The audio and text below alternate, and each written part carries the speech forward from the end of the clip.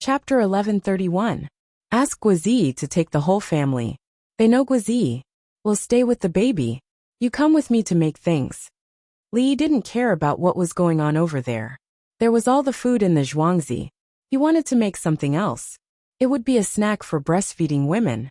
It could also be said to be a staple food. Princess Yongmu followed Li Yi. Li Yi went to the small kitchen to make water chestnut powder. The water chestnut powder was available now. The child could eat it as a snack. It could be boiled in salt water and eaten salty and sweet. Or it could be boiled directly and eaten sweet. There was a lot of starch in it. After making the powder, he added sesame paste. It depended on Wu Jiyu's physical condition. If she drank soup with milk or drank too much water, he would add some garlic juice. If she drank too little, he wouldn't add garlic juice. Eating at the Li family zhuangzi was like seeing a doctor. He ate what he shouldn't eat. If she had diarrhea from eating seafood, the Li family zhuangzi had popsicles. She could eat 8 or 10 popsicles in one go. If she had diarrhea from eating popsicles, she couldn't eat popsicles anymore. She could drink a bowl of hot ginger water, or eat a few ginger sugar chips. If it didn't work, she could quickly find dongju. Diarrhea could also kill her. The two of them made water chestnut powder. Princess Yongmu said happily. She felt that it was meaningful to work hard for a baby to eat, even though the baby wouldn't eat it directly. The main thing is that we don't know her constitution. We'll see. Breastfeeding women need more protein and sugar. Too much sugar will cause problems. Honey is good. Eating too much will affect the metabolism. Garlic is the same, so put more sesame paste. There's sesame oil in the sesame paste. Coriander is hot, but cucumbers quench thirst. Let's also have some watermelon rind. Cut it into shreds, and put it together with the cucumber shreds. Chili oil is a spicy food. Breastfeeding women shouldn't eat it, but chili oil can stimulate appetite. So let's add cheese to neutralize the chili oil. Li muttered as he prepared the seasoning. He needed to know what to add and what not to add. Li didn't match the rest, such as fatty big C, luohan fruit and lady ku. What we're making now is considered cold food. If you want to eat it hot, add chicken soup and yam pot and put this in. Li Yi had thought of many ways to breastfeed Wu Jiyu. He didn't like Wu Jiyu because according to historical records, Wu Jiyu didn't have the grace to be the mother of the world. However, they couldn't hurt their children because of the mother's problems in history. If the child didn't have enough nutrition from breast milk and died, it wasn't something that could be expressed with the word regret. After making the things, Li Yi said to Princess Yongmu, "You send it over. If she breastfeeds the baby, it'll be inconvenient for me." "All right." Princess Yongmu agreed, and brought a bowl of noodles over. Li Yi poured another small gourd of ice water, and went to find the male eagle. He didn't do any strenuous exercise, but he sweated a lot. The golden eagle's body was full of feathers, so it couldn't fly to cool off. When Li Yi was feeding the golden eagle, Princess Yongmu sent the water chestnut noodles over. The water chestnut noodles could replace the oil tea noodles. The boiled water in the highlands could be used to make it. After eating it, it could also fill one's hunger. The nutrients and sugar in the water chestnut noodles were better for people to absorb directly. However, there were few water chestnuts, and starch could be made in many ways. Wu Jiyu was feeding her first child. She was in a particularly good mood. She was a mother. Then she saw a lot of things in front of her. Smelling the smell, she felt like eating everything. Princess Yongmu came. "Auntie Li Lang and I made a staple food for you, water chestnut noodles. Bring it over quickly. Yuanshu has troubled you." Wu Jiyu answered as soon as Princess Yongmu's voice fell. At the same time, she stretched out her hand. The child was in Empress Wang's arms. He would sleep after eating. Wu Jiyu had never held a child before. Empress Wang took care of him carefully. Now that there was food, she took it, smelled it first, and tasted it. It's really Li Yi's ability. I've never eaten this taste in the palace. Wu Jiyu tasted it carefully, and gave a pertinent evaluation. She wasn't worried that she would be poisoned, and she wasn't afraid that her son would die in Li family zhuangzi. There was also noble consort Lu next to her. She didn't have any biological children, and liked every baby. If she and her child died in Li family zhuangzi, would anyone believe it? Wu Jiyu thought and took a bite. Then she couldn't help but smack her lips. Why did it taste so good? Auntie, do you still want to eat? There's also some mutton. Li Lang said that Auntie should drink more water and eat less salt.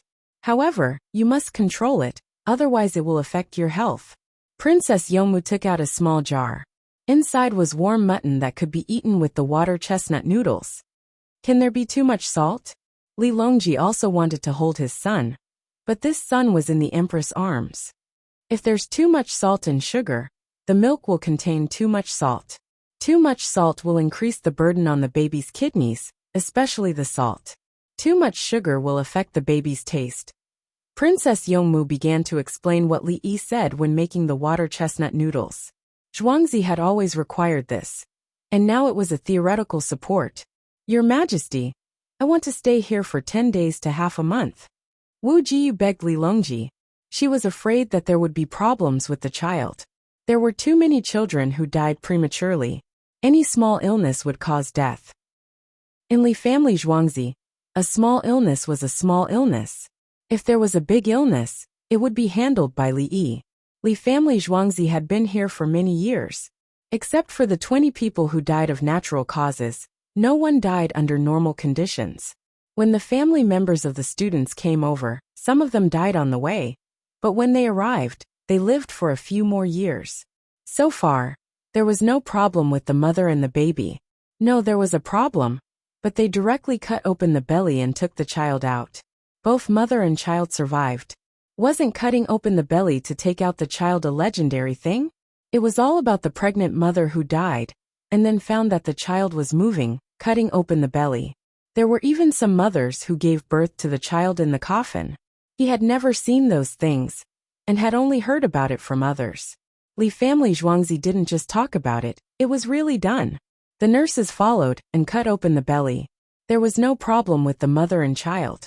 I know you don't understand, and to a certain extent, your IQ is not as good as that of dogs. But dogs are different from dogs and eagles are different from eagles. IQ lies in nutrition. Why is the wolf's IQ high? The goose that looks after the house can never be compared to the dog that guards the house. The goose bullies the dog, but in fact the dog is tolerant. Li muttered and fed the golden eagles water. He fed them ice water. His eyes never avoided the gaze of the golden eagles. Of course, his pupils didn't shrink, because he didn't have the intention to kill.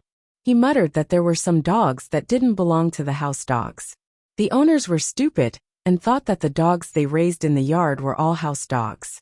The house dogs had nothing to do with the yard, and the house geese had nothing to do with the yard. In the real situation, Li Yi's geese didn't dare to fight with dogs. The dogs were chased by geese, and it was better to say that they were restrained by their owners. Could geese peck a dog to death? The attack power of geese was not as good as that of chickens. Whether it was pecking or scratching, there were wounds. What was the use of geese? If you gave them an arm, you could twist it. Wasn't it just a bruise? One hand would grab your neck. An old hen that protected its chicks was different. A swipe of its claws would leave several wounds, and a bite would leave a hole. Li didn't care about the ducks and geese. He valued the family of golden eagles that Princess Yongmu wanted to keep. The 4 golden eagles were close to Li Yi, because they were afraid of Li Yi. Li Yi's eyes were different. If a normal eagle attacked a person, the person would be very scared and would dodge and run away. This was not a human instinct, but a violent gene that was restricted in society, especially for the people of Li Yi's country. Li Yi was not. Li Yi himself was affected by the violent gene. If a golden eagle flew down to attack, he would raise his arm to protect his eyes and squat down to avoid it. But when his arm was caught, he used his other hand to swing his fist and hit. Whether it was an eagle or an eagle, they couldn't withstand a human fist. Would a special forces soldier be afraid of a one-on-one wolf? Under normal circumstances, it was impossible for a human to lose in a one-on-one fight with a wolf. The weight of the body was 80 kilograms for a wolf, and 120 kilograms for a human. How could a wolf kill? One-on-one, bite the throat, bite the thigh. A wolf's bite force was stronger than a human's. If you were given an arm to bite, the other arm would strangle your neck when you bite. Eat. We humans are different from you. We can't propagate violence, or there will be more human killing each other. Li Yi fed and muttered. Chapter 1132. The people in Wu Jiu's palace stayed in the newly tidied independent courtyard. Wu Jiu never planned to go back before finishing her confinement, even if Li Longji wanted to go back at night. Empress Wang was pregnant and had just given birth. Li Longji didn't want to touch the palace maid, so she had to go back to find him. Li Longji didn't leave tonight. He came over for dinner and ate with Wu Jiu. The curtains were drawn. There was a light in the room, and a pink lampshade was added to make the light warm. The weather was hot, so cold light was generally better. However, considering the baby, warm light was used to avoid stimulation, even if the baby hadn't opened his eyes yet. The baby was sleeping like a monkey. He was lucky. Wu Jiu was breastfeeding early. He drank the first mouthful of breast milk after the examination, and it wasn't from the wet nurse. At this moment, the baby's task was to sleep, unlike herbivores who needed to stand up quickly after birth to avoid being killed. Come, eat bean sprouts. Li Longji put something on Wu Jiu's plate. The palace maid and eunuch stood still in the corner. Like Empress Wang, the rooms were rotated. There were a total of 3 rooms, and the layout was the same. In the dog days of summer, they didn't put ice in the room directly, and they didn't fan the room. They just went back and forth. For dinner, the Crucian carp pot was stewed first, and then vegetables and meat were boiled in it. Your Majesty, eat too.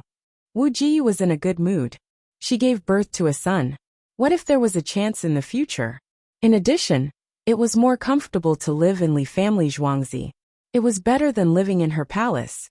The people in the palace weren't lively enough. Even if there were people, it still felt cold and cheerless. Li family Zhuangzi was lively. There were people walking around and children playing.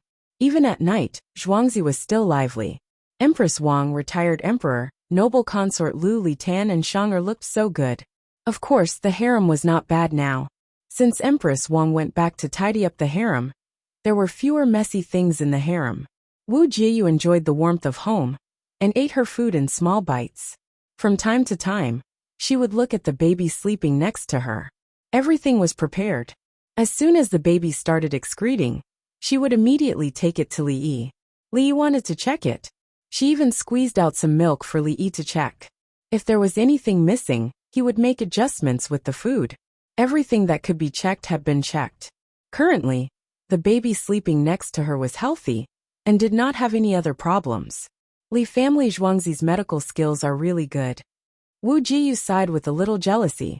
When she was lying in the delivery room, she was surrounded by equipment that she had never seen before.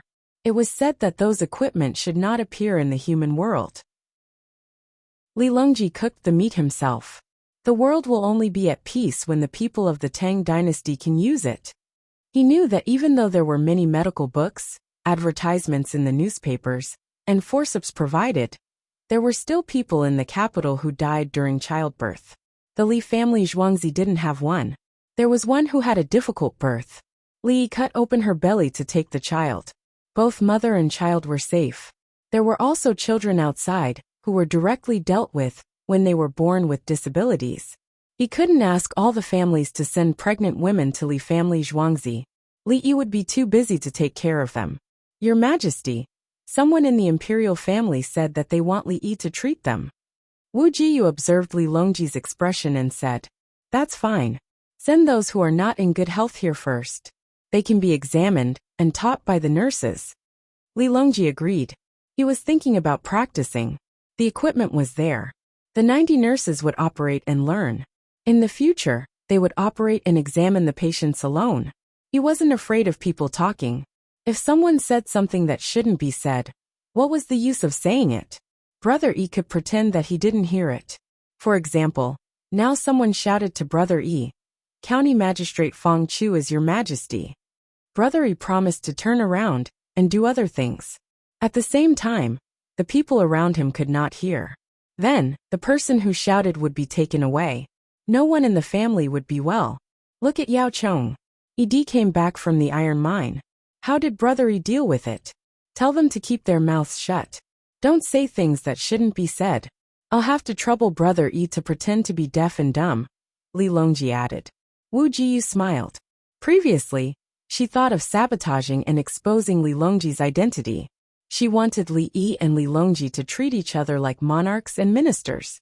She didn't dare. If she was found out, it would be impossible to leave a complete corpse. Now it was meaningless. It was good for everyone to pretend to be each other. Bao doesn't have to be afraid of falling sick now. Wu Jiu glanced at the baby. Bao was a nickname. His real name hadn't been given yet. When he was given a title, he would be given a title of king. He would even be given a military position, such as commander-in-chief or protector-general. He would receive extra money when he was given the title of king. The money would be placed in his mother's hands. It was a considerable income. If he was a daughter, he would be given the title of princess. She would also receive money. When the royal family's children were born, the imperial court would give them money every month. In the past, when the money was small, the rewards were small. As Li Longji's money began to increase, everyone's life became better. When you grow up, learn from Li Yi and help your elder brother do things. Li Longji was also in a good mood when he saw his son. The crown prince's people had made their decision. Unless Bao didn't learn well and went astray, Wu Jiu's expression didn't change. She still had a smile on her face. That's not a small business. It can support many people by the sea. Brother E is thinking about the steam engine ship. There are many places overseas. We need people to help educate the local people. The journey isn't very far. At that time, the railway will be built. The ship will reach the sea, and the train will reach Chang'an. Now, it won't take more than a month to go to a place that only travels once every half a year. Li Longji was thinking about occupying territory. When the children grew up, they shouldn't fight in the Tang dynasty. There were places outside. When they went there, they would be the most powerful people in the local area. If they wanted to come back and stay for a few days, there were steam engine ships and trains. The steam engine ships didn't look at the direction of the wind. If the wind wasn't good now, it would take more than a month to travel from the Japanese Empire to the Tang dynasty. After that, it would only take a few days. Then, they would reach the port of the Tang dynasty. It would also take a day or two to return by train. As for Xinlua, it was closer. Or they could occupy Xinlua first. No, they should let the people of Xinlua live a good life first. The train would be built there. Then from Xinlua to the Japanese Empire, the ship would be closer. Wu Jiu still didn't have any other reaction. I heard that the barbarians overseas are like wild beasts. You have to be careful. There are guns. When the children grow up, they will have cannons. Li Longji still insisted that the children go out. He didn't want them to wait for the throne in the capital. Why don't we wait for a while? When the male eagle's body recovers, the small eagle can learn to hunt. Princess Yongmu and Li Yi were eating. The golden eagle family was taken away by Guizi to Mount Li. There were many wild animals in Mount Li. It was the most suitable place for the small eagles to train. Then they will fly away. There are no eagles on Mount Li. They will go over and take a look. When they find that it is better than their original home, they will stay there. Only then can we have more contact. Li Yi had a plan. There were many people around Chang'an. If the golden eagle family didn't want to stay, could they be locked up in cages? First, they would be sent to Mount Li. The female eagle would take the children to hunt. When they were hunting, they would find that it was a good place. It was better than their previous home. They didn't want to go back, right? They could build a nest here and eat fresh fish. When they saw the man who could fly in the sky, he wouldn't hurt their family. Chapter 1133. Dongzhu pigeons from Guangzhou. Li watched Princess Yongmu eat. When Princess Yongmu finished the last mouthful of rice and soup, she put down her chopsticks. Songda ran over. Princess Yongmu put down her chopsticks as well. She now followed the rules of eating. When Li put down his chopsticks, she put down her chopsticks. Li said a few times. She agreed, but still put down her chopsticks. So Li could only wait for her to eat. When he finished eating, he picked up his chopsticks and drank his soup. Zhang Jiling's letter? Let me see. Li got up and went to rest. Songda handed over 2 small bamboo tubes. The tubes were sealed with lacquer and oil paper. The lacquer and oil paper of one of the tubes had fallen off. The pigeons had probably ground it when they landed to find food. Li opened the bamboo tube, and took out an envelope. There was a small lacquer seal on the envelope. There were more than 20 words written on it. A large number of merchants need toilet water. 5 times the amount in the capital. Deliver within a month. The deposit has been paid. It's not about the imperial court. It's about business. Li Yi showed the letter to Princess Yongmu. Did Li Lang deliver it? Princess Yongmu already knew what the toilet water was made of. It was difficult. It was just that little. If it was easy, no one else could make it. The price of toilet water was always high. It was stored in porcelain bottles. When it was wholesale, it was a small bottle of 100 milliliters. It was cheaper than the beginning. In summer, a bottle was gone with a wipe. However, it was usually placed in water. It was more economical to use that water to bathe and wipe the body. There were also people who dripped a drop on a wet handkerchief and wrapped it around their wrists to go out. She had her own, but it was not toilet water. She used perfume. She had a small glass bottle with a tube. When she used it, she sprayed it. She liked the smell of orchids, so she used orchid perfume. It was very light and was made of natural orchid essential oil. Send someone to deliver 100,000 bottles. I got 500,000. Also send 2 pigeons back. Tell Zhang Jiuling to collect the taxes from the merchants. If you sell things, the merchants pay taxes.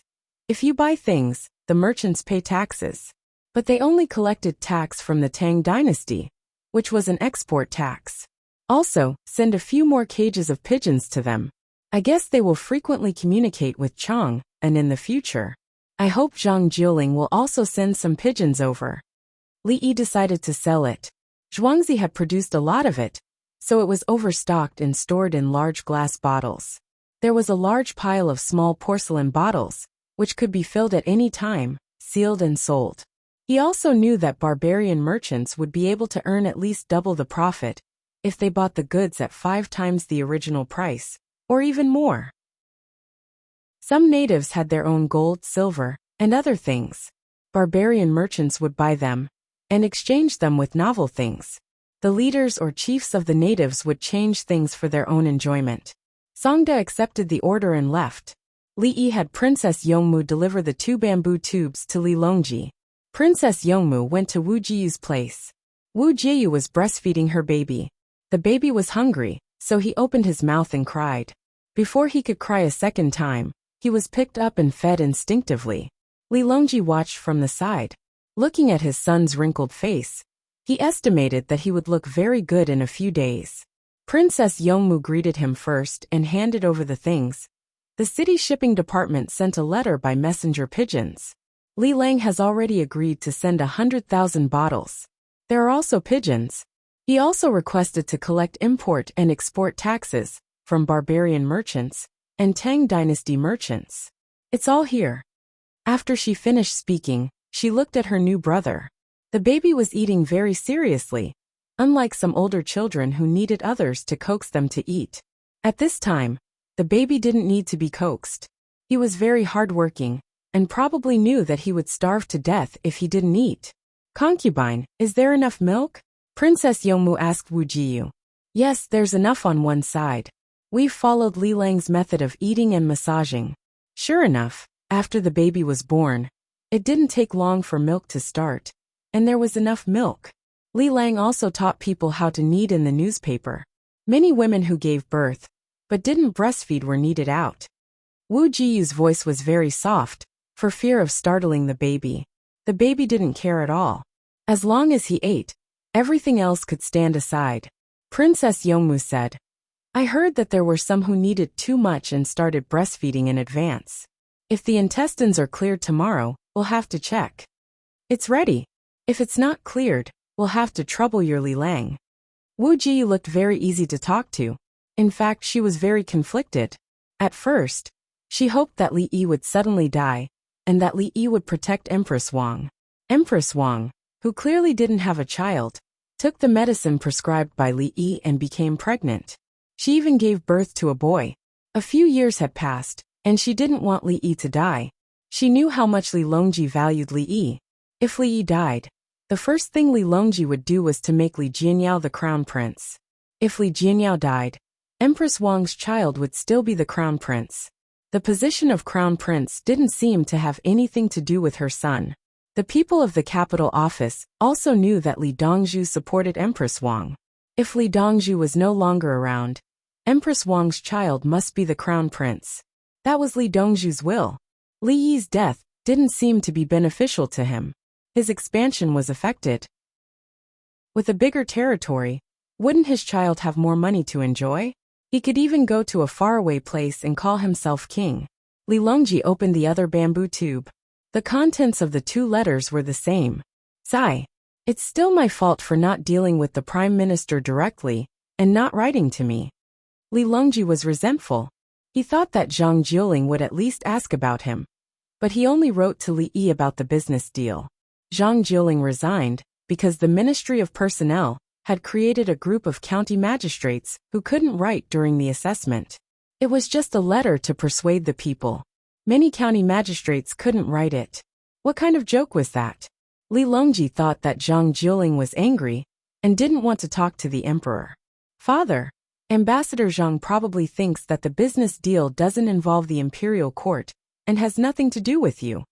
Princess Yongmu spoke up for Zhang Jiuling. Why did he have to mention His Majesty when he was just asking for toilet water?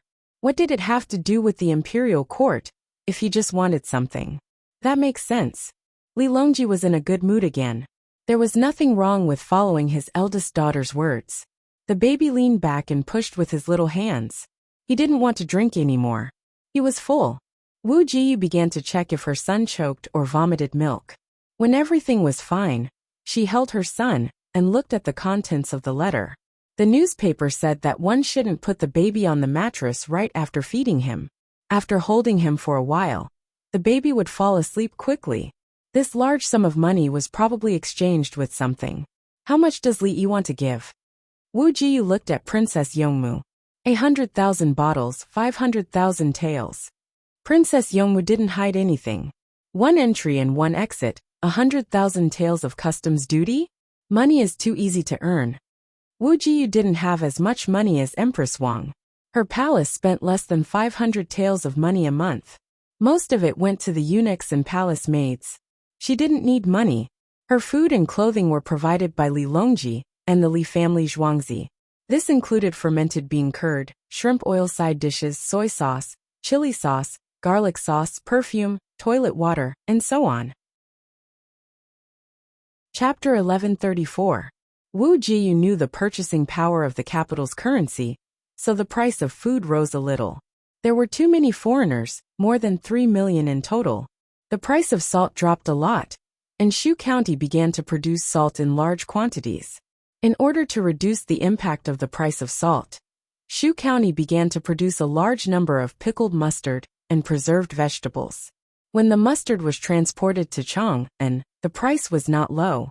The mustard in Chang'an was different from that in Shu County, so it was impossible to make the same taste. Other mustard could be made into pickled vegetables.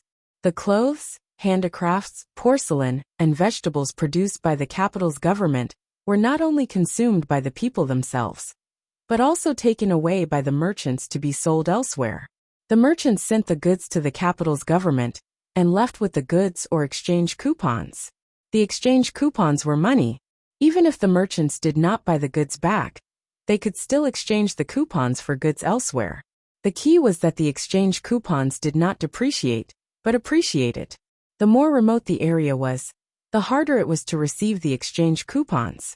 In the past, the princesses sold their official positions for 30 coins for a small official. Those who did not have a real position were considered officials. They could get a real position and spend some money to get it. Now, the purchasing power of 30 coins was greater than before, and the people of the capital's government enjoyed the benefits of paper money. To be precise, they enjoyed the benefits of the Li family Zhuangzi's technology. When one could live a good life in the capital's government with a handful of coins, this handful of coins was more valuable outside. Zhang Jiuling's messenger pigeon could earn the imperial court 100,000 coins. Your Majesty, if Bai Zaifu knew, he would be happy. Wu Ji thought of so much money and said sincerely, "Quick, put the bag down and go to sleep." Li Longji took care of his baby first, and the baby fell asleep. When the bag was put on the cotton mattress, his mouth moved, and his expression looked good. The cotton mattress was filled with cotton, neither soft nor hard. If it was replaced with duck down or cashmere, it would be too soft. There was a shed above the crib. When the baby slept, the shed would be put down to block the direct light, and the scattered warm light would pass over. When the adults went to sleep, the light would be turned off, and a small light would be left in the distance to provide dim light when the baby woke up. After 2 hours, they would need to see if the baby wanted to drink milk. This was the most torturous time, especially for breastfeeding mothers. In fact, it was also fine to use a milk bottle to fill the breast milk in advance. When the time came, it would be slightly warmed up for the baby to drink while the mother slept. However, it was written in the newspaper that if the conditions were met, it would be better for the mother to carry and feed the child herself. Wuxia chose to do it herself. Today was the first day, so she put on an eye mask. Actually, she couldn't sleep because she kept thinking about her child. Li Longji looked at his son and brought up the issue of taxation. That sum of money will be directly transferred to road construction. The Ministry of Revenue won't be able to get it. This tax would be used to build roads from Guangzhou to the east and west. The roads to the north of Guangzhou would be built by the Li family Zhuangzi and the imperial court. To go to other places in Guangzhou, there had to be a road if one did not take the sea route. The villagers in Guangzhou and Luzhou's hometown should have roads if there were villages. Zhang Jiuling was responsible for the money. He knew the importance of the road and would not spend money recklessly, let alone embezzlement. He would definitely keep an eye on where every single cent was spent, giving it to the local people he hired. Based on his personality, he would definitely deal with any official who dared to interfere. His position did not give him the authority to deal with other officials, but he had the pigeons. If an official committed a crime, he would write an impeachment letter and send it back. How much would it cost to send a pigeon? According to Li Yi and her, they would definitely send an imperial edict back, or send the winged knights over personally to give Zhang Jiuling temporary authority. Who would he kill? Your Majesty, is it worth it? Spending so much money to build roads in remote areas? Wu Jiyu still thought it would be better to take the money back and allocate it to the imperial court. It's worth it, Li Longji said confidently. Envoy Zhang, the county premier of Zhaiyuan County, Yan, helped the Li family to build the road from Zhaiyuan County to Guangzhou. They offered twice the price of others, but the Zhaiyuan County actually gave it to them. In the Department of Shipping in Guangzhou, the sky was dark. Zhang Jiuling was eating under a kerosene lamp. Sitting opposite him was Wei Yefeng. Wei Yefeng was helping the Li family Zhuangzi sell things. When Wei Yefeng first came to Chang'an, he ran to Princess Yongmu and Zhuangzi to sell pepper powder. He put onion seed powder in it. Li caught him and asked for onion seeds. He brought them over to sell. The onions had not been planted yet. It was not time yet. They could only be planted next month. They were planting seeds. After half a year, they would harvest the normal seeds. The bad seeds would be eaten, and the good seeds would be kept. They would be planted in September, and there would be onion seeds in June of the following year. Like carrots and green onions, it would take 2 years to grow seeds. Without seeds, it would take 1 year. Wei Yefeng sold everything. The person who cheated him was also arrested and compensated with a lot of money. Otherwise, he would be threatened and beheaded. He did not send the goods back to Li Yi. He was temporarily in charge of intelligence work. Zhang Jiuling had already collected a lot of taxes, mainly on the goods. The merchants did not have money. If they wanted to sell their goods, they had to pay 10% tax. Zhang Jiuling took 10% of the goods. If they wanted to buy the goods, there was no tax for now. But the merchants of the Tang dynasty had to pay 10% tax. This 10% tax would be given to the merchants first. If they wanted to trade something, they would have to pay 20% tax. When Li Yi's letter came, he would give the merchants an additional 10% tax. The merchants of the Tang dynasty would have to pay 20% tax, and the merchants of the Tang dynasty would have to pay 10% tax. In total, it would be 30% tax. Was 30% tax high? 30% tax should be normal, right? This kind of tax was directly levied, and not based on the price. Otherwise, with 100% tax, would the goods be confiscated when they were sent over? The 100% tax would mean that the merchants had brought over 500 grams of spices. Normally, the spices could be exchanged for a bolt of silk. If the tax was doubled, the spices would be exchanged for a bolt of silk. The spices needed to be sold for more than the price of a bolt of silk to make money. It depended on what the spices were. Food zero tax. The Tang dynasty lacked food. Come and sell it. If it was gold, 30% tax. Why would the people of the Tang dynasty need so much gold? If it was a necessity and irreplaceable product in the Tang dynasty, the tax could be reduced. Otherwise, the tax would be increased. This was the reason why the tax on luxury goods was high. Would they die if they did not use luxury goods? No. What about medicinal herbs? The Tang dynasty did not have them. They also needed to treat illnesses. Zero tax. Would they die if they did not use medicine? Yes. The Tang dynasty lacked food. Large amounts of food were sent over. The prices were cheap, and there was no tax. They could even give some extra allowances. For example, the berthing fees for ships and other goods were reduced. There was a lot of food, and the prices were low. This was a blow to the local farmers. At this time, the government could not increase the tax. They could only subsidize the food. The government would buy the food at a fixed price. This would not let the local farmers suffer losses. But they could not let the farmers stop farming. Otherwise, if the people who sent the food did not send the food, how many people would starve to death? When people traded with each other, they each took what they needed. But when it came to trading with countries, it was not so simple. Not only were there losses and profits, but there were also the basics. Chapter 1135. Li Yi had already written these simple contents into a book for the people in the imperial court. Zhang Juling got a copy. He memorized it after reading it, and felt that it was very reasonable. It turned out that tariffs were so simple. Of course, he didn't see the other book. It was the book that Li Yi taught the students in Zhuangzi. It involved the impact of importing countries on exporting countries' industrial layout, and the impact of importing countries' exports on exporting countries' industries. It involved subsidies, market occupation, domestic overproduction, and the price of surplus products sold to domestic industries, consumption stability, and so on. Zhang Juling didn't get any other books. He was very satisfied with one.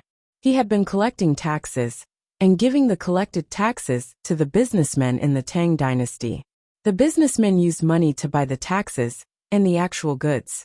Zhang Juling used the money to build roads. He used 1/3 of the taxes, 1/3 was sent back to the imperial court, and 1/3 was kept in his hands. After Wei Yefeng was cheated and caught deceiving people, he returned to his hometown like a star. His experience was too legendary. After being cheated, he went to Chang, and was actually cheated to the place of Li Dongzhu's woman Zhuangzi. Li Dongzhu not only didn't punish him, but also helped him. It was said that the cheated seed was liked by Li Dongzhu, Wei Yefeng, and a large group of people began to do publicity and buy things. They planned to go back to Chang, and before the new year, and spend the spring festival in Chang'an. When he became famous, people wanted to know him and the people in his team. Someone found him and reported him. The clansman of a deputy county magistrate in Zhangyuan County used twice the price to get the job of building roads. Why should they pay twice the price? Others asked for 100 coins to build a road, but the deputy county magistrate's clansman asked for 200 coins. This road was actually given to the deputy county magistrate's clansman. If you asked for 80 coins, it would be fine. How could you choose more than that? Ask the winged knights to do me a favor and catch them. I will ask them personally, Zhang Juling said to Wei Yefeng. 200 winged knights who accompanied Wei Yefeng stayed. 100 winged knights with Zhang Juling didn't leave. The winged knights adapted and trained in such an environment. They also observed and understood. They were also responsible for educating the local people in Guangzhou, especially the children. They couldn't write poems or songs, but they could write ordinary letters. He could also do arithmetic.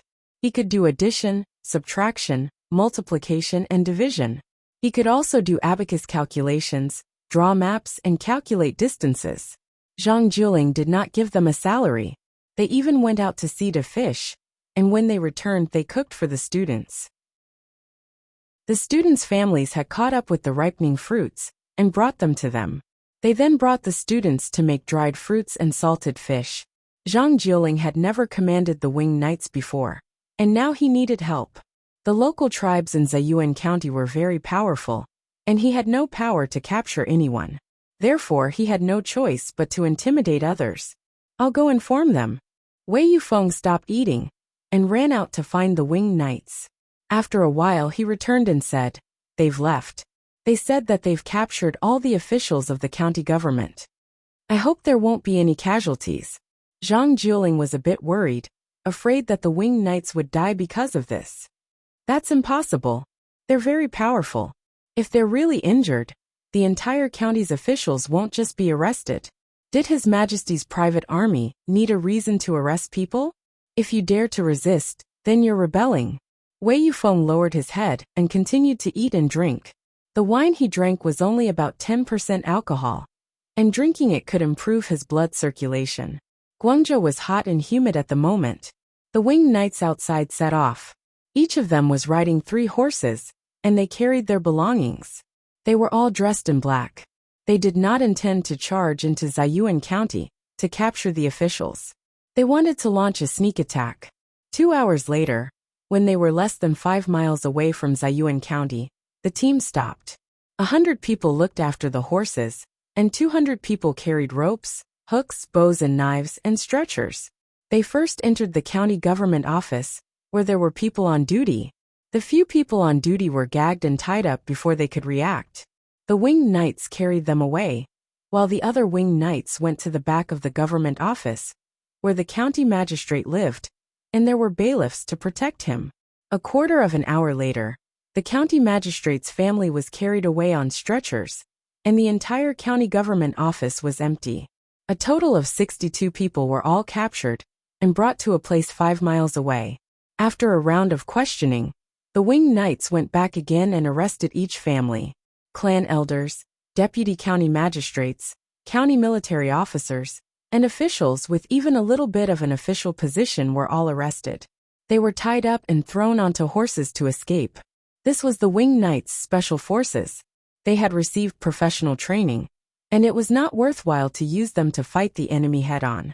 Zhang Juling and Wei Yufeng ate leisurely, mainly chatting. They were not afraid of the food getting cold. It was already midnight, but the two were still eating. The imperial court sent a battle report to me, saying that they have occupied the land of Juku and are fighting ahead. Over at Hushijidushi, Hujie City has already been stabilized. Zhang Xiaosong is actually good at war. Back then, Li Yi protected him, and the emperor believed Li Yi. He even said that he would make up for it if he was not greedy enough. The censorate's impeachment was suppressed. I guess the censorate who impeached him is afraid, and his life will be difficult. You said that he was greedy, right? Zhang Juling shared important information with Wei Yufeng. Otherwise, he would not have anyone to talk to. He did not dare to mention the information that was sent to him alone. Wei Yufeng thought hard, and almost scratched his ears and cheeks. Finally, he squeezed out a sentence. Greedy wrong. The emperor did the right thing. Oh, how is it right? Zhang Juling asked with a smile. Even if Zhang something was greedy in the past, the emperor forgave him once, and he will not be greedy in the future. I went to cheat people wrong. Li Dongzhu saw the value of the goods and knew that I was cheating to get back the cost, so he quickly sold the goods. The pepper part was exactly the same price, and the onion seed powder was extra. Li Dongzhu did not make things difficult for us. We know that we made a mistake, and were forgiven once.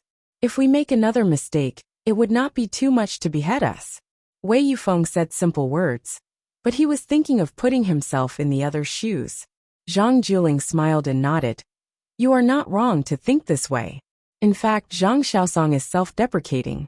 He is too good at fighting. He massacred 3 cities and forced other people's emperors into the mountains. Massacring a city is a big mistake and goes against heaven.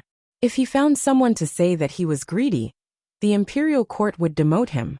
On the surface, he would be in prison, but in reality, no one would imprison him. He used this to appease the resentment of the western region and other tribes for massacring the cities. Wei Yufeng was a merchant who sold fake goods. How would he know that there were so many twists and turns in this? He was dumbfounded. Since that is the case, why not arrest him?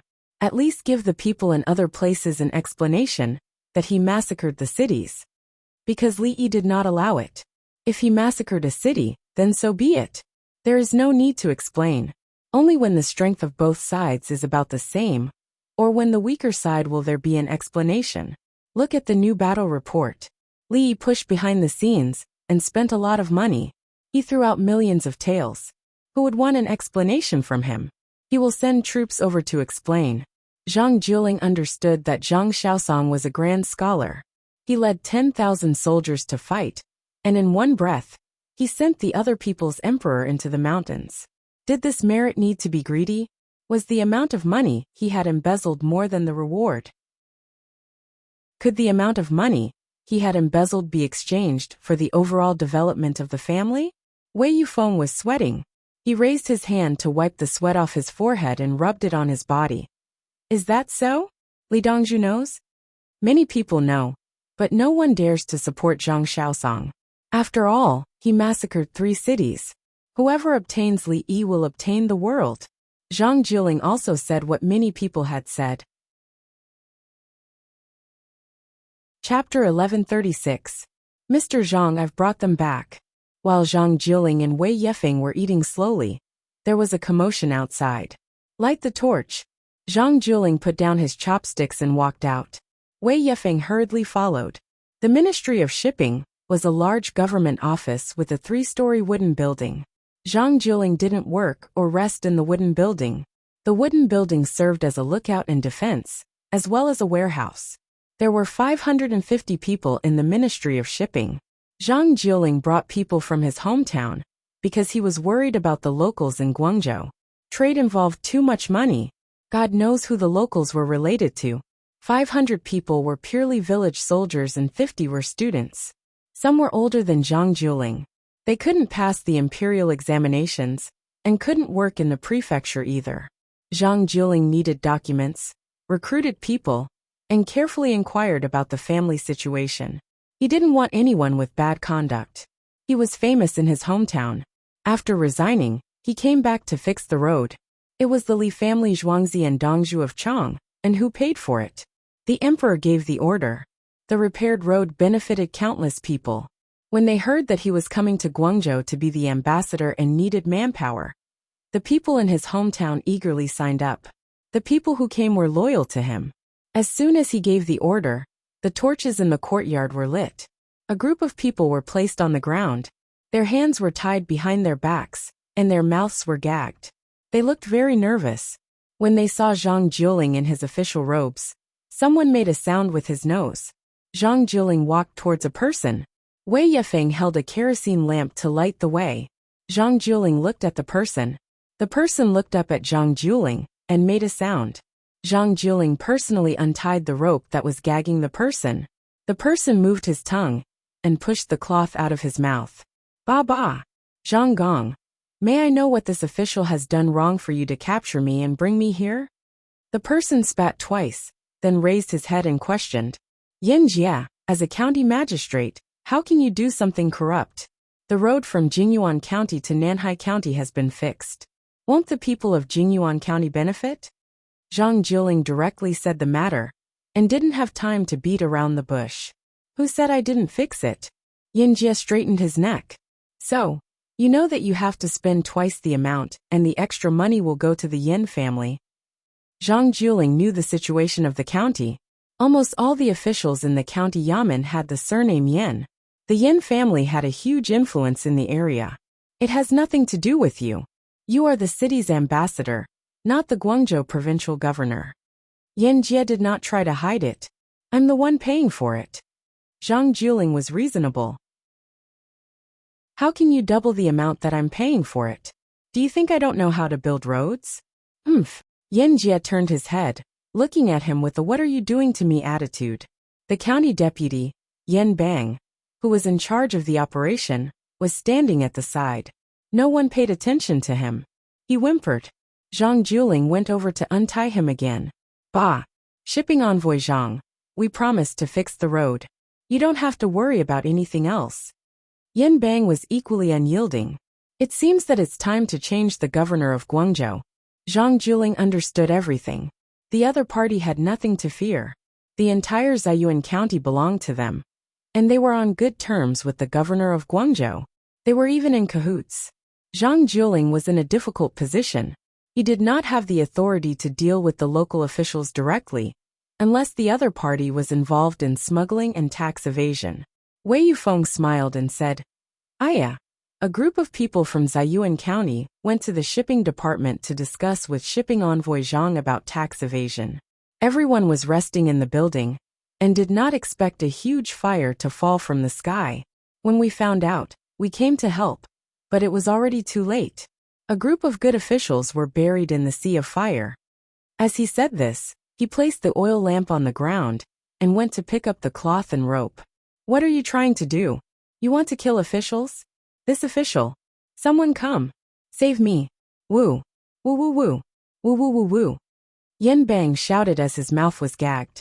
Wei Yufeng went to pick up the cloth and rope and walked towards Yin Jia. Wait a minute, we can discuss this. It's just some money to build roads. Why do you have to do this? Refund the money. Yin Jia stared at Zhang Juling and said. Zhang Juling looked at Wei Yufeng and held back his laughter. He picked up the oil lamp and walked into the house. 80% of the money for building roads is enough. Yin Jia hurriedly said. Zhang Juling continued walking. 50%. The entire county will be able to build roads quickly and efficiently. Yin Jia lowered the price again. Zhang Juling pretended not to hear. I don't want money. The Yin family is willing to donate money to build roads for our hometown. Yin Jia was about to cry. Okay, write the document. Zhang Juling stopped and turned around with a smile in his eyes. You saved the alcohol. Wei Yufeng threw the things on the ground. What does it have to do with alcohol? Zhang Juling finally laughed. Make them drunk and release the rope on their hands before lighting the fire. If they drank too much and didn't run out, there would be traces of the things tied up. If they were strangled to death and burned, there would be no ash at the bottom of their throats. Wei Yufeng gave an answer. You know how to write. Zhang Juling's smile widened. I heard it from Li Dongzhu at the Li family Zhuangzi. Wei Yufeng laughed. The other people who were tied up had a look of fear in their eyes. Had he thought of how to harm people? Or was it a technical operation? Brush and ink were brought over. Yin Jia was watched as he wrote according to Zhang Juling's instructions. After writing, he pressed his fingerprint. There was no need for a seal. The seal represented the county office and had nothing to do with the Yin family. The other people who were caught all pressed their fingerprint. There were a few who didn't because they didn't belong to the Yin family. They were considered subordinates of the Yin family. If they didn't want to work in the government office, they had to obey. Send them into the building. I'm sorry for the inconvenience tonight. Zhang Juling held a piece of paper. There was no smile on his face. The group of people were sent into the building and continued to be tied up. The things in their mouths were removed. They were afraid that someone would suffocate to death if they fell asleep. Zhang Juling and Wei Yufeng went back and continued to eat and drink. Duke Zhang, will they be willing to repair the road? Wei Yufeng wasn't sure. If the group of people didn't admit it later, would they be caught again? It doesn't matter if the road is repaired or not. The Ministry of Shipping makes too much money, and some people are jealous. Today it's driving Yuan County and others are watching. Zhang Jiling's thoughts were not on the Yin family in driving Yuan County. He was worried that more people wouldn't be able to resist. It turned out that the officials of Guangzhou would reap benefits from buying and selling things in Guangzhou. The Ministry of Shipping was established and taxes were collected. Seeing the money flowing into the Ministry of Shipping like water, what would those who could reap some benefits before think? Including the provincial governor of Guangzhou and the army. Being the provincial governor of a remote place, they would definitely feel sad when they saw the money in front of them. As for repairing the road, what did the road have to do with them? They couldn't see the road and could only see the valuable goods. Wei Yufeng thought for a while and nodded. The Yin family won't let anyone touch them. They won't repair the road when they go back. They will even stop the merchants who pass by them, or pretend to be bandits and rob them. You are smart. It was good to scare people before. Zhang Juling nodded. What should we do? Wei Yufeng always felt that he and Zhang Juling were on the same side. Zhang Juling helped him catch people and recouped his losses. He even made up for it. If Zhang Juling couldn't do it, and changed to someone else, how would his group of people do business? The local officials would work with the new Ministry of Shipping to deal with him. Zhang Juling drank a mouthful of wine. We have money. Yes, they want to rob us. Wei Yufeng drank a mouthful of wine and tasted bitter in his mouth. Our money belongs to the imperial court. I will write a letter and send it back with a pigeon. Zhang Juling wasn't worried and made up his mind. Chapter 1137. Impeach them, right? Wei Yufeng had learned this phrase before. Impeachment was to teach someone a lesson. Without evidence, they cannot be impeached. Do you know what Li Yi likes? Music, etc. Zhang Juling shook his head. I didn't stay long, so I don't know. Let me ask. Brother Peng, what is Dongzhu like? Wei Yufeng shouted to the winged knights outside. Zhang Juling replied, letters. Replying to Zhang Juling, sometimes he writes casually, sometimes he writes poems. The main thing is that Bai Zaifu always writes poems to Dongzhu to ask for peace. The person outside replied, many thanks.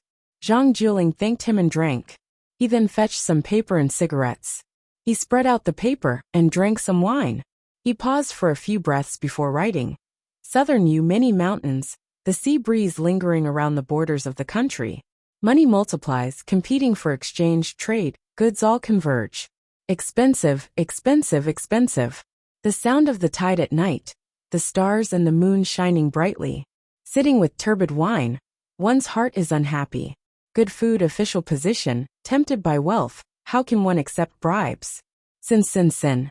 After writing, he put down the brush and returned to eat. Wei Yufeng had just learned a few words. If he were to take each word out individually, he would be able to recognize it. But when put together, did he learn it himself? Li Yi wrote a bunch of poems in the past. Some of them are like this. If he likes them, he will write them for him. Zhang Juling smiled at Wei Yufeng. Li Dongzhu can understand them? Wei Yufeng couldn't understand them. If he can't understand them, it means that he did copy them before. As he said, kill and bury him. Ask the Supreme Court, Ministry of Justice and Censorate to interrogate him. Haha. Zhang Juling suddenly felt carefree and didn't care anymore. As long as he brought his men and the 300 winged knights to guard the place for a period of time, the imperial court would take action. He didn't believe that anyone would dare to touch the winged knights, including nameless bandits. Wei Yufeng laughed awkwardly. He didn't even know how to copy. For the next few days, bring your men to stay with me. Be careful, there will be trouble. I don't have enough men. Zhang Juling was worried about the safety of Wei Yefeng and the others. Someone wanted to do something bad and captured Wei Yefeng and the others. Even if he was released, he would have to suffer a lot. According to his calculations, he shouldn't care. When Wei Yefeng was captured, he would write a letter to Li Yi, and Li Yi would definitely be angry. However, the person Li Yi hated the most was probably not the provincial governor, but himself. He could write letters, but couldn't he save people? In order to avoid trouble, he called her over and asked her to stay together. Wei Yufeng understood this time and nodded vigorously. I know. I'll go now and get them to move. After saying that, he ran out. He didn't dare to delay. A commoner should have the awareness of a commoner. Zhang Juling wasn't sleepy, so he didn't eat. He sipped his wine and waited for Wei Yefeng's villagers to arrive. Stop, who are you? A shout came from outside. We're Lu Zhou's men. We know Li Dongzhu. I'm Tan Shui, and my father is Tan Shida. We have the Tan family's stronghold. I want to see eunuch Zhang. A woman's voice rang from outside. It sounded like she was not afraid of the winged knights. Do you have proof? The winged knights asked. Yes, I have Li Dongzhu's handwriting. He taught us how to better manage the terrace fields, how to build boats and weave nets. Can you read? Here. The woman's voice was confident. It sounded as though she was telling the truth. There's no need. Lu Zhou's Tan family stronghold, come in. Zhang Jiling said. Yes, Eunuch Zhang, the winged knights replied. As expected, Eunuch Zhang is the best. Eunuch Zhang, I brought many things for you. My father said it's not good to come empty-handed. Moreover, we're here to ask for your help. In other words, Li Dongzhu doesn't have to give us anything. Ah, I've misspoken. You don't think much of them, Eunuch Zhang. You're an honest man. As the voice rang out, a woman entered the room. When she saw Zhang Jiling, she smiled happily. Good day, Eunuch Zhang. Good. Sit down. Men serve tea. Zhang Jiling felt a sense of familiarity when he saw this woman. There's no need for that. I'll take a sip of wine. In the stronghold, I can only drink secretly. Bring the things in. We're having trouble repairing the road.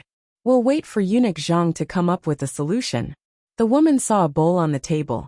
Most of the bowl was filled with wine. She picked it up and gulped it down.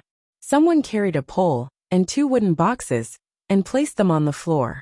When the boxes were opened, they were filled with pieces of white wax. They were not made into candles. They could be melted to make candles. The woman, Qin Shui, pointed at the 2 boxes of white wax and said, I know Eunuch Zhang often works until dark.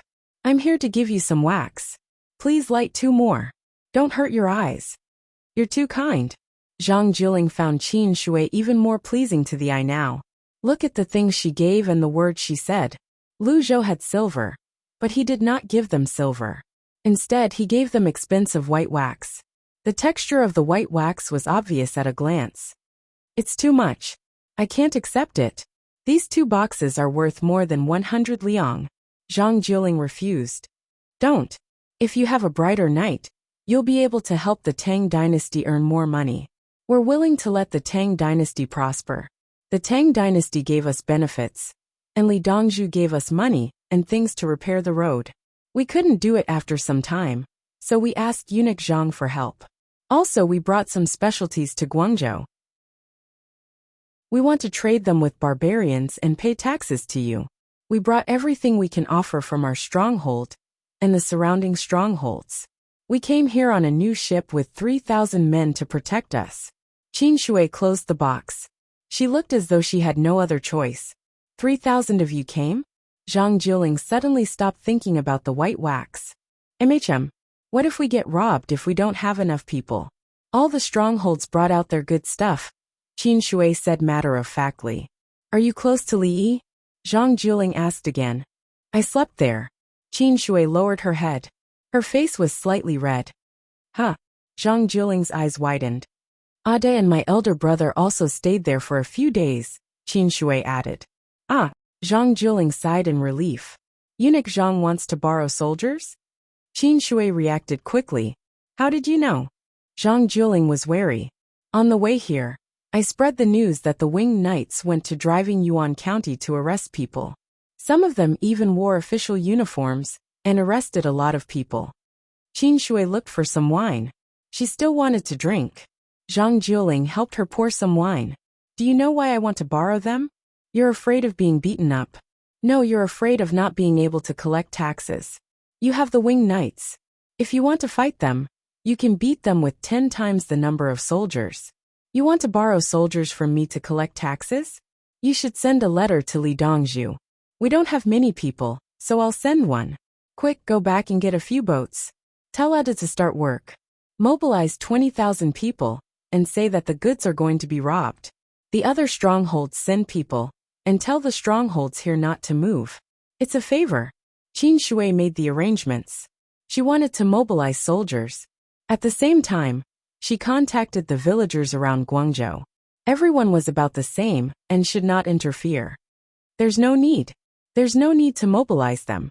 There's no need to worry about the villagers. They know how to repair the roads. Zhang Jiling hastily stopped her. He was worried that Lu Zhou's villagers would attack the provincial capital. He was not worried about the villagers' safety. If they wanted to attack, so be it. He had Li Yi behind him. However, he felt that it would affect the trade. The people who were about to leave looked at Qin Shui. Qin Shui rolled her eyes. Eunuch Zhang, are you close to the villagers? It's better if the roads are repaired. We can't mobilize them. Zhang Jiling's house was surrounded by villagers. He was familiar with the situation. Chapter 1138. That's already not bad. The locals have been with the mountain folks for a long time. As long as the mountain folks don't beat you up, it proves that you're capable. Tan Shui sincerely praised Zhang Jiuling. Shouldn't you be proud that the local big families had connections with the Aboriginals, but they couldn't mobilize the Aboriginals to deal with you at a critical moment? Because they know that Li Yi and Li Yi sent the winged knights to deliver the malaria interception pill to them. Zhang Jiuling was depressed. Yes, but at least you were originally from this place.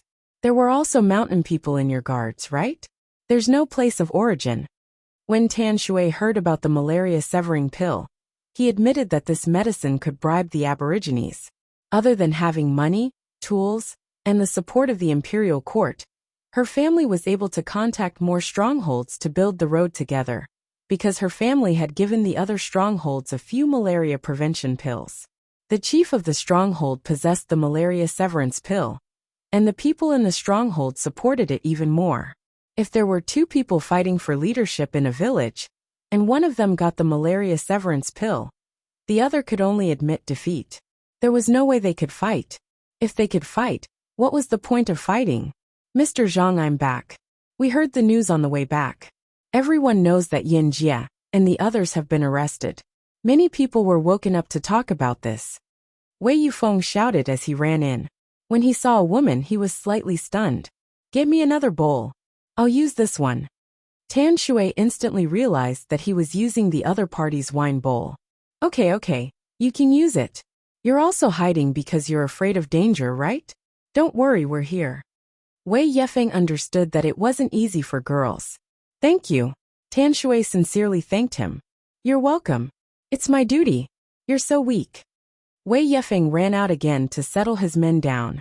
He didn't have the mood to drink since he didn't need the bowl for the time being. Eunuch Zhang, there are problems with the road construction. Can you help us think of a solution? The main problem is that we have never opened a mountain before. You have opened a very big mountain pass. Tan Shui got down to business. She had gone to sell things and asked Zhang Jiuling about his experience in opening a mountain. Lu Zhou had yet to appoint a new provincial governor. If it were not for Li Yi, he would have killed the original provincial governor and lit a sky lantern on the spot. How dare you lie to us? You can cheat us of our tribute, but we will suffer a loss. If you don't tell us about the new farming tools, how much less grain will we plant? Some people went hunting in the mountains because they didn't have enough food to eat. They were injured by wild beasts and fell down, never to be revived. He couldn't trust the officials there. Some of the officials actually ran away on their own. They must have done something bad. This mountain, Zhang Jiuling didn't hide anything. He asked Tan Shui to sit down and explain the process of the road construction. In the beginning, he didn't have much experience. It was all up to everyone to figure out how to work. He told Tan Shui what had happened as if he was telling a story. The problems involved in the story could be understood after listening to it. Moreover, it was more vivid and specific. Tan Shui called a few people over to stand at the side and listen. They were people from the other strongholds, so everyone listened. Cut the mountain path into sections and dig from the top, but be careful not to collapse. If you see a place that will collapse, use a drill and hammer to hit it. Zhang Jiuling emphasized again. Tan Shui thought for a while. It means that Tu Song should open up the entrance of Difeng Mountain a little wider, and try to move away as much of the soil as possible. Otherwise, it will rush down when it rains. Then on the mountain of rocks, when they saw a big rock, they either ignored it or dug out the whole rock. Then they planted trees and plum trees. When passers-by are thirsty and plum blossoms are in season, they can pick the plum blossoms and eat them. The plum blossoms are also beautiful. So that's why Mr. Zhang planted plum trees there. When the plum blossoms ripen, the weather is hot, so he was afraid that he would get sick. Tan Shui understood. When planting plum trees, the weather in the south was hot early. When they were on the road, they would eat plum blossoms so that they wouldn't fall down. Eating more plum blossoms could also fill their stomachs. At least they wouldn't starve to death. Zhang Jiuling nodded. Now we're going to find a place to burn cement and see where the stones are suitable. It's easier to use cement to build canals than to dig canals.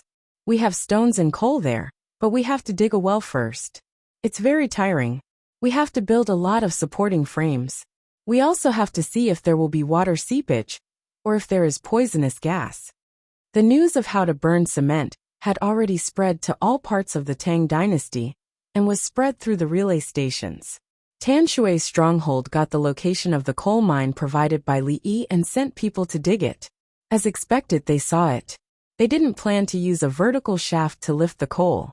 It was too deep, and it was not easy to dig underground. They planned to dig diagonally and make a big hole. Then, they would build a frame and carry people up. Alternatively, they could build wooden tracks, and have livestock pull their carts along the wooden tracks. With coal they could cook it, and the coal could be used to make steel. It was convenient to burn ceramics as well. When it was cold in winter, they could build a brick bed. They only needed to burn a little to keep them warm for a night. Where did you find the coal mine? Zhang Juling was envious. Ah, the location Li Dongzhu gave us is very accurate. He said there's one there. After digging for more than a month, we found it. Tan Shui nodded her little head. Zhang Juling sighed. Li Yi is still the best. If Li Yi had a department of shipping in Luzhou, I don't think anyone would dare to play dirty tricks behind his back. That's right. If Li Dongzhu goes to Luzhou, we'll help him. Don't talk about playing dirty tricks.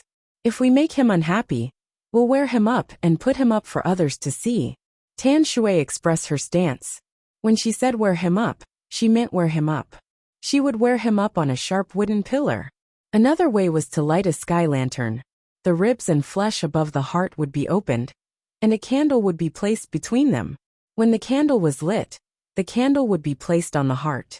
Both methods would not kill the victim immediately. Those who looked at them would feel chills running down their spines.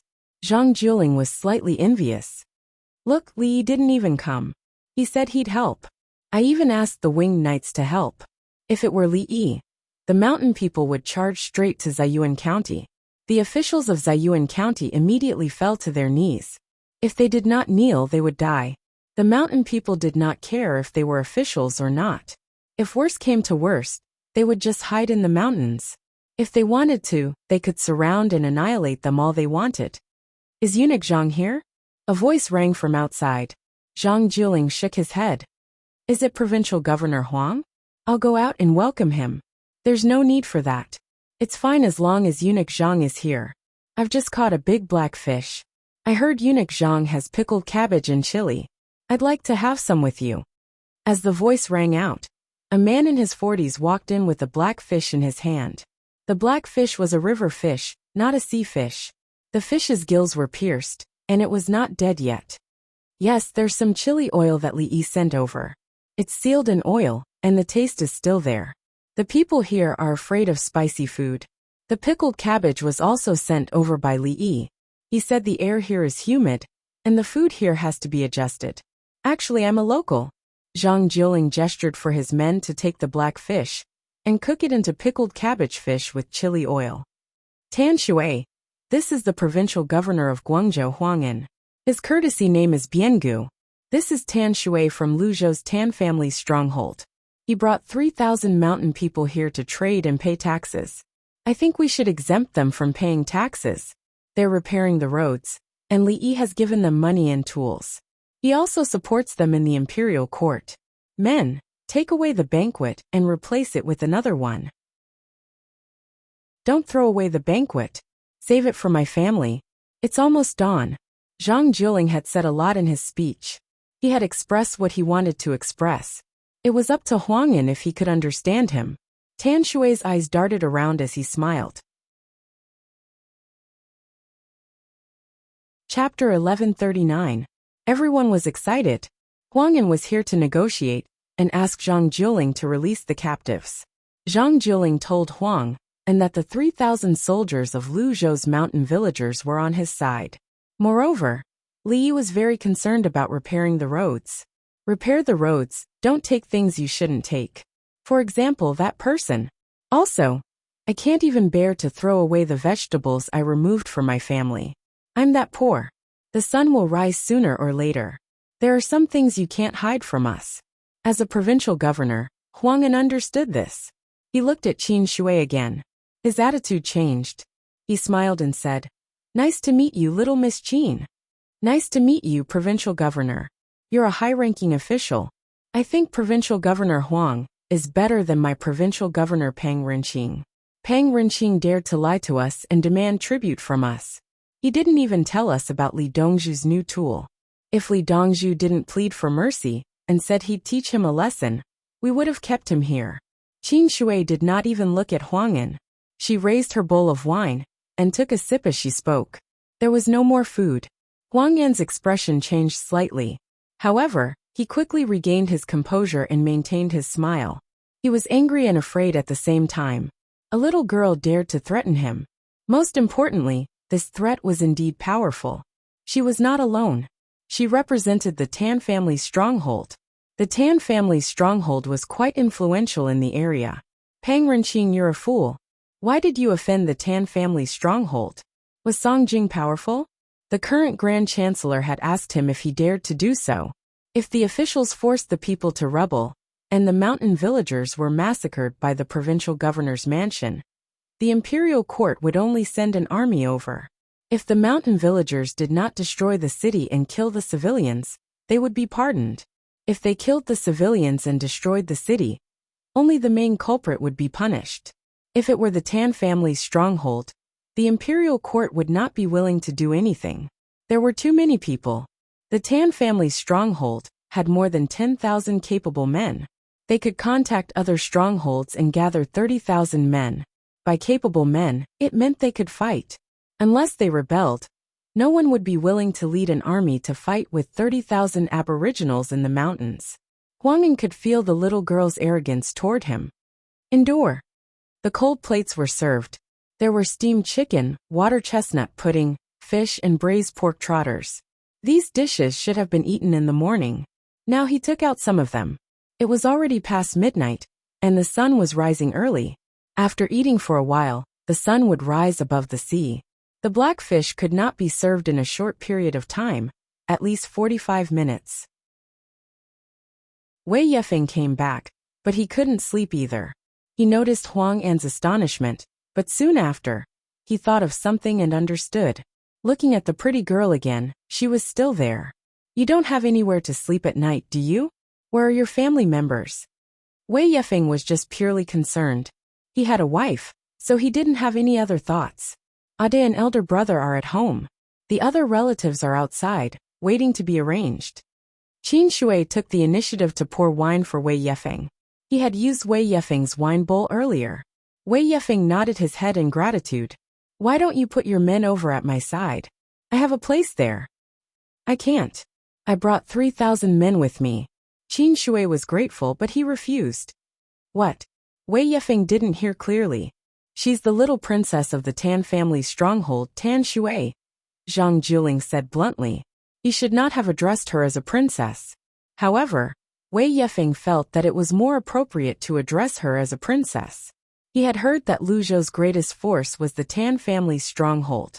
Compared to the Tan family, the Yin family in driving Yuan County was nothing.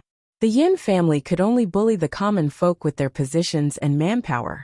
However, the Tan family was not a bully, they were an army. They claimed to be plundering water for farming. But the Yin family had sent hundreds of men to intimidate the other villages. If they were facing the Tan family, would the Yin family fight? "Can't we sit down and talk things out? Look at how many people there are in my stronghold. And we need water for farming. Can't you give in? We've brought wild game here, and we can eat and drink together. Aren't we happy? There's no need to fight, right?" The Yin family was right. They were grateful for the Tan family's hospitality. "Duke Zhang, I've mobilized more than 40,000 men to mine coal, and nearly 70,000 men to repair the roads. I reckon the coal will be ready by next month. When the time comes, we'll make cement. Do you want it? I'll sell it to you at a cheaper price or sell you coal. We know how to make coal, and it's easy to burn. Li Dongzhu even taught us how to wash coal. When the time comes, we'll pick out the waste and cook it ourselves." Tan Shui did not have the time to entertain the provincial governor. She was the one who requested to lead the team. If she could not complete her task well, how could she leave in the future? Zhang Juling pondered for a moment. "Coal.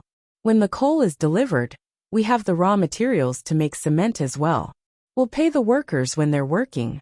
I plan to bring the mountain people with me. The mountain people aren't difficult to interact with. They hope that a good official from the imperial court will lead them to a good life. Alas, Zhang Jiling shook his head as he spoke. He did not look at Huang Yin. When Wei Yefeng saw this, he wanted to laugh. To think that a provincial governor like you would have such a day. When I was deceived and came looking for you, you didn't even want to meet me. Later, when I returned from Chang, and with the things Li Dongzhu gave me, you wanted me to share some with you. The braised pig trotters taste good. I learned it from the Li family Zhuangzi. Huang Yin could bear it, and laughed as he spoke about the pig trotters. He could not afford to offend any of the three people sitting here. Wei Yefeng, who seemed to be the easiest to provoke, was actually selling things for Li Yi. Who would dare to touch Tan Shui? Was he tired of living? Zhang Jiling, who was sitting in front of him, resigned in anger. Li Yi gave him money, and the emperor gave him money. After the road was repaired, he turned around and became the city's ambassador. Huang Yin did not become an idiot, because the Guangzhou Department of Shipping made so much money. He was afraid of Li Yi. How powerful Li Yi was. How could he not know by looking at the exchange coupons issued by the Li family Zhuangzi? From Chang'an to Guangzhou, merchants recognized that as long as you had the exchange coupons, the merchants would sell you things and even give you discounts. A person who could issue currency and still live a comfortable life had already explained many things. In particular, this person's Zhuangzi was close to Chang'an. No one wanted to deal with him. The people from the Yin family are with me. Take them away later. They promised me to pay for the road from Yunyuan County to Nanhai County. Zhang Jiling was very direct. He really could not judge those people. He was not qualified. Thank you, Mr. Zhang. Huang Yin clasped his hands. No matter how he would deal with their mutual concern in the future, at least he gave him face today. Look, they were caught. He came over and brought them back at dawn. Those who did not know the specific situation would think that he was very capable. The people caught by the winged knights, Mr. Zhang, no, I can't take them away. After I finish my meal, you can release them. I will arrange for people to wait outside. Huang Yin was sweating. He almost did something wrong. The people caught by the winged knights, he went there and released them. He wanted to suppress the winged knights? Zhang Jiling, you are too bad. You dug a hole for me. Oh, I didn't think it through. I should have released them alone. Zhang Jiling patted his head to express his apology. It's okay. It's too late. Mr. Zhang has been working hard for days. It's all their fault for disturbing you. I was just greedy. I saw good black fish, and thought that Mr. Zhang had good seasoning. Huang Yin helped to find an excuse. Yes, you did not cheat me. You are right. Chapter 1140. The pickled fish made by Heiyu was ready. It was served in a big pot. When Tan Shui saw the big pile of food, she thought of the Li family Zhuangzi. Sister, come in and eat with me, she shouted outside. Yes. Call the people close to you here. There's too much food to eat. It's just one more mouth, Huang Yin agreed. Then, he saw Tan Shui's sister and was speechless. He saw a black man who was about 8 feet tall. Sister, sit beside me. Mr. Zhang, my sister's family is very pitiful. When she was young, she was captured. Her whole family was captured. Then, they were sent here by boat. Coincidentally, there was a storm, and the boat was blown to my place. I shouldn't have cared, but I watched her grow up with me. Tan Shui introduced her sister. She was captured, and then the boat had an accident. The Kunlun slave's family was bought by her family. At that time, she was young and felt that she had a playmate. So be it if she was a little black. Then, as she played with her, she realized that her sister was so tall that ordinary people couldn't afford to raise her. She could eat too much. Now when she saw that there was a lot of food, she remembered that the Li family Zhuangzi didn't allow waste. So she called someone to eat with her. What's the plan in the future? Wei Yefeng thought about the Kunlun slaves.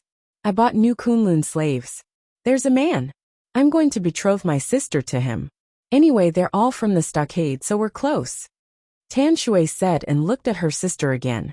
She lowered her head slightly. Her face was red. Sister, here's some wine. Tan Shui moved her wine bowl over. You can't drink. I have to protect you. She moved it back. She cherished her life very much. When her family was captured, she was already 7 years old. She knew how hard life was. Then there was a storm. From then on, everything changed. Bring back the dishes that were taken away just now, Zhang Juling ordered. So when the dishes were brought back, she didn't mind. She ate all kinds of food. After 15 minutes she left. Everyone was relieved. They wouldn't waste food today. After drinking wine and cutting half a chicken, there had to be something to go with the wine. Not only the pickled vegetables and fish, even the soup was gone. We should have prepared the staple food, Wei Yefeng muttered. Tan Shui didn't think much of it. Sister is indeed a glutton, but she can also fight. If she doesn't use a bow, normal winged knights won't be able to defeat her, except for Elder Gua. Tan Shui also knew how powerful Guizi was. Some of the winged knights were outstanding, and they were not judged by their size. When he was in the Li family Zhuangzi, there was a winged knight who was much shorter than him. He was as agile as a monkey. That person was very fast. When he used a knife, he would surround people and attack.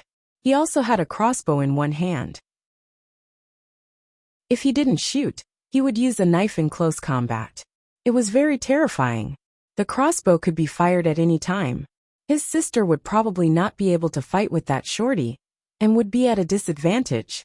At dawn, the 2 pigeons were released by Zhang Juling, along with Yan Jie and the others. They spent the whole night in fear, fearing the fire. When they came out and saw Huang'an, they really wanted to cry. Governor Huang, this won't do. There's so much money. Yan Jie said this when they met. Huang'an looked at the sky. Just now 2 pigeons flew away. The pigeons had bamboo tubes attached to their legs. Why do we have to be greedy for the money to fix the roads? Once the roads are fixed, won't we have more money? When the time comes, we can slowly earn money, and no one will notice. Huang'an was angry. Everyone was fixing the roads. You should fix the roads first. Why are you eyeing the money for the roads? Once the roads are fixed, it will be easy for you to earn money in the future. Let's test Zhang Juling and see how he will react. I thought he would look for us and tell us. But in the end, he looked for us and got someone to capture us. Yin Bang was very depressed. Who in the bureaucracy would capture someone just like that? Let's go back first. You guys fix the roads. Huang'an reminded them based on their previous friendship. After he finished speaking, he left. Whether the roads were fixed or not had nothing to do with him. He had already done his duty. He was going to fork out money to fix the roads. He had to fork out money. Brother Dongzhu, when are we going home? It's already half a month ago. China looked for Dong Xuebing during breakfast. She had not seen her family for the past 5 days. It was the same for the other children. If it wasn't for the fact that this was the Li family's farmstead, the children would have quit long ago.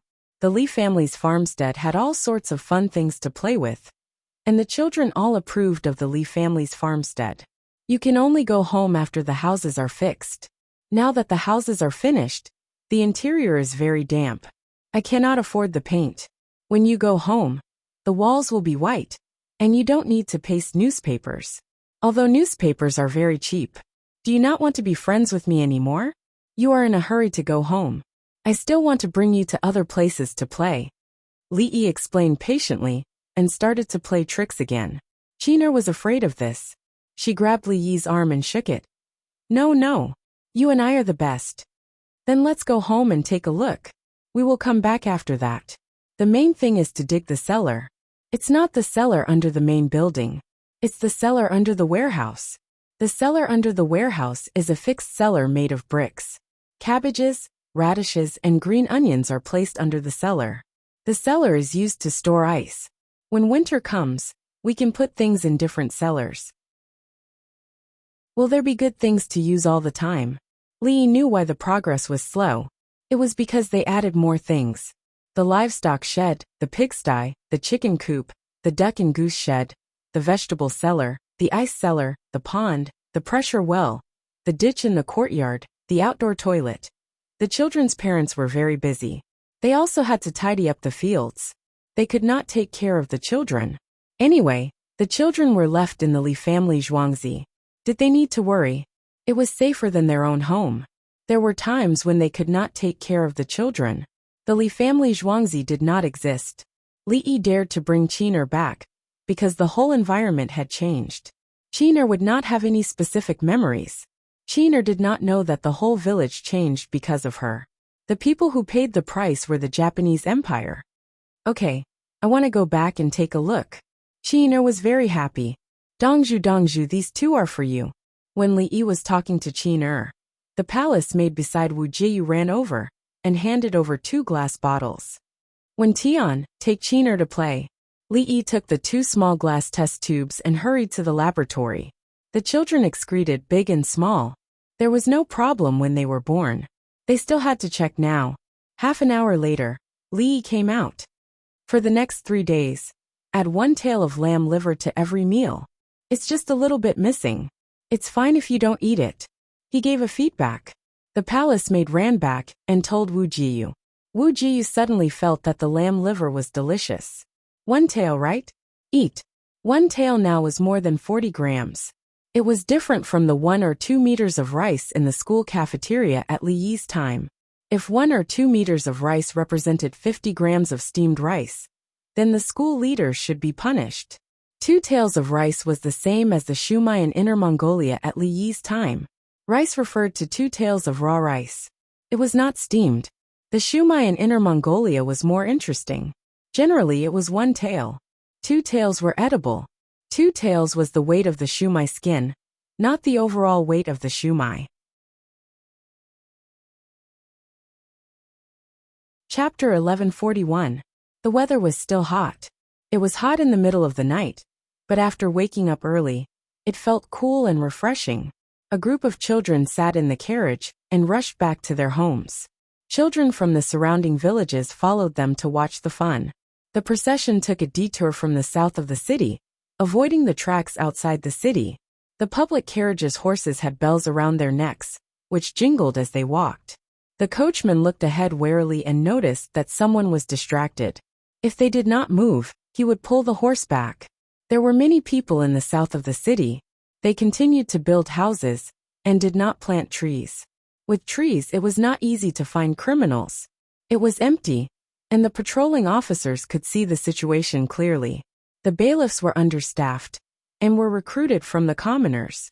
They were paid 5 coins for 2 hours of patrolling. They were not needed during the day, but at night, they could only patrol for 4 hours. When the passers-by saw the ambulance appear, they stepped aside and bowed. This includes the newcomers, who arrive with a house, a job, and cheap furniture that they need to pay for. Everyone who arrived at the government office would first go to the registration area to explain the situation. They were asked what they knew, and were given jobs based on their skills. Those who did not know anything were given jobs based on their strength. As long as they were willing to work, they would be able to eat. When they arrived at the government office, they did not need to drink water, urinate or defecate. They could also eat at the market, where there was cheap food. The commoners knew that this was a gift from the emperor and Li Dongzhu. Li Lang, there are many people in the government office. If we add more people, will there be people who can't find jobs? Princess Yongmu looked out of the window. The people outside had a sincere and curious look on their faces. It was obvious that this was the first time they had seen an ambulance. Handicrafts can solve the problem. The key is the transportation of raw materials. The government office itself cannot provide too many materials. Li Yi was not worried that the commoners would not be able to find jobs, especially in the winter. The greenhouse was different from growing vegetables on the ground. It required more manpower to transport the vegetables out of the greenhouse. Even if the cucumbers were not sprayed and stored normally, they would not spoil in half a month. It was just that they would look a little wilted when they were sent out. They could store the cucumbers in the fridge for half a month if they were wrapped in a bag, but they could not be used as the top part would rot first. There were also eggplants, chrysanthemums and other vegetables that could be stored for a period of time. Now that it's the season, it's time for them to weave their own things and mine for coal. The prefectures above the capital actually have work to do, and encourage them to go there. Li Yi also mentioned the job opportunities in the surrounding areas. The tourism industry was not doing well, and the financial industry was still not doing well. The tertiary industry was only budding. Princess Yongmu did not know how to plan the whole thing. She had never learned it since she was young. She only felt that it was very troublesome. It was more tiring than teaching children. There were many things to think about. With Li Lang here, everything will be fine. Princess Yongmu chose the simplest answer and pushed the responsibility to Li Yi. Now that the canals and roads are connected, the imperial government will be able to obtain more raw materials, including textiles, embroidery, fruit processing, and aquatic products. Li Yi talked to Princess Yongmu about the labor-intensive deep processing industry. Skilled workers worked quickly, and the labor cost was low. The workers were paid more by the number of pieces they worked on, and the processed goods were transported to other places where they could be stored easily. At the same time, due to the low cost of production, the transportation fee was added in, ensuring that the price would not be too high. There were 1,000 people working together, and the division of labor was more efficient than working alone. Princess Yongmu listened with a smile and carefully noted it down. When they arrived at the snack shop in the south of the city, the carriage stopped, and the children were allowed to get off to drink cold drinks.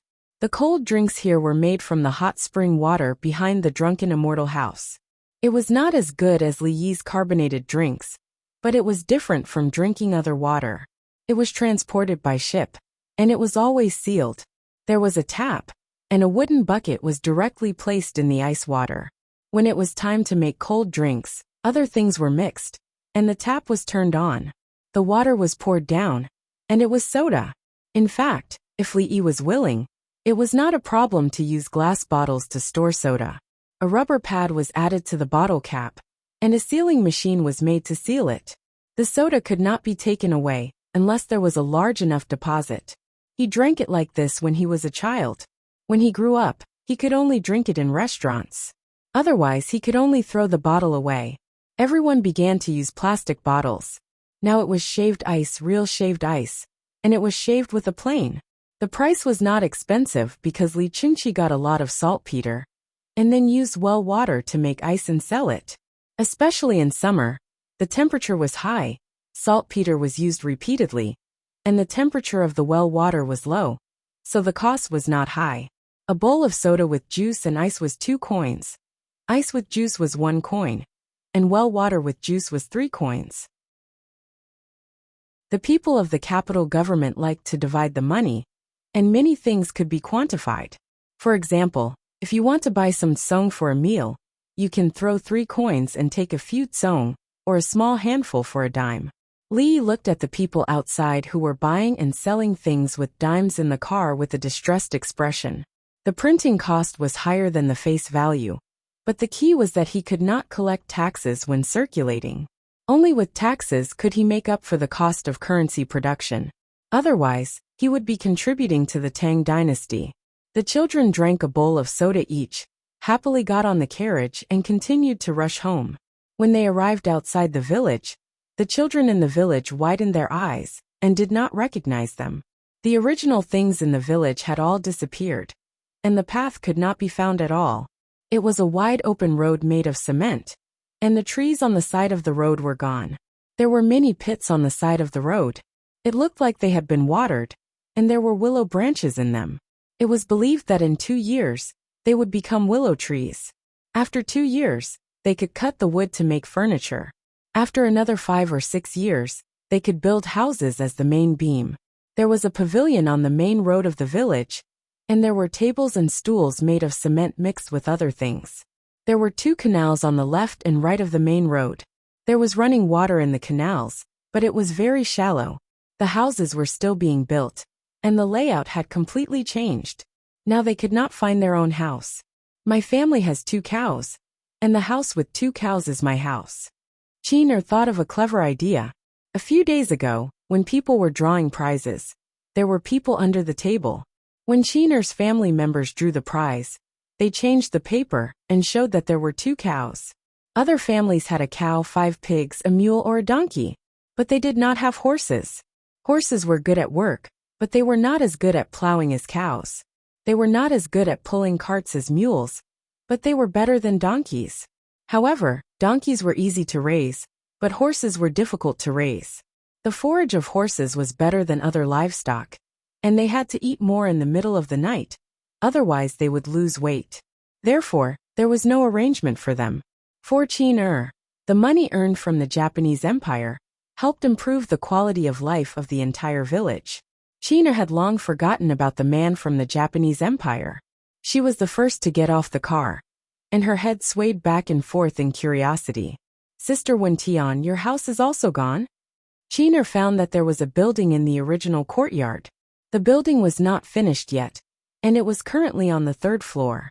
That is a 5-story building. Li Lang changed the glass formula.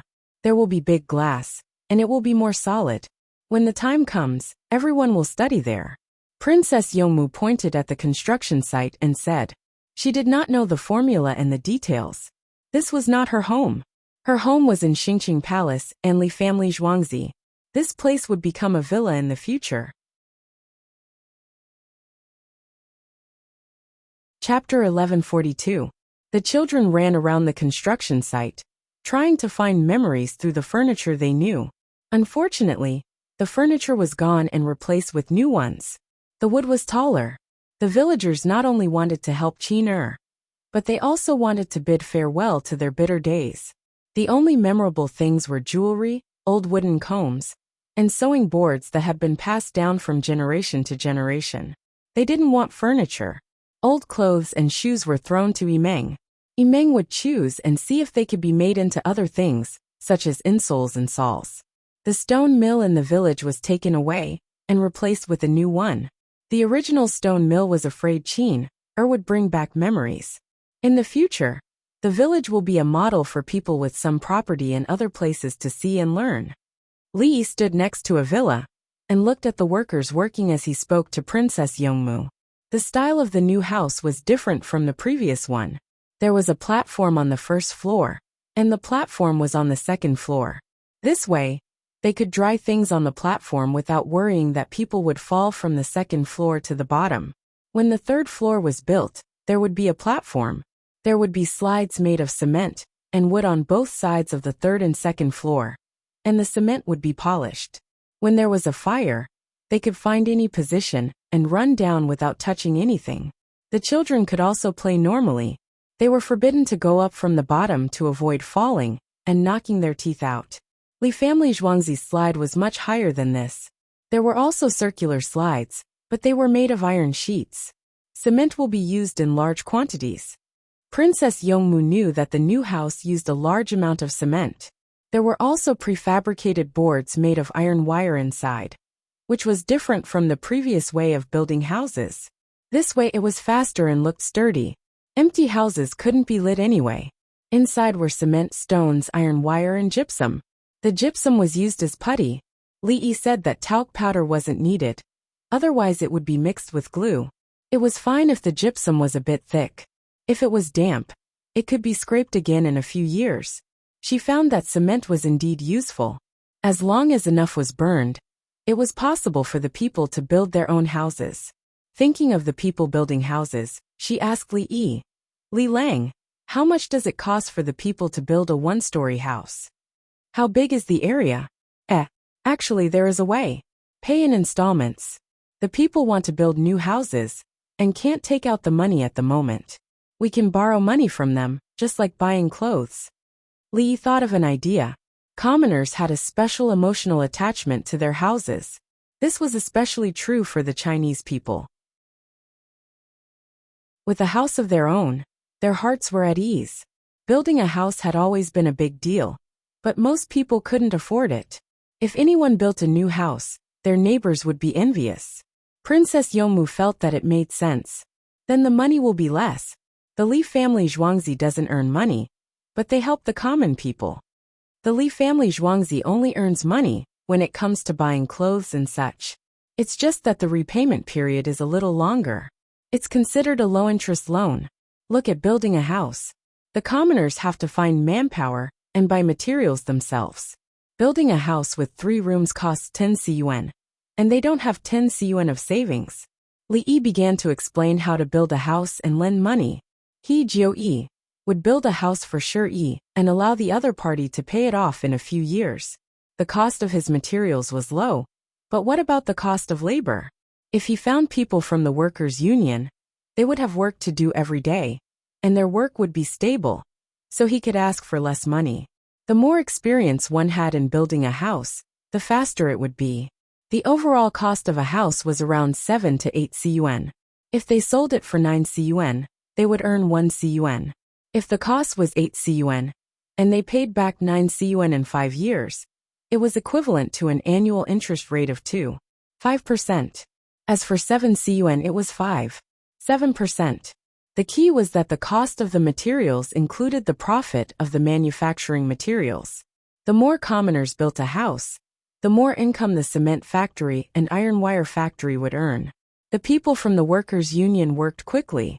They calculated the money based on the house as a whole, not based on the number of days. They would find ways to speed up and improve their skills. All three sides would benefit, and the commoners would be the most important.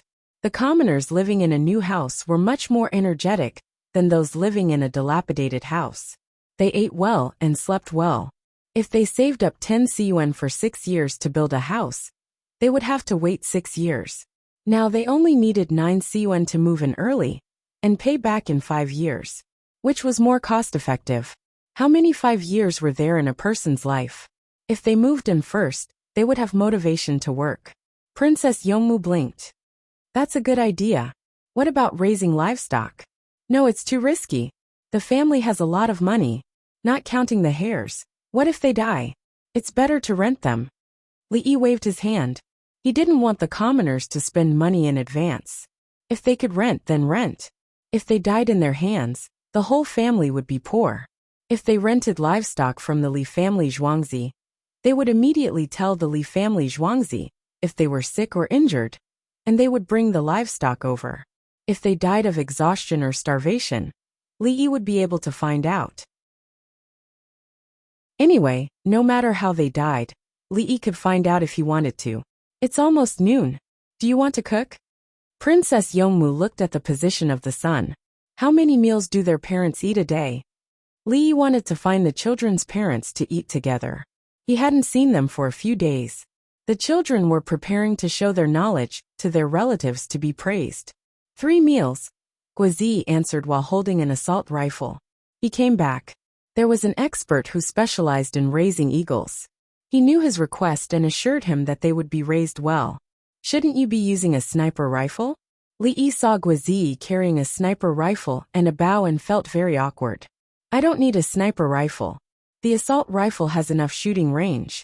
I don't need to aim within 100 feet, Guazi said frankly. Li didn't want to talk about this with him. There was no problem with the assault rifle having an effective shooting range of 300 meters. The key was to aim. The heavy machine gun was sent back. You can practice with it first, then leave it in the car when you go out. Or you can carry it yourself and hold it in your hand when you fight. Li thought about the heavy machine gun that was sent back. He still saved more than 600 bullets. There were 1,000 bullets in a box, and he had shot 366 bullets. He believed that Guazi could easily shoot at an effective range of 2,000 meters. With a scope, he could shoot wherever he wanted within 2,000 meters. It was better than sniping. Okay, I heard Dongzhu mention it before, but I haven't seen it before. Guazi agreed. He liked weapons. The more powerful they were, the more he liked them. Let's go and see where the villagers are working. Let's go to the fields and eat together. Li took the assault rifle from Guazi and hung it around his neck. Guazi shrugged his shoulders. The sniper rifle seemed to be pushed by someone behind him. It drew an arc in front of him. I'll provide you with fuel. You can practice with the aircraft. It's best if you take off and land on a boat in the middle of the water. I'm afraid that you'll fall to your death. I learned from the water first. Li decided to further cultivate a killing weapon. If Guazi carried a heavy machine gun and stepped on the aircraft, there were no enemy command units within a few dozen miles. Princess Yongmu thought of the matter of flying and said with a smile, "Why don't you ask Officer Gui to go to Tubo and talk to Zan Pu to stop fighting in the Yellow River area? I think it's okay. I guarantee that it will be clear once we talk. After all, everyone is a civilized person. Li Yi wanted to laugh. Killing the leader of Tubo by force was not suitable. Deterrence was the real way to open the door.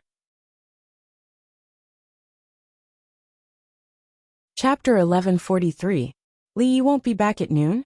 Wu Jiyu had just finished feeding the baby. She looked at the sky and was worried. She finally understood why Empress Wang simply stayed in Li family Zhuangzi after having a child and rarely returned to the palace. When Li Yi was not in the manor, he always felt that things were not stable. Should she check the baby today? See if he's sick. He didn't seem to eat as much when she was feeding him just now. Did he have a bad appetite? Taohong number 2 said, "Nyang Nyang, don't worry. We'll be able to find Dongzhu soon." Dongzhu brought a flying device. Taohong and the others from all 4 classes came and needed their help. They were very willing. How could it be easier in the palace than in Zhuangzi? Especially the palace maids. They could open their makeup boxes in Zhuangzi, but they didn't dare to do so in the palace. The 32 people were the most familiar with Li family Zhuangzi. They were used to where things were placed and how to use them. What do I eat? Wu Jiyu didn't want to lose her temper with Taohong. Carp pot, sliced liver, shrimp with vegetables, scrambled eggs with garlic, steamed eggplant with minced pork, and assorted fried rice. Taohong number 2 blurted out, "Why don't you transfer to my side?" Wu Jiyu was useful in Li family Zhuangzi's palace maids and eunuchs. "Nyang Nyang, please spare my life." Taohong number 2 quickly bowed. She didn't want to be transferred. She directly said that if you transfer me, you're asking for my life. I see that you're smart. Help me teach the others. Wu Jiyu didn't force her. She couldn't control her at all. She came to help out of friendship and wasn't restricted by her. She wanted to find a reason to kill her, but it was impossible. "Thank you, Nyang Nyang." Taohong number 2 bowed again. "Just hearing it makes me hungry. Bring it over." Wu Jiyu was willing to eat anything now as long as it was beneficial to her son. Moreover, she was indeed hungry. Li family Zhuangzi had a separate menu for those who nursed their children. Taohong went to push the dining cart. Wu Jiyu looked at Cui Lu. "Do you think Bao Er's face is yellow?" Replying to Your Highness, "It's not yellow. It's a matter of light blocking the curtains. If you don't have jaundice, why don't you change to white curtains?" Suelio number 2 knew what Wu Jiyu was asking. She glanced at the curtain. It was golden yellow with 4 layers. There was even a gauze behind it to block the sunlight. She was afraid that the baby would be uncomfortable under the strong light. It was almost noon, and the light came in. Everything looked yellow. Yes, Wu Jiyu readily agreed. Not long after, Taohong number 2 came in without a cart.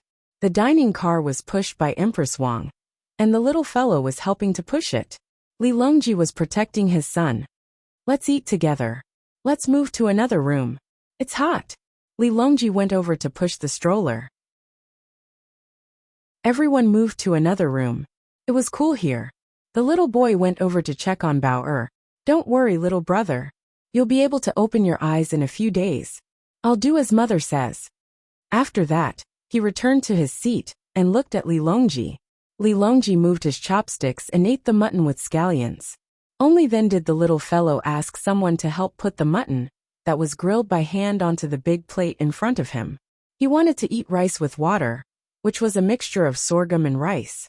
Generally, people who ate rice with water would not eat greasy food. He was fine, but he needed to eat meat. He grabbed the mutton chop with his small hands and put it in front of his mouth. He chewed until his mouth was greasy.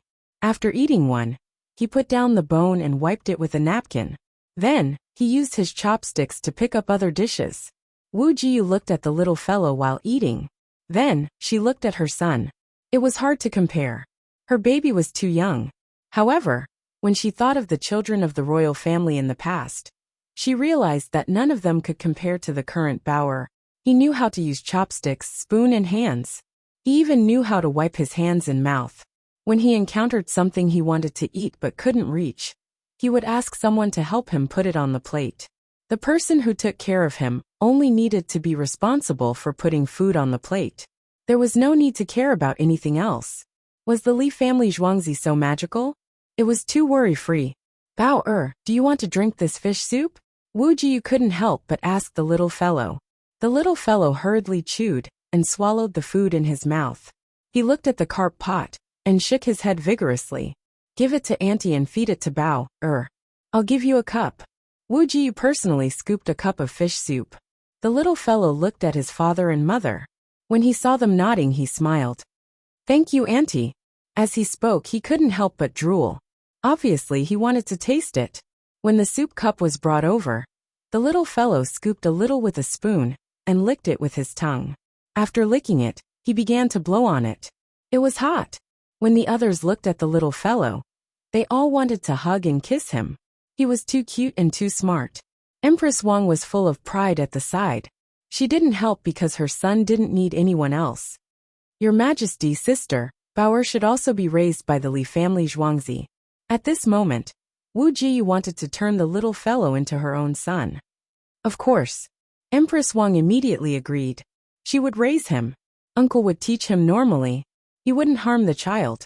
However, no matter how he taught him, there would only be one crown prince. And that was her son, Bauer. Of course, Li Longji followed. Guangzhou City Shipping Department. The sun was also high in the sky. The local area was much hotter than Chang'an. Take a thermometer over. It was 45 degrees Celsius on the surface. The local people chose to eat live aquatic products because the temperature was high in summer. Dead fish could kill people. There were still relatively few varieties of food in Guangzhou. The local rich people would prepare frying pots when the newspapers were sent over. Zhang Jiuling wanted to eat water with shrimp sauce. Ordinary people couldn't eat this way. He traveled to Guangzhou. At the same time, there were also cooked seafood. As long as the water was clean, there wouldn't be any problems. Zhang Jiuling was from this area. He used green onions, eggs, and black bean sauce to make scrambled eggs. He ate it as noodles. As soon as he finished, 2 pigeons flew back. He quickly ran out. When the pigeons saw him, they cooed. He fed them food and water first. When the pigeons ate, he took off the thin bamboo tube. For this kind of long-distance flying pigeons, they would find food on the way and then fly again. Usually they would just eat one meal.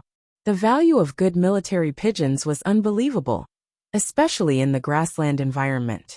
After the pigeons were released, they didn't fly into the sky. Instead, they landed, observed the surroundings, and flew close to the ground. They knew how to use the grass to hide. They had endurance and short burst of power to deal with natural enemies. The 2 pigeons brought back the same letter. Li Yi gave 500,000 yuan worth of goods and new pigeons. He also said that the source of the Yellow River was occupied. The Tang dynasty was stable and had enough money. Then I'm relieved. Zhang Jiuling was still thinking about the war over there. He hoped that the Tang dynasty would win and fewer people would die. Mr. Zhang, did Li Dongzhu send people to deal with the officials? Tan Shui thought the pigeons released had flown back. In her mind, the birds that could fly would fly to the destination in a short time.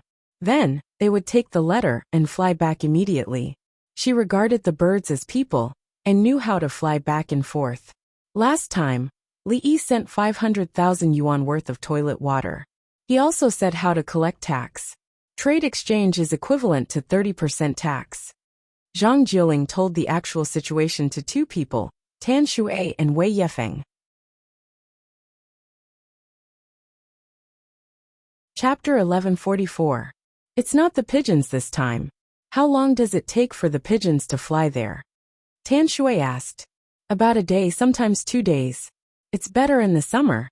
The pigeons' natural enemies can eat their fill at any time. When the pigeons are tired, they can also eat at any time. Zhang Jiuling briefly introduced the pigeons. The 2 of them did not understand him. Can it be sold for 500,000 coins? Wei Yefeng was talking about the amount of money. He could imagine the pain the local officials felt. The sea trade was too profitable. If he were an official in the remote Guangzhou, he would be anxious as well when he saw that he could not obtain so many benefits. Li Yi's way of doing things is extraordinary, Zhang Jiuling said as he placed 2 exchange vouchers on the table. 100 coins. 2 vouchers are 200 coins? Is this money for rearing the pigeons? Tan Shui could not figure it out. She had never seen such a large exchange voucher before. It's for me. If something happens to one of the pigeons, I'll get another 100 coins. Zhang Jiuling gently stroked the exchange voucher, trying to flatten it. Tan Shui continued to stare at it. Li Dongzhu gave you the money to repair the road, Eunuch Zhang. Wei Yefeng said from the side. It's to tell Eunuch Zhang not to be greedy. The 200 coins are for Eunuch Zhang's expenses. That's 200,000 coins. Huh? Is that so? Eunuch Zhang, are you going to use the money to repair the road? Tan Shui instantly understood. No, I'm giving it to my family. The money for repairing the road will be taken from the taxes. Zhang Jiuling put the money away. 200 coins was not a small amount. It could be used to buy new clothes for his family and jewelry for his wife. It was cheap to buy gold and silver here. There were even tortoiseshell shells. Tortoiseshell shells were medicinal herbs and jewelry. Tan Shui looked at the exchange voucher that was put away. It's just a piece of paper, but it's worth 100,000 coins. Paper is too valuable. Wei Yefeng disagreed. Paper is valuable? If you bring this paper to the Li family Zhuangzi, you can exchange it for anything you want. The valuable one is Li Dongzhu. That's what I meant. Li Dongzhu's words are worth hundreds of thousands of coins. At least my family will support you, Tan Shui said with a pout. Tan Shui, is your family's word worthless? Zhang Jiuling did not believe that Lu Zhou's Tan family's stronghold was weak. When the Tang dynasty was facing the Tubo and the Tujue, how many soldiers could a Jidushi have? Without considering other factors, the Tan family's stronghold could directly mobilize 30,000 soldiers. Lu Zhou's soldiers were 30,000 strong. The Tang dynasty would have to deploy 3 times the number of soldiers to suppress them. Fortunately, the Tan family had always wanted to live peacefully.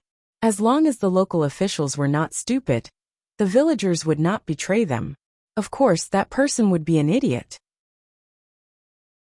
Not only would he not be able to cheat some tribute, but he would also obstruct the imperial court's plan to benefit the people. Fortunately, the Tan family had gone to Chang and to talk about the road construction. Otherwise, Lu Zhou would have been taken over by the Tan family if they found out about it from others. Just like Tubo and the Turks, especially the Turks, it was the local officials of the Tang dynasty who first deceived them. Then, they couldn't take it anymore and demanded an explanation from the imperial court of the Tang dynasty. But the imperial court didn't give them an answer, so they charged over. It was the same for the villagers on the Tan family's side. If the imperial court didn't give them an answer, they would attack the imperial court. The villagers were not attacking the imperial court of the Tang dynasty. They were attacking the officials. The imperial court was embarrassed and sent troops to suppress them. It was the officials who asked them to stabilize the place, not to play tricks in the process. Eunuch Zhang, do you really need to learn from Li Dongzhu? After Li Dongzhu learned about the situation, he didn't even apologize. He directly gave us benefits and made it up to us. However, what's infuriating is that he even warned us not to act on our own. Otherwise, he'll teach us a lesson. Humph. Tan Shui continued to pout with an unhappy expression on his face. Then why did you let him go? Why didn't you attack Lu Zhou? Wei Yefeng was curious. Li Dongzhu gave us the location of the coal mine and the other mines. We wanted to live a good life. But Li Dongzhu guaranteed that he wouldn't be able to live a good life. When Tan Shui spoke about this, he seemed happy again. The stronghold had gained a lot. The humiliation we've suffered will be returned 1,000 times over. The county magistrate, Yan Jie, summoned his men for a meeting. He was terrified, and yet, he had spoken such cowardly words to beg for his life. When he returned, he hurriedly made arrangements. 1,000 men armed themselves with bows and crossbows defended the stronghold in the name of the Yamen. He did not want to be captured by the winged knights again. It was too humiliating. Alright, the others understood that he was afraid. As expected of His Majesty's private army, the winged knights were capable of capturing people without making a sound. That's right. Let's see what they'll do if we don't repair the road. A young man from the Yin family shouted. More young men joined in the shouting. They wanted to protest and have the final say. Even the imperial court could not control them. Bang! Bang! Bang! Yin Jie slammed the table. When it was quiet again, he covered his mouth with his hand and yawned. Repair the road. Everyone else is repairing it. If we don't, how are we going to earn money? What about the money for the road? Another young man asked. The Yen family will pay. Tell the others that the Yen family is the one who spent the money. The local government doesn't care. Only the Yen family cares about the people. Yen Bang announced loudly that he was the cause of the incident. He was used to being domineering. He believed that everyone else was wrong and he was right. There was no need to reason. He was the reason. You guys earn so much money. Can't you share some with me? You expect me to repair the road for you. You want to keep it all to yourselves? Don't mention the imperial court to me. The Yen family collected rent and gave tribute to the imperial court. What did the imperial court give us? Seeing that there was money to be made, I helped the imperial court repair the road and earn more money. Why are you still capturing me? You want to burn me to death? Thinking of this, he was angry. He had no choice but to repair the road. He was afraid of the winged knights. Yen Bang trembled as he recalled the incident. When the winged knights came to capture him, he had a good physique. He wanted to resist. As a result, when the feathered forest flying cavalry's hand grabbed his wrist, he couldn't move no matter how hard he tried. The winged knight's hand was on his neck. He felt that his body was not his anymore. His head was buzzing. Why was he so strong? If he did it again, the men they had arranged would not be able to stop him. Yes, only the Yen family will pay. We will pay, but the others have to work. They have to bring their own tools and food. The elders of the Yen family changed the way to reduce the burden. They did not pay and let others repair the road. There were many people in the county. They paid a little, but in reality, it was the others who paid. The bean worms are not big enough. Continue to raise them. One worm is equivalent to an egg. There is no need to worry about the soybean yield. I heard that you guys feed them cowpea leaves. This is better. Cowpea is a vegetable. It is not a big deal to reduce the yield. Other vegetables can be used to supplement the yield. There are also small beans and mung beans. Plucking a little will not affect their yield. The yield is not much to begin with. At noon, Li Yi found the parents of the children in the village. They were all busy in the fields. The crops could not be ignored after they were planted. Otherwise, the yield would not increase. It depended on whether they needed to be watered, fertilized, and dewormed. Everyone rested and ate beside a bean field that was growing well. Li Yi's team brought ready-made mutton soup. Then, everyone ate whole wheat pancakes. If they wanted to drink soup, they could eat whole wheat pancakes. Li Yi held a bean worm in his hand. It was a little small. The best time would be in half a month. Then in autumn, when the frost came, the bean worms would burrow into the soil. Those who wanted to sell the bean worms could sell them. Those who did not want to sell the bean worms could bury them at home. They could be eaten any time in the winter. They were still alive when dug out. They were easier to preserve than cabbage. Chapter 1145. The people in the village were planting vegetables. They were preparing to store cabbages for the winter. There were also radishes for the winter. They could be harvested in 2 months, and the weather would be very cold.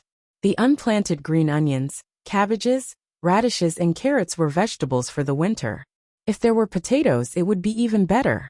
They could be used as vegetables and rice. There was another piece of land that was prepared to be used for planting greenhouses. After that, they would turn in the compost and use it for planting greenhouses. In fact, it was also possible to plant eggplants in advance. That would consume too much fertilizer and was not suitable for greenhouses. Li Yi's onion seeds would start to grow in a few days. They would then be planted to survive the winter. They would be harvested in the spring and summer of the following year. The commoners read the newspapers and learned. The newspapers taught them. Sometimes, the commoners could not remember the days and did not have a calendar. They did not know what to plant. The officials needed to take care of it. For example, they would use mud, branches, and bamboo to make good cows. On the beginning of spring, the officials would use whips to whip them. The commoners watched the commotion and knew that today was the beginning of spring. It was time to plant. Some of the elders in the family had passed away. Their children did not understand the weather and asked the elders in the village. In the north, They also needed to see if there would be a late spring cold. If there was, the elders could judge based on experience. They told everyone not to plant in a hurry. They would lose a batch of seeds or seedlings. Li wrote about it in the newspapers. As the relay station was built, the contents of the newspapers were quickly transmitted. The newspapers wrote about the situation in the north, northwest, southwest, southeast, and central regions. The newspapers also printed calendars. Special days were written in red. Other places were not good. The mimeographed ones could only make the words bigger and thicker. The commoners bought the newspapers and pasted them on the wall. They found a charcoal strip and tied it to the side. When the day came, they would mark it on the corresponding grid. It did not matter if they were illiterate. When they saw big words, they would quickly ask others. If the words were big, what should they do? The commoners of the capital office were better. At least they learned how to read and could write simple words. Dongju, do you think it will be dry today? A villager came over to eat and asked Li. Today they were eating burritos. There were fried shredded eggplants and cowpeas. There was also sauce. They were rolled up and held with a piece of paper. The commoners only brought a ceramic bowl. They were prepared to use a big pot to cook soup with black bread. When Li Yi's team arrived, they didn't eat the black bread anymore. Instead, they ate the rolls with soup. Li Yi. He raised his head and looked at the sky. In the end, he could not tell if there would be a drought in the coming days. The only thing he was sure of was that he would not be able to find a large number of locusts. No, even if it rains less, we still have a water net. Li Yi took a gamble. If there was a drought, then so be it. The sky was dry, but the earth was not dry. Dongju, we've thought about it. We'll change the stone tablet for you. What kind of stone do you like?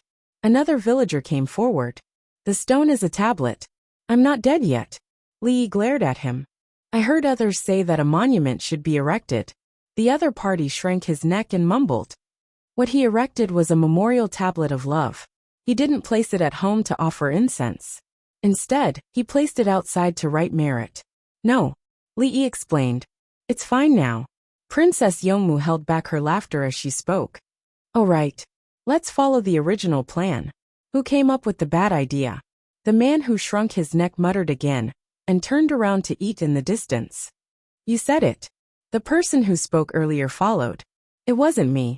The other party sped up and walked away without looking back. After the meal, Li Yi was not in a hurry to go back. He brought the children to help the villagers. The furrows were raised. Small holes were dug one after another above the furrows. They put the cabbage seeds in them and buried them with soil. Actually, they could use the VOD device that Li Yi took out. However, the requirements for growing cabbage were not that high. It was more strenuous to bring a VOD device with them. Everyone worked. The children were responsible for counting the cabbage seeds and putting them in the small holes. The older children helped to step on the seeds with their feet. Princess Yongmu brought the mates to boil water for everyone on the shore. The weather was even hotter in the afternoon. After playing for more than 2 hours, the children were tired. Usually, they should be sleeping at this time. Before Princess Yongmu moved in, they had to work with the adults. There was no such thing as taking a nap. When do we water the cabbage? On the way back, Princess Yongmu was thinking about the cabbage. If we don't water it, we'll just leave the furrows. We'll open the water net and pour it in. When it grows longer, we'll thin out the seedlings. After that, we'll look at the weather. If it doesn't rain, we'll continue to draw water. Where there's no water net, we can only carry water in. It's tiring to use a ladle to water the cabbage. It's impossible to have so many bamboos extending into the ground. Otherwise, we can just pour water from one end. Li Yi shook his head while speaking. The current yield of cabbage was still low. It was not the kind of cabbage that weighed more than 5 kilograms. Princess Yongmu thought for a moment. If they don't sell the cabbage and store it in a big enough cellar, the price will be several times higher. It will be more than 10 times higher. In fact, it's impossible. The people can't afford it. If they don't eat it, the people who grow cabbage will join forces and wait for the cabbage to rot. Store vegetables. Li Yi talked about the matter of storing cabbage in large quantities. It was not easy to flip the cabbage and cut down the gangs. Instead of wasting so much effort, it was better to sell a large batch as soon as possible, and then plant it in a greenhouse. It won't sell for much. Princess Yongmu's heart was biased towards the farmers. Li Yi smiled. If it's sold at a high price, what will others do? The people in the north are counting on the last batch of green onions, cabbage, and radishes to survive the winter. After 2 years, the onions will be planted. There will be one more vegetable that can be stored well in winter. After this year, the fleet will set off at the beginning of spring and bring back other seeds. In a few years, the Tang dynasty will be able to plant them all. You have to restrict it. Don't let Tubo and Turkic people take it. Don't give it to Bohai either. Also the Japanese Empire, Shinlua and barbarian merchants. Princess Yongmu began to be petty. Before the ship set off, she began to think about the future. She felt that the things that Li Yi sent people to bring back would not be easily spread to other places. It can't be prevented. Just treat it as me letting the people in Asia enjoy in advance. It can also be spread to Europe. Li Yi shook his head slightly. How could he prevent it? The Tang dynasty's territory was large, and the coastline was long. They could send things out from anywhere. It was even more impossible to stop it on land. How could they build walls to surround themselves? Then they would patrol. Those who wanted to climb over the wall would not be allowed. Those who wanted to throw things out of the wall would also be caught. People from other places would not stop them. Cucumbers, watermelons, and peppers were all brought back from other places. After a trip to the western regions, and in exchange, they would bring back a lot of seeds. Then there would be seeds in the country. Princess Yongmu sighed softly. The good things have been taken away by others. There's no hurry to go back. The children were tired just now. Now that they are tired, let's go to the amusement park in the south of the city to play. I have been contributing. Li Yi actually wanted to take Princess Yongmu to play. There was an amusement park in the south of the city. Merry-go-rounds, slides, seesaws, children's mazes, piles of fine sand, toys for playing house, and so on. The children who went to school came over with the teacher's evaluation. As long as they were excellent, they would be free. If they were not excellent, they could play with them for 1 yuan. As for the other children who did not go to school, they would look at their height. If they were above a certain height, they could play with them for 2 yuan. If they were below a certain height, they could play with them for free. If it were not for the fear of affecting other merry-go-rounds, Li Yi would not take any money. Chapter 1146. Ha ha ha ha ha ha. In the amusement park, Princess Yongmu sat on the swing, and Li Yi helped to push it. The children looked for things to play with, and were not sleepy. Guazi stood at the side with a wooden face. He was not old, but he did not like to play with such low-level, low-difficulty toys. Winged knights had single and parallel bars, balance beams, rope ladders, rings, and other toys. They moved like gymnasts, mainly to train the body's balance and coordination. Li Yi naturally played with them, so he did not play on the swing. Princess Yongmu played for a while, and went to look after the children. Li Yi and Guazi followed beside her. Guazi kept his sniper rifle behind his back, and put his hand on the bag of throwing knives at his waist. He did not even touch the pistol. There were many children around, so throwing knives was more obedient. There were not only children in the amusement park, but also young men and women. There was a water wheel at the side of the canal. There was a cylinder on the water wheel, and when it spun, it poured water into a big bucket. For big buckets were responsible for a water slide, and below was a swimming pool. Young men and women played here, wearing the bought swimsuits. 1 hour was 10 yuan, and the swimsuits were counted separately. They earned money from the adults to subsidize the children. Children with good grades did not come to play much. They were all sensible. In addition to studying, they also helped their families with work. Children with good family conditions and good grades were not willing to come here to play. They continued to learn other skills at home. The children were playing happily, and Songda came over in a carriage. Dongzhu, the pigeons sent by Zhang Jiuling have arrived. This is one of the bamboo tubes. Songda stood beside Li Yi and handed him the bamboo tube. Li Yi took out the letter and frowned. Li Lang, something happened to the Guangzhou Department of Shipping? Princess Yongmu turned to Li Yi. Why are people so bored now? The local officials want to cause trouble. They are greedy for money. Li Yi handed the letter over. Princess Yongmu took it and read it. Li Lang, how do you reply? I'll write it for you. Princess Yongmu looked at Xiaolan. Xiaolan put down her backpack and unfolded the folded board. She held it with both hands and used it as a table. Someone go back and prepare 1,000 winged knights. Each person will ride 3. Go and help. Bring guns and coupons. Li Yi looked at the featherwood flying cavalry that followed him and ordered. The two of them ran off to make arrangements. They needed to make preparations over there, so it was a waste of time. We should clean up the local clans and use the mountain people. This way, the mountain people can be registered. The benefits were given to the other commoners and mountain people, not to the local clans and officials. If you don't like it, just fight. Fighting the aboriginals is tiring, but if you fight the local clans, you can ask the aboriginals for help and earn money together. Li Yi said as he looked at Princess Yongmu. Princess Yongmu was already prepared and could write at any time. Li Yi nodded and frowned.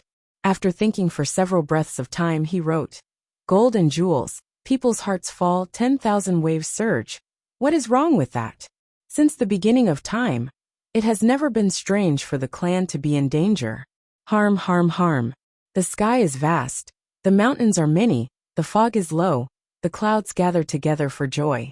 The border village, led by the Tang dynasty, the common people together, 1,000 years. Love, love, love. Princess Yongmu's eyes were bright as she wrote. Li Lang, I finished writing.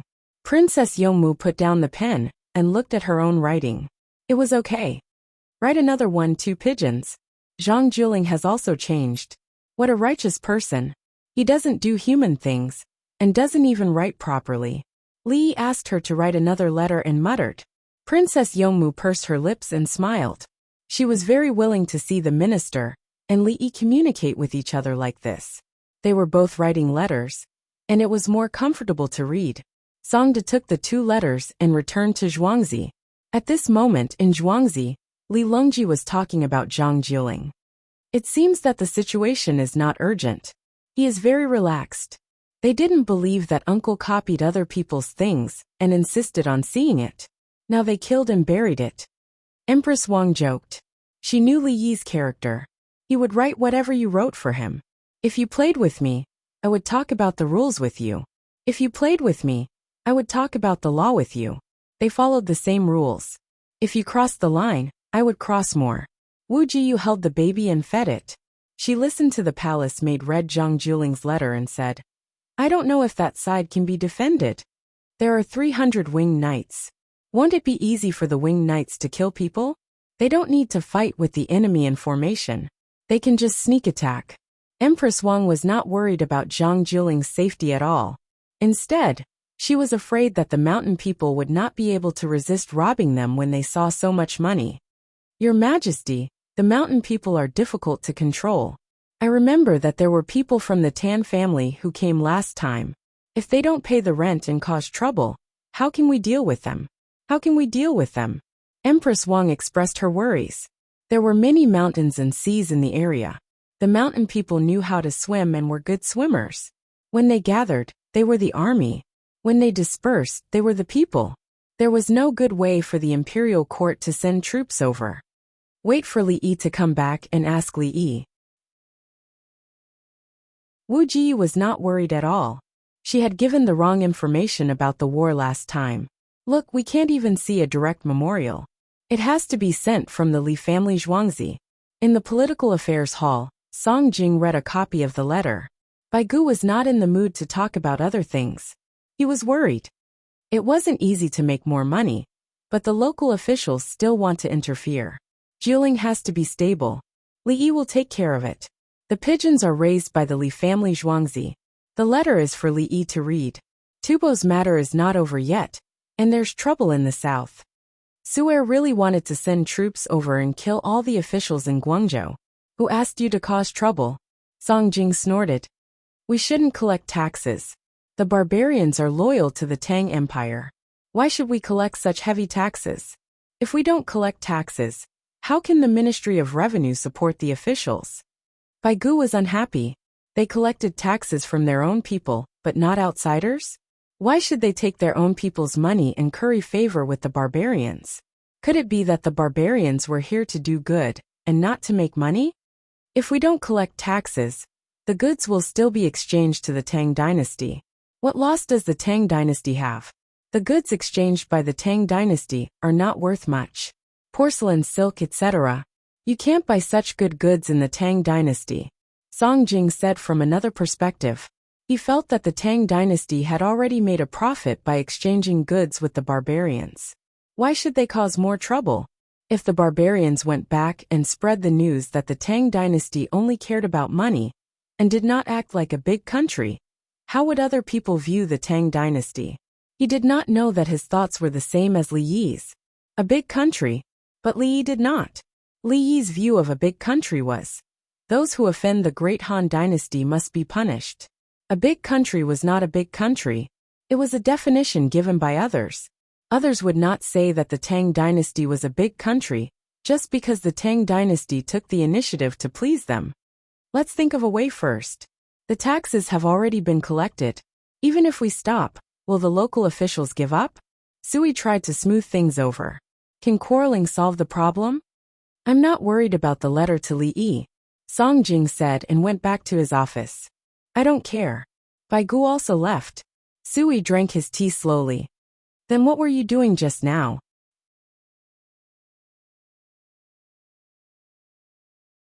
Chapter 1147. After a while, the winged knights came back and reported the situation to Li Longji. Li Longji nodded. He still wanted to make a lot of money from the customs. How could the officials be in chaos? He was going to write an imperial edict and send someone to the political affairs hall to ask the hall of secretaries to come out. This would give Zhang Jiling more power and the function of inspecting places. With an imperial sword, whoever was not pleasing to the eye could be dealt with directly. The winged knights went to work. After a while, Songda ran back and found Wu Jiyu's courtyard. He asked if it was time to feed the baby. He went in and gave the letter to Li Longji. Li Longji read it and smiled. Sure enough, it will be a problem if I write to Brother Yi in the future. Next time, I want to read the poems. Empress Wang smiled. I want to read the poems. Wu Jiyu followed. It's meaningless. What good will it do for the people of the Tang dynasty? It's not as good as what Brother Yi usually writes. Take it. Li Longji gave the letter to Songda. He knew that Li Yi was not willing to write such things. The people would not be able to understand it, and would not be able to help the people. Li Yi was more willing to write children's songs and rhymes to persuade the people. Li Yi came back before dinner. The winged knights had already left with the imperial edict. It was a proper imperial edict from the Hall of Secretaries. It was not written by His Majesty himself. I feel like I've been eating all day. I'm not hungry. Princess Yomu had no appetite because of the hot weather. When Li Yi specially made a bowl of hot chicken soup for her to drink, she was hungry. She was hot on the outside but cold on the inside. She could not eat. Many people were like this. When it was hot, they found that they did not want to eat anything. In the end, drinking hot water would make them feel better. Look at the houses. Li Longji did not have time to inspect the houses. He wanted to be a model. If the houses there were good, people would be willing to build the same houses after seeing them. This would promote the development of the cement industry. Li Lang said that he wants to open up housing loans like. Princess Yomu quickly told the others what Li Yi had said before. After Li Longji heard this, he had an idea. Is it possible that there's an organization somewhere? If the people want to build houses, they can borrow money from the Li family Zhuangzi, and then organize people to help them build houses? Future house. No, if he ran away with the money, who would I ask for it? Look for the common people? The people were also deceived. Our Li family Zhuangzi cares about our reputation. Li Yi was shocked. How could you be so smart? What I'm doing is that I'm paying for the construction. Mass construction will be cheap, and all 3 parties will benefit. No, all 4 parties will benefit. Producing cement will also make money. Others asked the commoners to borrow money from me, and then use the money to build houses. He spent the money, or more accurately, gave it to others. Once he ran away, would the commoners' houses be built? Build, no money. No building, no house. The problem was, how was he going to get the money from the commoners? He was not a bank. How was he going to force the commoners to give him money? If they don't give him money, he will confiscate their properties. Li Longji thought for a while. That's right. I'm afraid of scammers. If the commoners don't have the money in the end, you will take their houses? It depends on the reason why they don't have the money. For example, if something happened to the main labor force, and the family's income is low, I will be lenient. I will not add interest, and I will even help to make money. If the commoners lose their money in gambling, I will still not take their houses. I will get people to work for me, and I will give them back the money with interest. Li gave 2 examples. No matter what, he will not take the houses of the commoners. If the commoners lose their houses in gambling, they will owe money. What if someone comes to take the houses back? Wu Ji looked at her son and asked Li Yi. The deeds are in my hands, and I am the first creditor. No one can take the houses back. Who dares to take the houses from me? Li Yi does not care about these small matters. Could it be that someone is looking for a few gangsters? No matter how evil the gangsters are, can they be more evil than the medical system? No, can they be more evil than the Li family Zhuangzi? If the casino owner comes to ask for things from me, I will make a profit. The money of the whole casino is mine. Li Yi picked up a piece of fried fish for the little fellow. The little fellow reached out and picked it up. She used her small teeth to bite the row of bones on the back of the fish, and then ate the meat. The fish scales of the fish were not scraped, but the position of the fish was cleaned. There was no black thing. Li Longji also picked up a piece of fish. This fish has few bones. Not few. Some have many burrs, but the bones on both sides of the big fish are removed, leaving only the main bones. Unfortunately, it can't be cultivated. Li Yi expressed regret. Can the fish be cultivated? Yes. Start from a young age, especially when the fish swim to the diving area. But breeding is not possible. Breeding is to let the fish adapt to the pressure. Breeding is another problem. Like pangolin, can medicinal herbs be cultivated? Yes. Raising a pangolin means raising a lot of ants at the same time. For example, digging a hole in a square kilometer area. Then make a large groove with cement and fill it with soil. At the same time, use a few square kilometers to raise ants. A large number of pangolins can breed in this 1 square kilometer area. Every day, tons of ants will be thrown into this 1 square kilometer area. Otherwise, it is not called breeding but raising. It will be gone, and no one knows where it went. Li Longji took a bite of fish. How big can the fish grow? If it is more than 500 kilograms, we can't expect to catch it. Even if we catch it, we can't eat it. But whales can be caught. Catching a whale can give us a lot of things. Let's wait for the ship. When the ship team is built, we can try to catch large fish and mammals. Whales are not fish. Li Yi thought of whales. Whale meat, fish skin, fish oil. And even fish bones were good. Now there is no need to worry about whales being caught. If other fish can be caught, whales can be caught, including dolphins. It feels a bit cruel. In fact, humans live like this. The difference is that Chinese hunters have their own rules since a long time ago. They do not catch breeding beasts, do not catch breastfeeding beasts, and do not catch too many beasts in one place. They know what it means to drain the pond to fish, burn the forest to hunt, and kill the goose that lays the golden eggs. There are so many things that I have not seen before. Li Longji yearned. Whales can't be raised and can't be brought back alive. They are too big. If we catch small ones, we can't feed them. Li Yi shook his head. Li Yi was talking about large whales, not small killer whales. Killer whales are not easy to raise. With the technology of the Tang dynasty, it is impossible to do so. Even if it is a dolphin, there is a finless porpoise. Li Lang, what does the whale look like? Princess Yongmu is curious about things that she has never seen before. She likes to listen to Li Yi talk about insects. After dinner, I will draw it for you. I will draw a few types, and then draw a person beside it. You will know how big the whale is at a glance. Li Yi can't catch a whale, but he can draw it. Unfortunately, it will be static after he draws it. I will use the computer to draw it for you. It is that water curtain. There is a computer. I will draw an animation segment for you. It is too difficult. Just a few breaths. Li regretted after he said that. Why did I agree to this? How much do I need to draw for an animation? Okay. Thank you, Li Lang. Princess Yongmu blinked her big eyes. It's a small matter. It's easy. Li can't say anything else.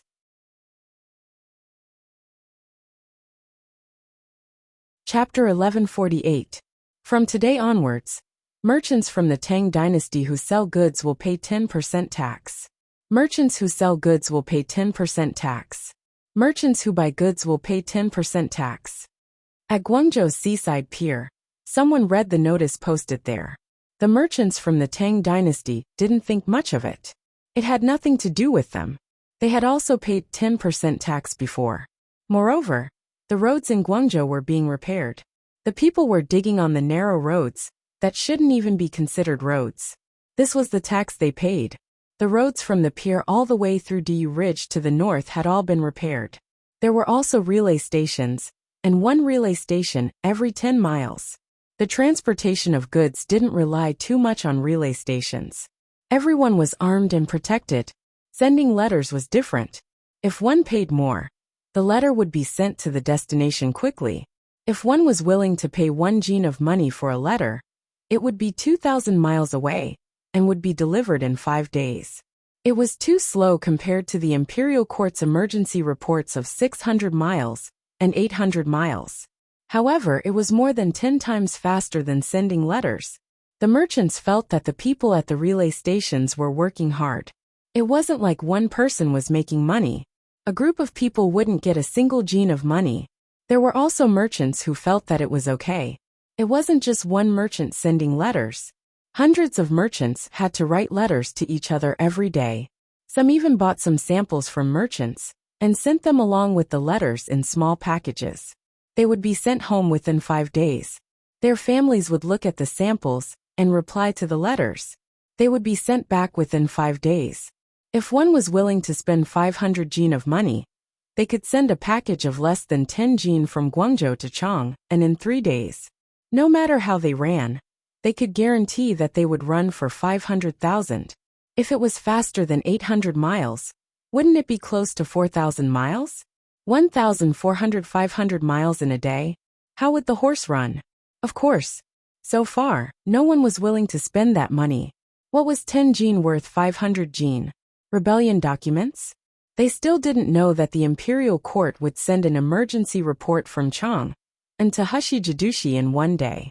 The process was simple. Sprint. Ride a good military horse and sprint. Immediately change horses at the next relay station and sprint again. Spend 10% more money? It will increase. Go to other places? Bypass them? You can't. There's a notice on the side saying that if someone is found to be trading privately, the person who reports will get half of the money. Where did all this money come from? Confiscated. Take away everything that belongs to us and the merchants of the Tang dynasty. Someone will report it. What do you think? If it were me, I would report it. Everyone will report it, as long as it's not someone from the same ship. The barbarians were depressed. Spending more money meant that their profits would be reduced by 10%. Pay it. You can still make a lot of money by paying 50% tax. The Tang dynasty doesn't do anything but make money. The notice said to fix the pier and the warehouse. Many of them are using a coupon called Li Family Zhuangzi. Do you have any? I exchanged them for a few hundred coins. They're all 1 coin. They're used as money at my place. I guarantee that they're very useful. Let me try to. The foreign businessman's topic shifted to the exchange coupons. The taxes mentioned by the Tang dynasty were within their means. Their profits were not just 20%. They could earn at least 5 times the profit with a single trip. In distant places, they could earn more than 10 times the profit. A group of people stood by the beach with weapons in their hands. Tan Shui sat under a straw umbrella and drank ice water. Her subordinates were in charge of security. They were also helping to inspect the goods. The people from the Guangzhou mansion used to be able to make some profits. When they saw the newcomers competing for business, Some of them wanted to cause trouble. However, when they learned that the newcomer was Tan Shui from Luzhou's Tan family stronghold, they immediately dismissed the idea. This was especially true for the goods and manpower. Not all of them belonged to the Tan family. Every stronghold in Luzhou's territory had shares and manpower. If anyone dared to hurt her, they would send 100,000 soldiers to attack her within a month. The Tang dynasty's imperial court would not offend so many mountain people for a troublemaker. If she was caught, no, she should kill herself before she was caught. Aren't you afraid of getting sick after drinking so much iced water? Wei Yefeng and Zhang Jiling were there. Wei Yefeng looked at Tan Shui drinking iced water. He was worried that something would happen to her. I'll stop after this bowl. Our winter doesn't freeze. We can't find a way to store ice. Fortunately, we can use saltpeter to make ice.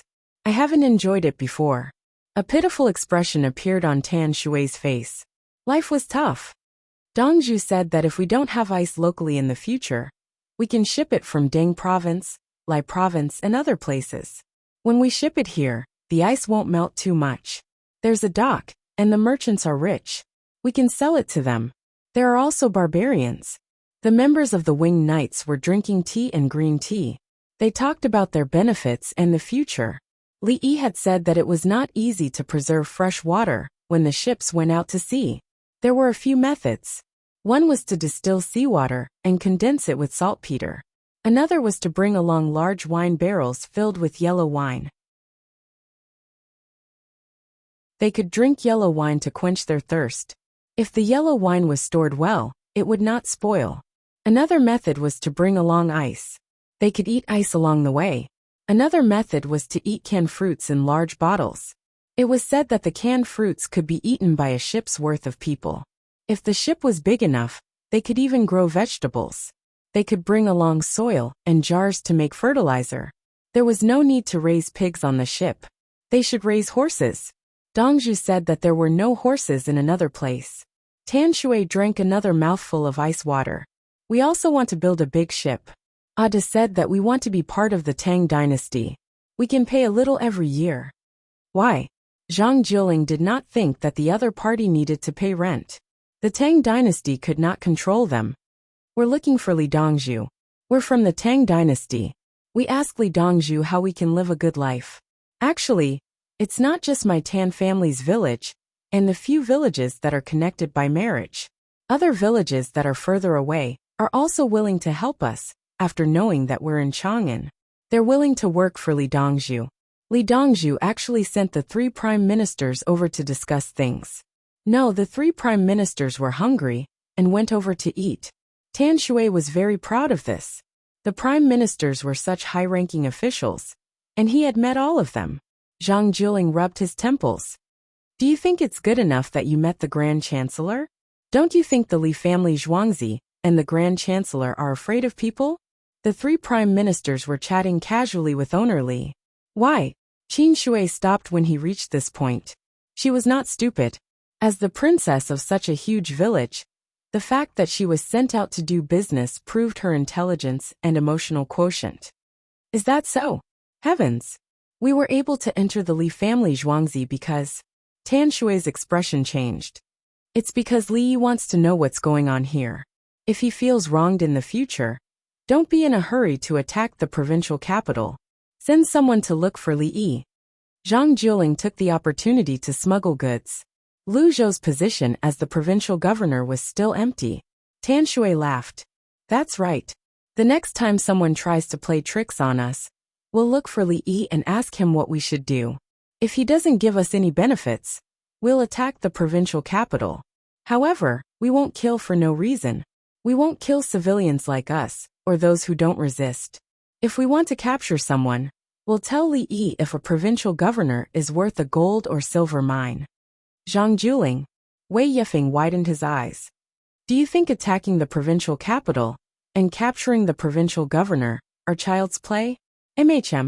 I think it's child's play in the Li family Zhuangzi. It's interesting. Tan Shui nodded.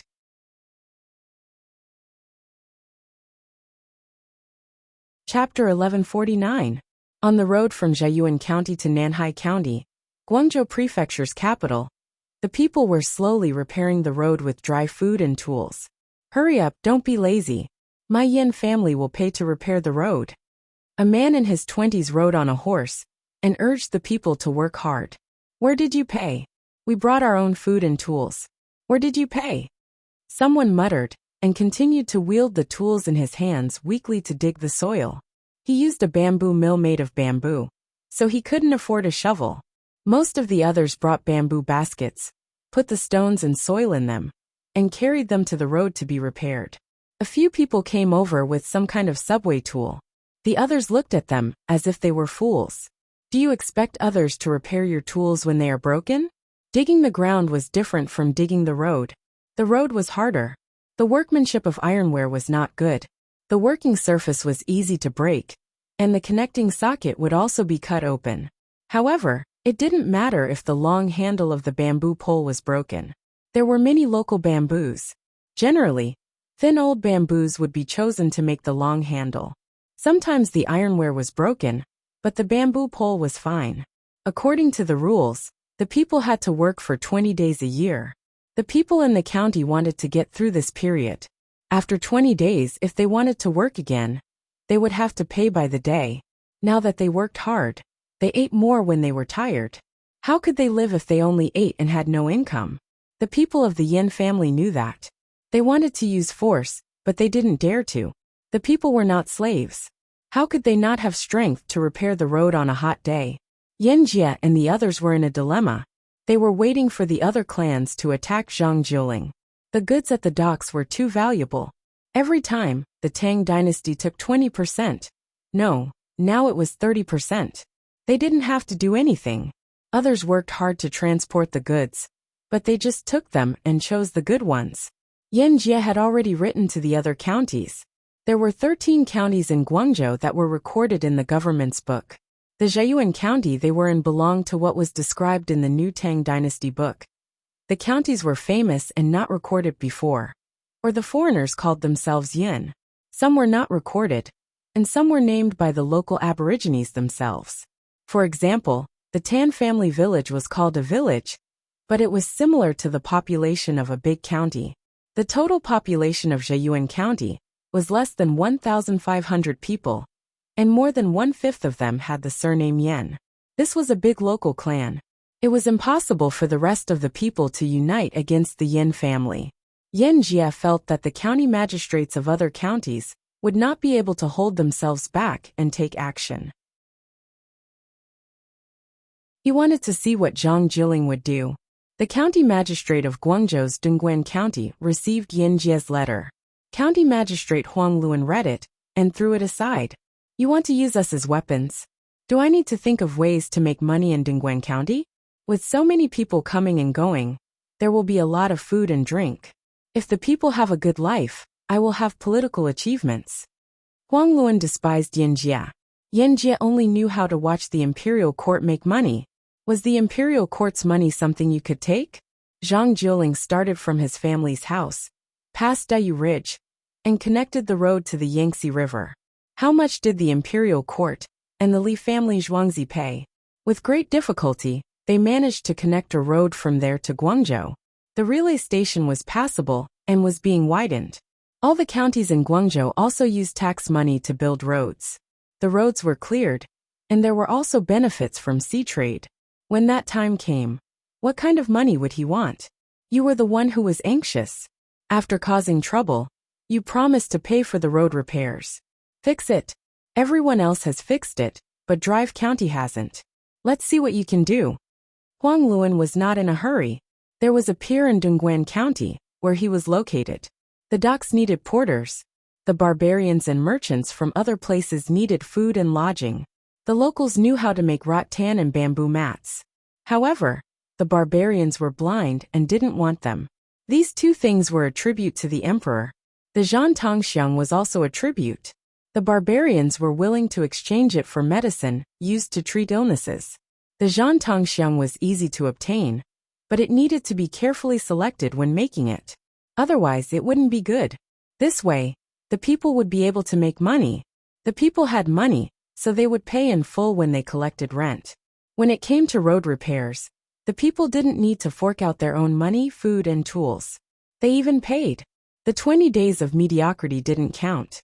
The people repaired the roads very quickly. How does the yamen earn money? Huang Luan thought about how the people had a good life. When he was happy, he started to think about where he could get money from. Huang Luan was a local.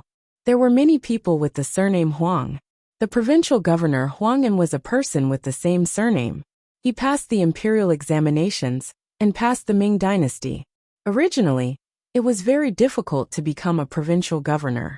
However, because he was a person with a big surname in Guangzhou, he was arranged to be in Guangzhou. In a few years, he went from a military position to a provincial governor. He could be considered to have taken over Song Jing's position.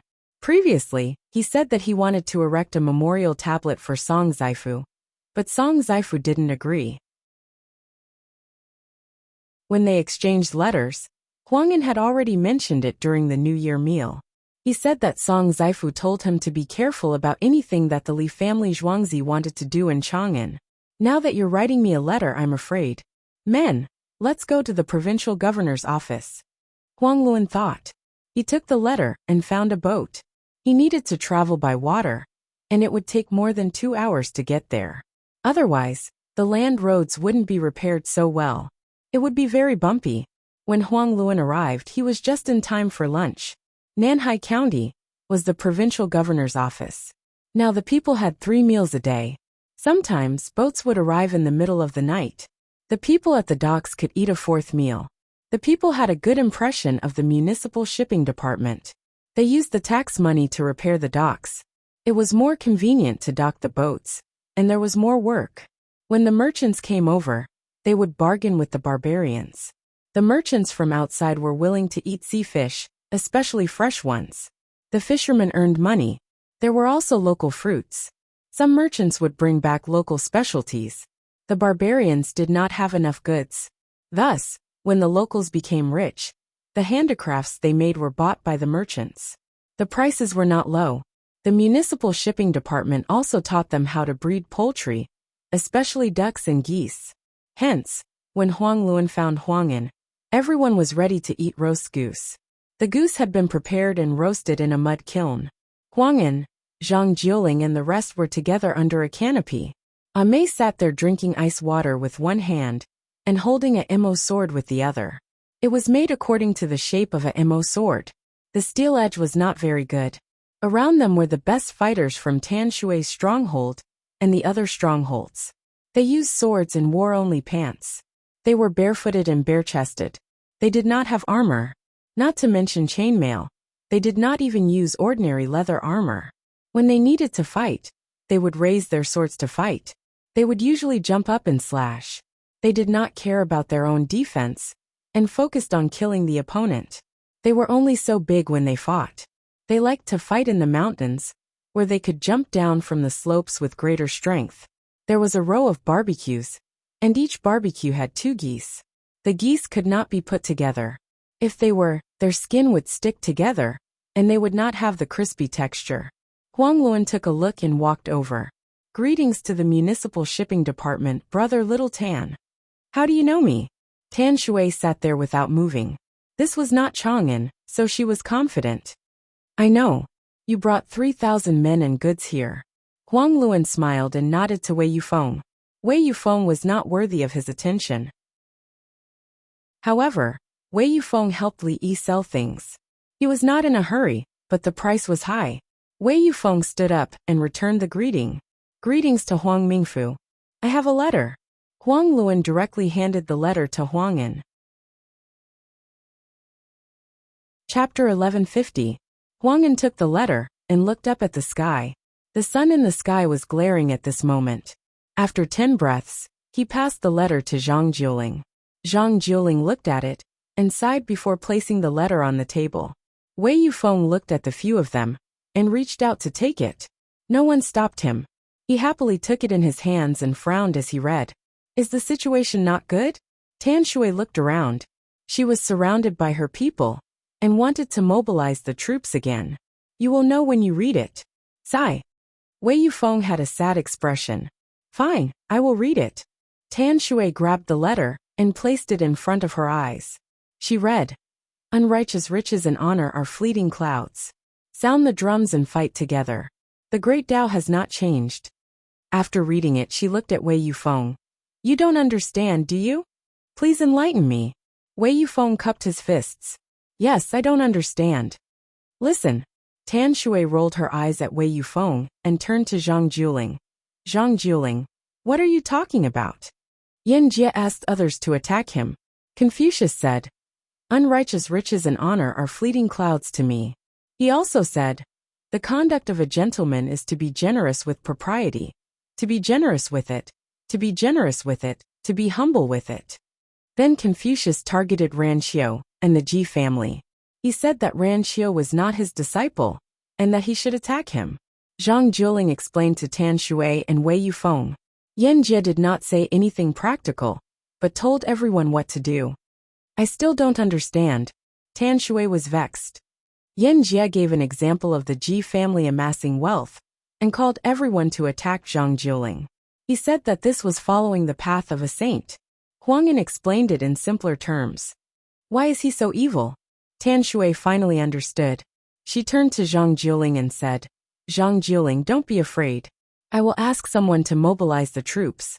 Although Guangzhou has 200,000 to 300,000 people, there are not many who can fight.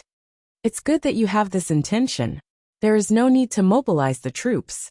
Maidongguan County will not listen to Yan Jie's lies. As long as the other counties are not stupid, they will not make a move." Huang Luan was shocked.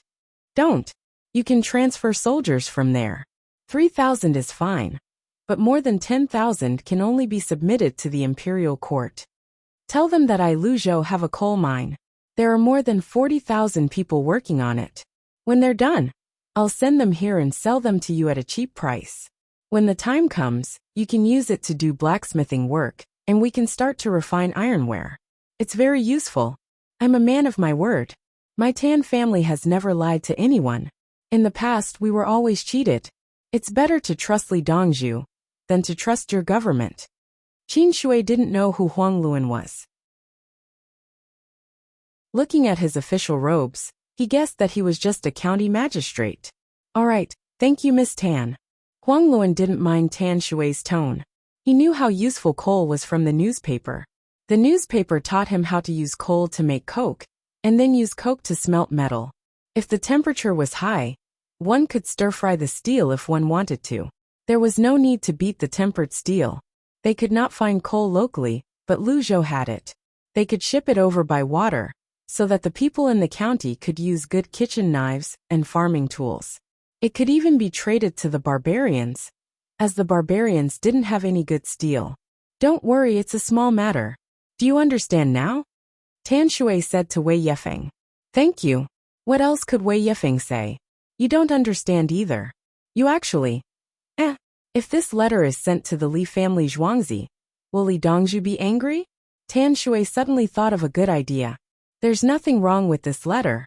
He didn't say anything directly. You can say that he's talking about Confucius." Zhang Juling shook his head. "I see. No wonder I couldn't understand what he wrote. There's nothing I can do about him." Tan Shui gritted his teeth. "That's the case for now." Huang Yin chose to side with Yan Jie. He had to. Yan Jie was going crazy. Dongzhu, Li Dongzhu has sent a letter." Zhang Juling's steward ran over with 2 bamboo tubes in his hands. "Sit down and eat. I'll see what's written." Zhang Juling's tone was gentle as he asked his steward to sit down. When they left Chang'an, it was just a family. The steward was busy. And then the people from the Li family Zhuangzi caught up with them. It felt like it was yesterday. It was not that far away. Zhang Juling opened the 2 bamboo tubes and compared the letters inside. Needless to say, it was written by a woman. Needless to say, it was written by Princess Yongmu. After comparing, the content was the same. Even the punctuation was the same. He could even feel that she was very happy when she wrote it. When he looked at the content, he knew. "It's okay." Zhang Juling handed one copy of the letter to Huang Yin and the other to Tan Shui. "Gold and pearls, people's hearts fall, thousands of waves. It's this again. Can't you write a simpler letter?" Tan Shui read it and felt that it was really good, but he didn't know what it meant. Mr. Zhang, what kind of rhythm is this? Huang An finished reading and gave the letter to Huang Luan. At the same time, he asked the poem. It was written by Li Yi in the past. He wrote a few poems with the same rhythm. Only then did I realize that this is a double rhyme. The rhyme of the first 3 lines of the first verse and the first 3 lines of the second verse are the same. The last 4 rhymes of the first verse and the last 4 rhymes of the second verse are the same. But in this letter, Li Yi also rhymed the parts that don't need to be rhymed. I wrote one for him before. It's about Nanyue Mountain sea breeze. Zhang Jiling laughed.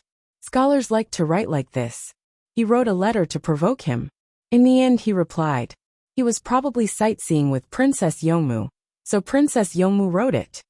Mr. Zhang, Li Yi's reply is more magnanimous than yours.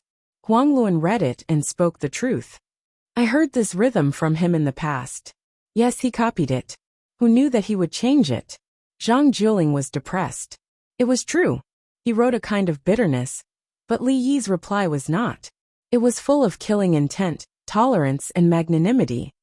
Mr. Zhang, what did he write? I just found it interesting.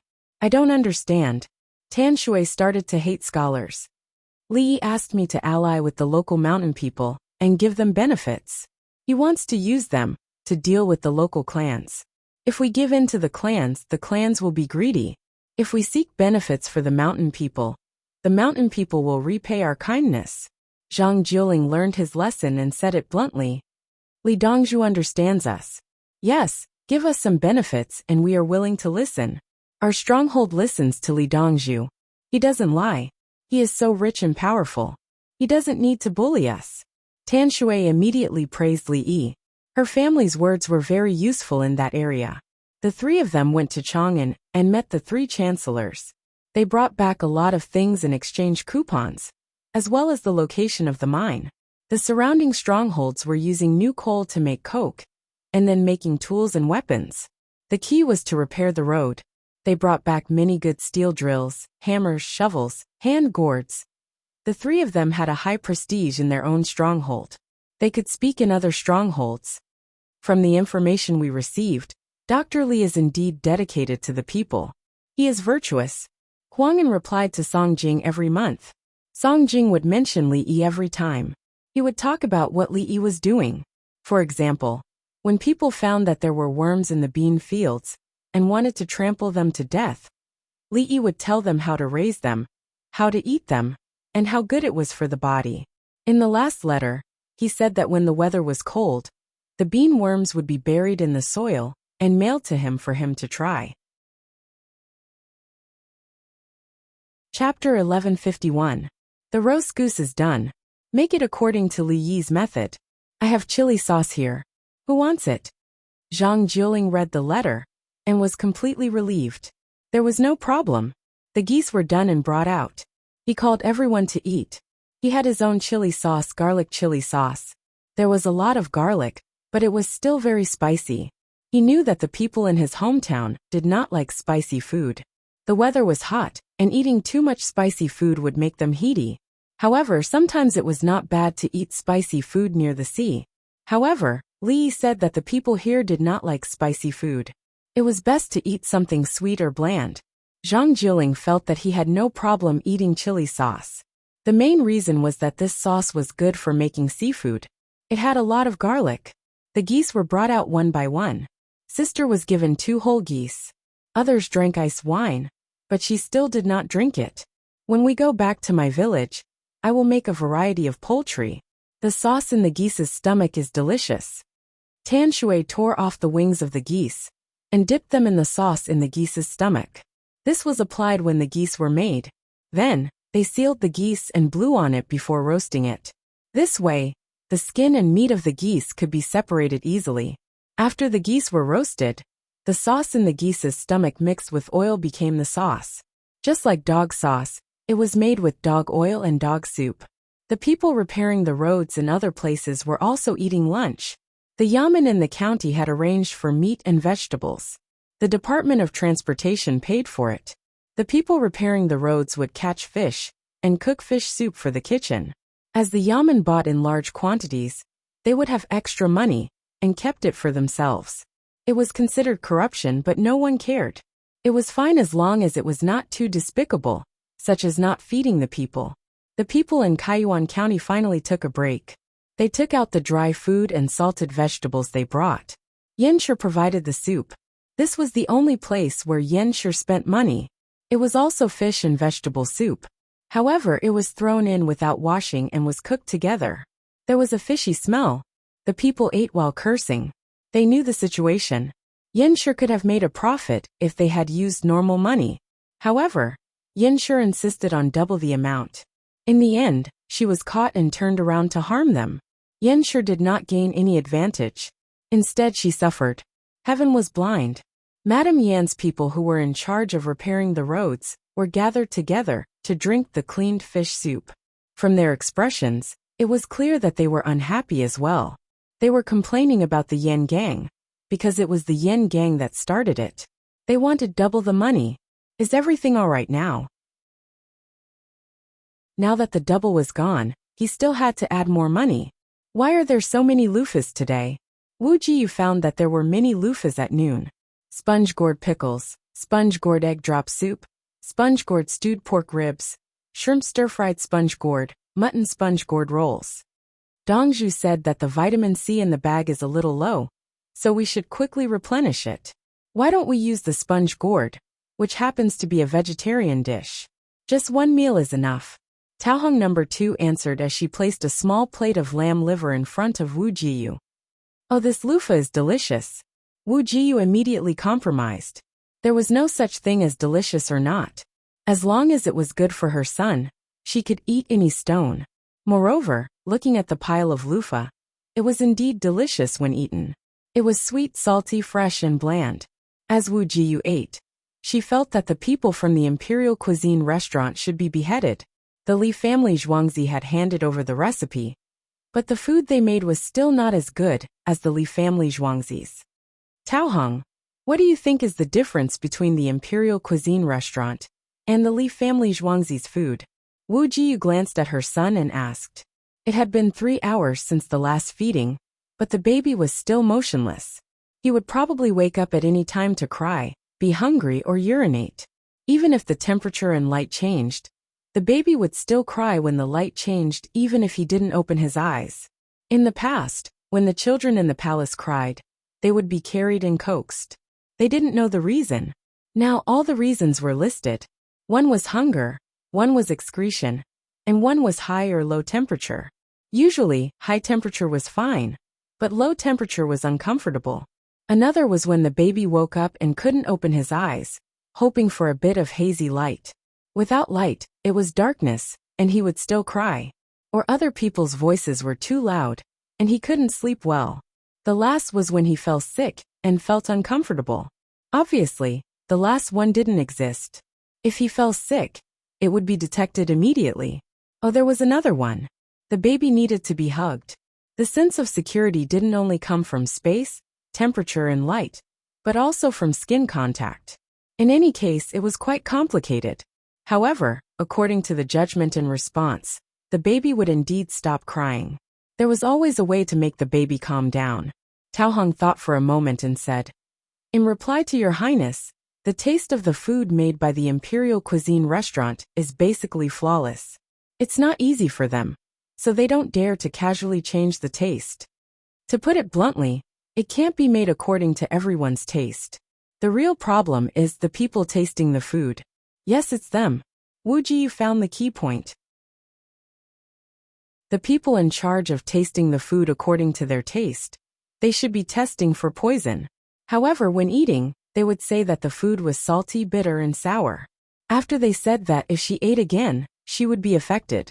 She would indeed feel that the food was a bit salty, bitter, and sour. But was she supposed to only eat one dish? Why should she listen to them?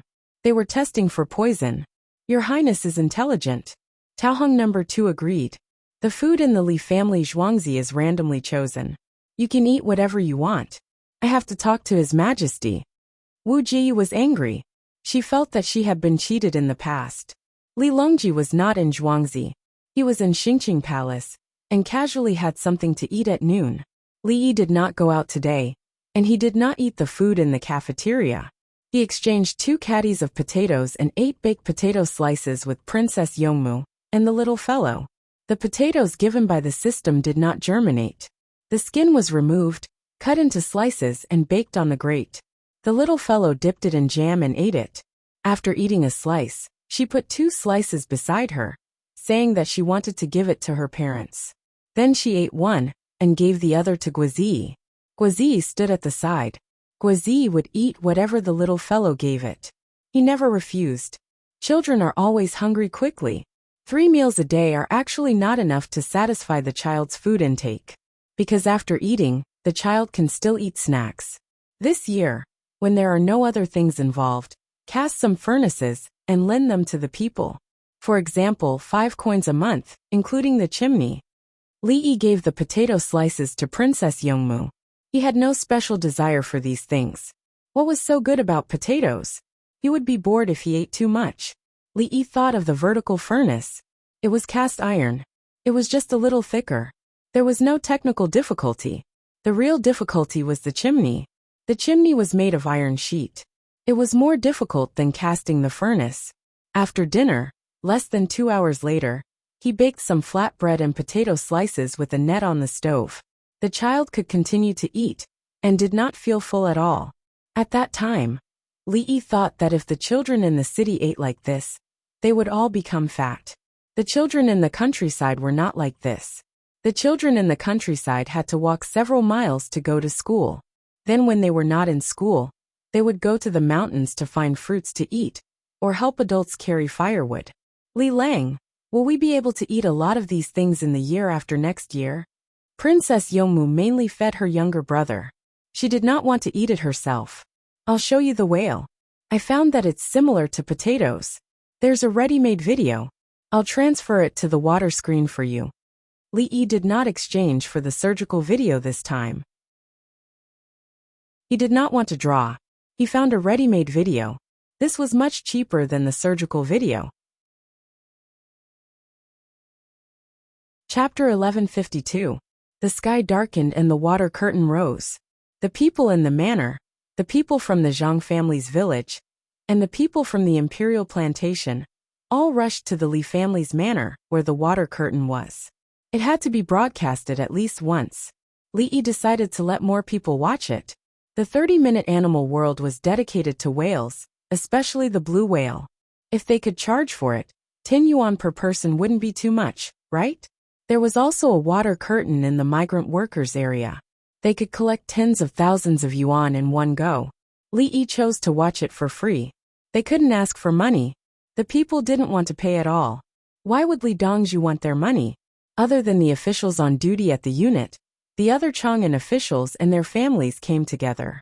If the officials on duty couldn't come, their families would. They didn't have dinner. They were waiting to have a meal at Li family Zhuangzi. Those below rank 5 were outside. They set up a platform in the settlement area. Those above rank 5 watched with Li Longji and the others. Another water curtain was placed at the other end of the bridge. Now they could hold a court meeting. There would be more officials. The people and captives outside were given binoculars. They had to keep them when the time came. They weren't allowed to hide them. They didn't want to break them. The envoys from various states got binoculars on the other side of the bridge. They wanted to take them away secretly. It was Bo Xie's first time using binoculars. He scanned around and finally understood why Tubo's scouts were always at a disadvantage. A place far away instantly became closer in the binoculars. It looks like a piece of glass. It's short-sighted and presbyopic. Can it be polished slowly with crystal or glass from a kerosene lamp? Bo Xie wasn't very sure. The lenses of the binoculars didn't match up. His observation was right. This wasn't a 2-piece binoculars that children played with. This was a military binoculars. There were too many people if he lent them. The 2-piece binoculars were also fine. If he wanted to make it, he needed data. Eye lenses were never easy to polish, especially by hand. In the end, he could only rub them with fur. Otherwise, they would become frosted glass. Simba didn't say anything. He didn't want to express anything. He was watching the program. Today, they were introducing a very large fish in the sea. He didn't plan to take the binoculars with him, and he couldn't afford to break them. The commoners found it strange, and the idea of owning a telescope did not even occur to them. Anyone with the slightest bit of intelligence would know where to use the binoculars. Wu Jiu carried the baby out. According to her calculations, the baby would wake up in about half an hour. He would drink milk first, and then excrete the food in his stomach. The people at the side had prepared large umbrellas for shelter, the kind that hung down like curtains. Empress Wang picked up the little fellow and placed it on her lap. The little fellow was not well behaved. It turned its head back and forth and gave everyone a smile. Li Longji and Li Dan sat side by side, while the others sat on either side according to their ranks and functions. Li Yi pulled Princess Yongmu's hand and sat next to Empress Wang. Li Tan didn't sit down. He stood behind Empress Wang. Gao Lishir was behind Li Longji on the left, while Yang Saisin was behind him on the right. Everyone felt that there was nothing wrong with it. Yes, that's the formation. We're not having a court meeting. We want to watch the show. The water screen now showed a sea of flowers. Different sea of flowers alternated. There was no screensaver. The screensaver used would cause damage to the monitor. It was not the kind of monitor that Li Yi used to have. When everyone calmed down, Animal World began to play. A cruise ship appeared on the screen. It was the kind that could seat 20 to 30 people. There was a ratio between the people and the ship.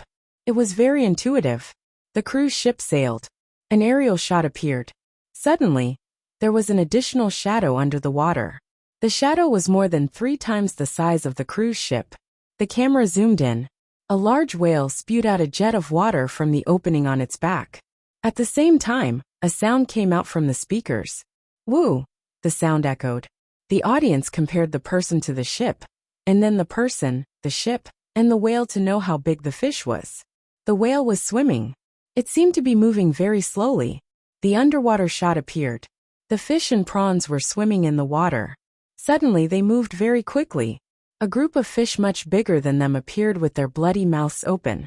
While the fish and prawns were hiding, this group of fish found their prey. They bit the big guy from before together. Blood was spreading. There were even some who were thinking about the people on the ship. The people on the ship took out a weapon and shot at the big fish that approached the ship. The big fish that was shot also dyed the water red. Then it was bitten by other big fish. It also bit back. More blood flowed out. More big fish began to fight. The ship began to drift away. The camera in the sky and underwater was always focused on the biggest fish. The audience was very quiet. Even their breathing was controlled. The feast ended. Many big fish died. The light of the setting sun turned into fragments on the surface of the sea, moving with the waves. The people on the ship grilled fish and drank from beautiful transparent cups. The waves behind the ship surged and turned into small dots at the border between the red sky and the Red Sea. The 30-minute program ended. The audience was still quiet. Some people's faces showed that they could not bear to see such a big fish being eaten by other fish. The people on the ship did not attack the big one. Obviously, the big one was like a cow or a sheep, while the small one was like a tiger or a wolf. The children were the most upset. Everything they had just seen was too bloody. Their understanding of the world was not comprehensive enough. At this moment, a song that Li Yi was familiar with, a song that he could also play with the piano, appeared. On the other side of the mountain, on the other side of the sea, there is a group of Smurfs. The water screen changed. The Smurfs appeared. Li Yi pursed his lips. There was a trace of vicissitudes in his smile. Then he sang. They sing and dance happily, so happy. Princess Yongmu widened her eyes. Like the children, she was full of curiosity. The adults did not find it boring. Thus, the first episode of the Smurfs appeared. The cute Smurfs in the animation instantly conquered everyone's hearts. No one felt that there was anything wrong with the appearance and color of the Smurfs. They seemed to have agreed at the first moment. The episode ended quickly. The audience also understood. That was it. A starry sky appeared on the water screen. Then the sun rose. The floating clouds moved. It was bright. Li Yi picked up the microphone. There is enough light now. Everyone, let's eat. I know that you haven't eaten yet. The Li family Zhuangzi has been preparing food since the afternoon. The weather is hot. Control your drinking. Don't drink for free. Don't hurt yourself. Binoculars. Hand in all the binoculars. Someone will collect them. Don't hide them. Tonight's staple food is cold noodles and jajang noodles. There are cold dishes and barbecue skewers. Don't eat too much at night. It will affect your sleep. The audience began to organize the binoculars. The little boy climbed down from Empress Wang's lap and ran to Li Yi's side. Is there more? Although he was small, he could understand a lot. He was so happy just now. Now that it was over, he missed it. Next 10 days. Go and learn to draw from your brother in 10 days. Let's draw a smurf. Li Yi agreed, but not now. Cartoons were just like dramas. No matter how many episodes were shown, it would never be enough.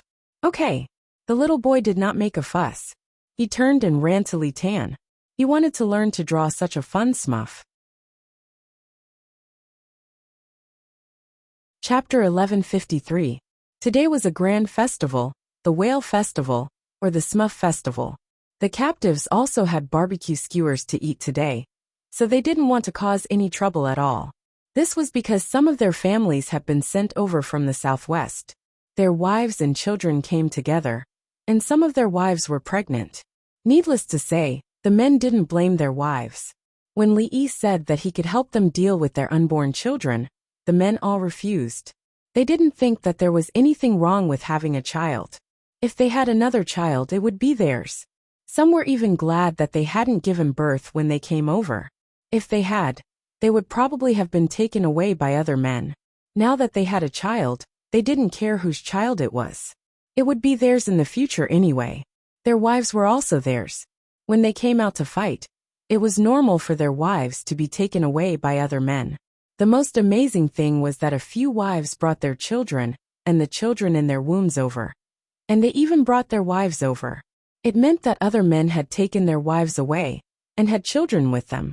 When she contacted the people in the Tang dynasty, she persuaded the wives who had taken her men to come over. This way, her men would have one more woman, and she would have the final say in raising many children. All the captives whose families came over would have their own houses. At this time, if you asked him to cause trouble, he wouldn't do it. He was a captive, but his wife and children weren't. His children could study, and his wife could find other jobs to pay them. The extra woman was also his wife. He had to accumulate points. When he had enough points, he could live like other people in the Tang dynasty. Now there was no need to send many people to supervise the captives. The captives would supervise each other. They hated that someone around them wanted to revolt or cause trouble. Then they would quickly report it and gain a lot of points. The other people ate in peace. They didn't need any reason to eat Li family Zhuangzi's food. They just ate when they were told to. If the Li family Zhuangzi had any problems, they would help if they called. If someone said bad things about the Li family Zhuangzi, they would beat them up. The foreigners reluctantly handed over their binoculars. The envoys of the Japanese Empire wanted one very much. The officials brought their families to eat and drink. They were the most relaxed, and were used to taking things from the Li family Zhuangzi. Once a month he was too embarrassed to take the initiative to come over, so his family came to take it. If the imperial court arranged something that required an official to go to the Li family Zhuangzi, on the surface, he could come and take more things home. There were no officials who didn't care about their families. Those who didn't care about their families were all punished. According to Li Yi's words, if you don't care about your family today, you won't care about the Tang dynasty tomorrow. For example, when he was in an earthquake, some officials brought rescue teams to his house, but they didn't save their own family members first and ran to save others. When he turned around, his family was already dead. Was this a sacrifice? No, they were using this to show their selflessness. In fact, they were selfish. After the earthquake, such officials were investigated, but none of them were promoted. If they saw their own family members, they would first try their best to save them. When the leaders saw this, they would feel that these people were capable and would promote them. In the future, when they needed help, they would help them. You can even give up your family, and you want me to promote you? The next person you're going to give up on is me. Do you think I'm an idiot? Another point is that if you don't care about your family, the imperial court will send you out to be a jidushi. What will they use to restrain you? Li Lang, the big whale, died too miserably. It didn't attack the people on the boat. It only attacked later. Why didn't the people on the boat protect it? Princess Yongmu was in low spirits. She watched the killer whale bite the blue whale, bite after bite. The people on the boat could kill the killer whale, but they didn't help. There's something called dolphins. They will help you in the future. Because according to the information, when people were attacked by sardines, dolphins helped them. Also, when people drown, dolphins will also help them. Some people say it's because they treat people as toys. Then why don't dolphins help other big fish? The key is that the strength of dolphins can be big or small. If it's big, it can kill people in an instant. Li didn't explain the killer whale eating the blue whale. It was easy to help the blue whale, but the killer whale would starve to death. He talked about dolphins. Dolphins could be caught and raised. Now many animals were transported from the southwest. They were all raised in the Li family Zhuangzi Zoo for people to watch. When dolphins were sent over, they could be raised. Unlike whales, they couldn't afford to raise them, and they didn't have that much space. Dolphins had a high IQ, so high that they knew they were caught. But they didn't declare the danger. They could also play with people every day and eat fish. Gradually, they accepted the big pool. It would be better if the pool was bigger. As mammals, dolphins were willing to be hugged and touched. Then next time, the water curtain of dolphins. Princess Yongmu was led astray, or she didn't want to be entangled in the water curtain. However, Empress Wang's consideration was different. She helped the little guy remove the meat from the skewers. What kind of weapon did the people on the boat use? It was a big fish. They killed it just like that. Explosive underwater crossbow gun. It's fast in the water. It will explode when it hits the target. Li knew what kind of gun the people on the boat used. It should be fired in the water. They didn't want to catch them alive, so they installed explosive bombs. You can also use it to hit people. Empress Wang was more persistent about the boat and the weapons on it. You don't need this to hit people. There's another kind. If you're nailed underwater, you're basically done for. Li thought of underwater guns. Then he said, there aren't many opportunities to fight in the water. You can throw an explosive in a jar. With a bang, the people in the water can't withstand it. Li knew the difficulty of fighting in the water. A simple boat could be dug with a chisel underwater. If it was a thick wooden boat, or a boat with watertight compartments, it would be useless even if you suffocated to death. Like an aircraft carrier, it was very difficult to sink it. That boat looked very fast. And how did you record this? Empress Wang had other ideas. The shooting angle was underwater, in the sky, and on the water surface. Shoot by flying, using something like a camera. It's the way this water curtain is recorded. Then, no one can directly control it to go into the water. How many fish are there in the big fish sea? Is it enough to feed a village? It's enough. The Li family Zhuangzi can't finish it. One fish weighs 200,000 catties. If you bring 20 of them, it's enough for all the people in the capital to have a good meal. Li was also quite fond of whales. If he could kill one in the ocean and drag it back, the people on the shore would instantly become rich. If it was pickled with salt, it could be eaten for a long time. The little guy used chopsticks to pick up the meat with only a little salt, and no other seasoning. He blinked his big eyes and listened. Even if he didn't understand, he still listened. Li Longji came over, and held him in his arms. If a big boat goes out to sea and encounters such big fish, will it be dangerous? No, such big fish won't attack the boat. The other kind is not big enough. You eat so much meat. You'll have to swim for 2 hours tomorrow. You can rest in the middle. Li reminded him when he saw the oil from the mutton skewers dripping from the corners of the little guy's mouth. I know. It's delicious. Swim. The little guy agreed. Tomorrow's matter could be discussed tomorrow. He had to eat enough today. Chapter 1154. It's raining again. Winter comes earlier here than elsewhere. At the border, where the Yellow River was, Guojian looked at the heavy rain outside from the military camp. It was raining heavily today, and the clouds were moving east. There was probably a lot of rain along the Yellow River, and the water level was rising. Once the water level rose, it flowed faster, and the ships coming from there would be affected. Li stood next to him and looked up at the sky. The sky was dark, even though the sun should have risen at this time. We need medicine. Now that the situation is stable, send the winged knights back and ask them to send a few thousand winged knights to bring medicine. Wang Juankui didn't like the current weather. It was humid and hot during the day and cold at night. However, Zhang Xiaosong didn't care. The temperature difference was just big, and he was already used to it. The places where the explosives and sky-piercing monkeys are placed are changed every day. They are all in the dry places after the charcoal is burned. The things from Shu County are still being sent. Have we spent all 500,000 yuan? Zhang Zhongliang was calculating the logistics. The things sent from Shu County were endless. He estimated that there was not much money left. Li shook his head. How can 500,000 yuan be spent so quickly? In the past, when the imperial court fought, hundreds of thousands of yuan could last 2 years. Even if it was really not enough, Dongzhu would find a way to send the things here back. They would soon become money. Tubo didn't do anything. The imperial court's letter was sent back. Why didn't they fight back when they knew that the place was occupied? It's impossible this year. When the troops are sent over and the morale is stabilized, the Yellow River should be frozen. They can cross the river. Are they going to take the initiative to attack? Zhang Xiaosong analyzed from another perspective. Tubo didn't have time to attack directly, and the surrounding tribes lost the morale to fight.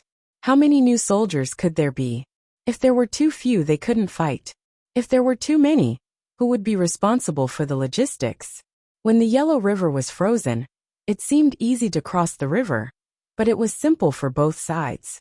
In such cold weather, livestock didn't eat grass, or people didn't eat. It could only increase the scale of the confrontation, but it couldn't make an effective breakthrough. What about winter? Continue to fight for logistics. The purpose of this battle was to make money. If it were in the past, the Tang dynasty would have withdrawn their troops, because they could not support the baggage of the expeditionary army. Now Li might be preparing more supplies to ship here. He was building ships and firearms every day. There were also grains, meat, spices, and other things that were bought from other places. For the first time, Zhang Xiaosong discovered the decisive role of money in war. It was different from when he brought 10,000 soldiers to attack the western regions. At that time, the focus was on surprise attacks and speed. At this moment, they were fighting steadily and surely, and everyone was competing for supplies. He wasn't sure about Tubo's supplies, but his team's supplies were definitely amazing. He even ate canned fruits and chestnut chicken. There was no shortage of meat locally, so it was fine not to eat canned meat. However, since the canned meat was sent here, it did not represent eating. It represented a kind of will. Whenever there was a battle at the front, the rear would send over fruits, meat, and vegetables. They would send them to wherever the battle went. Morale was different. The soldiers of the Tang dynasty did not need to eat canned food. Only those who were sick or injured would eat it. There was a big difference between not eating it and wanting to eat it but not having it. They're sending things over again. They want to exchange the braised meat and Highland barley rice made by the pressure cooker with us. They're probably storing it. Fan Fan had a book in his hand that recorded how many things the other party exchanged. According to Dongzhu, people's actions were purposeful. When the other party was exchanging in large quantities, the other party should be storing it. Why didn't the other party make their own sausages and jerky? It was probably because the prey was easier to hunt, and the food they made did not taste good. Or maybe they were also making their own food, but they used this exchange to paralyze the Tang dynasty and make the Tang dynasty misjudge their reserves. Guojian looked at the rain calmly. It's not important. The longer we delay, the greater our advantage. Li will not give up such an opportunity. No one can see through him, but he always makes no mistakes when it comes to the big picture, and he has a perfect grasp of the details. Now that I think about it, Li spent a few years making arrangements, vigorously developing farming technology, and looking for new high-yield seeds. He studied different ways to store food, and also improved weapons and increased production. Fortunately, he's from the Tang dynasty. If it were Tubo, they probably would not attack the Tang dynasty in the next few years. When they attack, The Tang dynasty will find that it's impossible to defend, just like when we conquered the Yellow River region. Wang Juankui said. He was convinced. The more he thought about Li Yi, the more he found Li Yi was not ordinary. Some people were good at internal affairs and specialized in making money.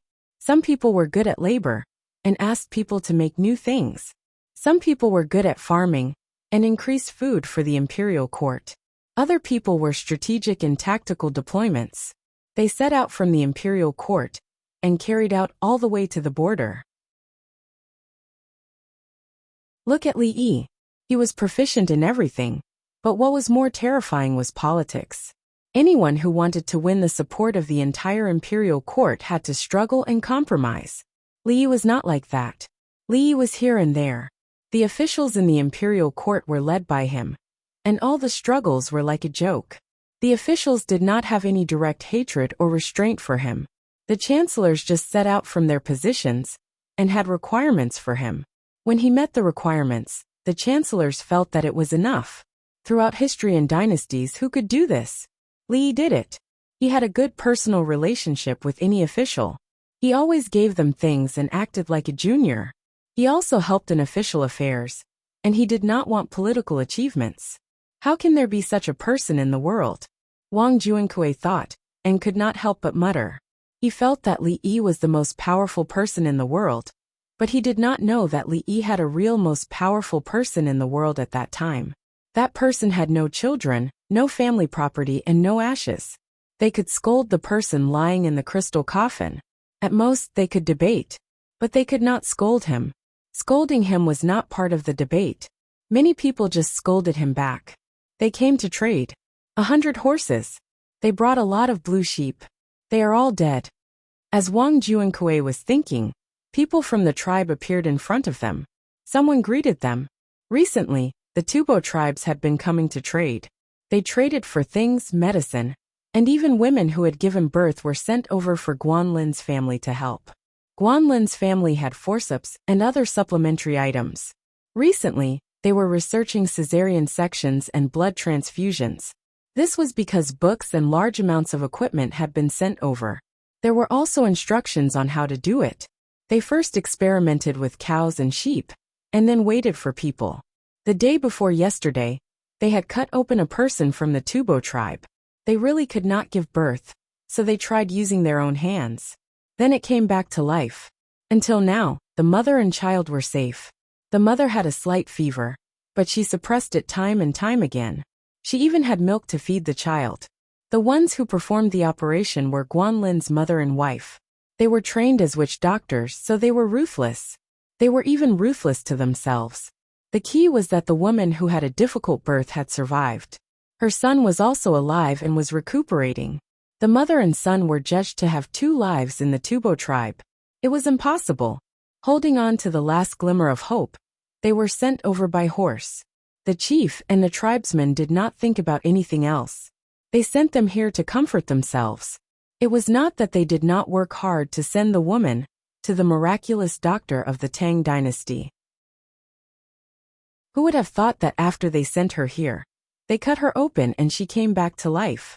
They directly took the child out of the womb and cut a big hole. Then both the mother and the child were still alive. As the mother, she could even breastfeed the child. The tribe approved because they could casually find a reason to say that the woman could not be saved. Death was normal.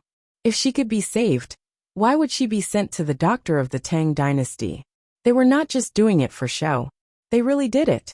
They treated her as one of their own and used all their skills. The tribesmen had nothing to say. When they confronted each other on the bank of the Yellow River, the Tang dynasty did not directly attack. When the commander had a problem and everyone ran away, the people of the Tang dynasty caught up and told them that they could live in peace. When they felt that life was difficult, the people of the Tang dynasty gave them something to exchange. When they were sick, the doctors of the Tang dynasty treated them. When the woman who had a difficult birth was sent there, the doctors of the Tang dynasty helped to give birth to the child and took care of it carefully. Was this the Tang dynasty? As long as there was something, they would exchange it. If they were sick, they would go and treat it. What war? That had nothing to do with them. What was the purpose of war? To let them eat better? They already had it. If they caught others to work, they could also work.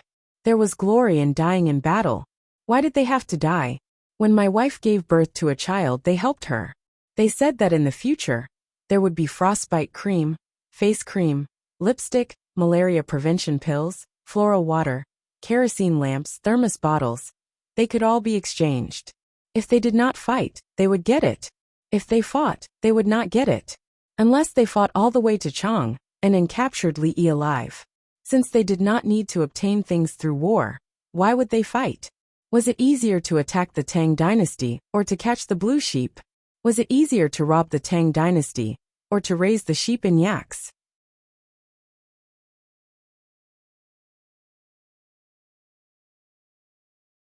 Chapter 1155. Drink the medicine. Don't go back in a hurry. Wait for the baby to recover. Guanlin's mother gave the medicine to the woman who had just delivered the baby by cesarean section. The anesthesia was not good, so the woman was in pain during the operation. After the operation, the woman was still in pain. There was still a drainage tube in her belly, so the medicine could help a little. The medicine was mainly used to kill bacteria. The woman took the bowl, tested the temperature, and drank it all. She smiled at Guanlin's mother. The baby is too big.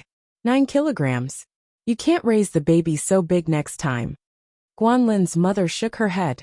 It was her first time giving birth by cesarean section, so she felt guilty.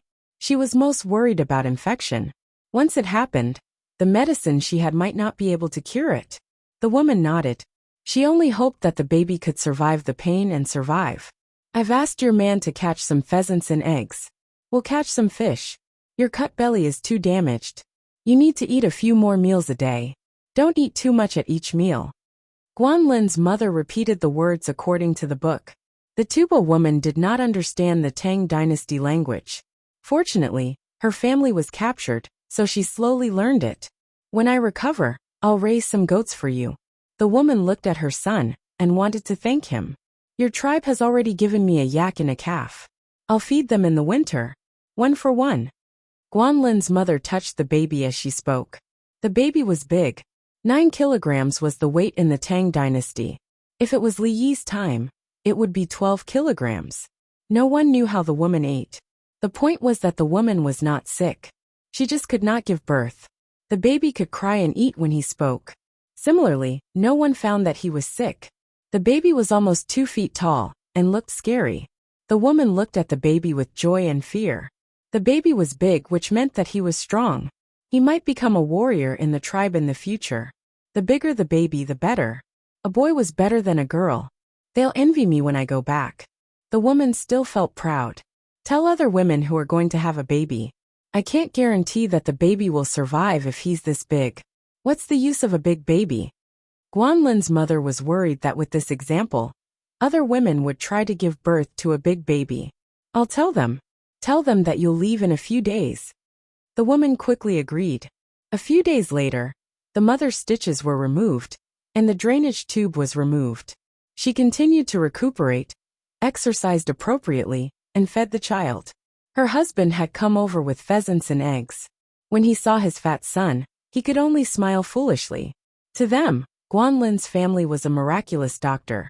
They had to catch a few more wild chickens for the godly doctor to eat, so that he could get help when he was sick. The yak calf was very precious, but it was nothing compared to a fat boy. The news spread, and the other tribes also knew about it. Their desire for war was even smaller, and they wanted peace. It seems that they don't want peace anymore. While eating the taro stewed chicken, Tan Shui's tone was angry and his expression was one of enjoyment. Over the past few days, the roads in Yunyuan County were still being repaired very slowly.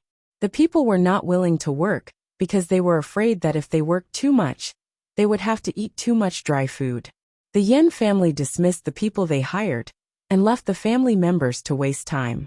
They paid for the soup. Fish soup. Fish soup was the cheapest and did not require freshness. Dried fish could also be boiled into soup. There was no mutton soup. Guangzhou did not raise goats at this time.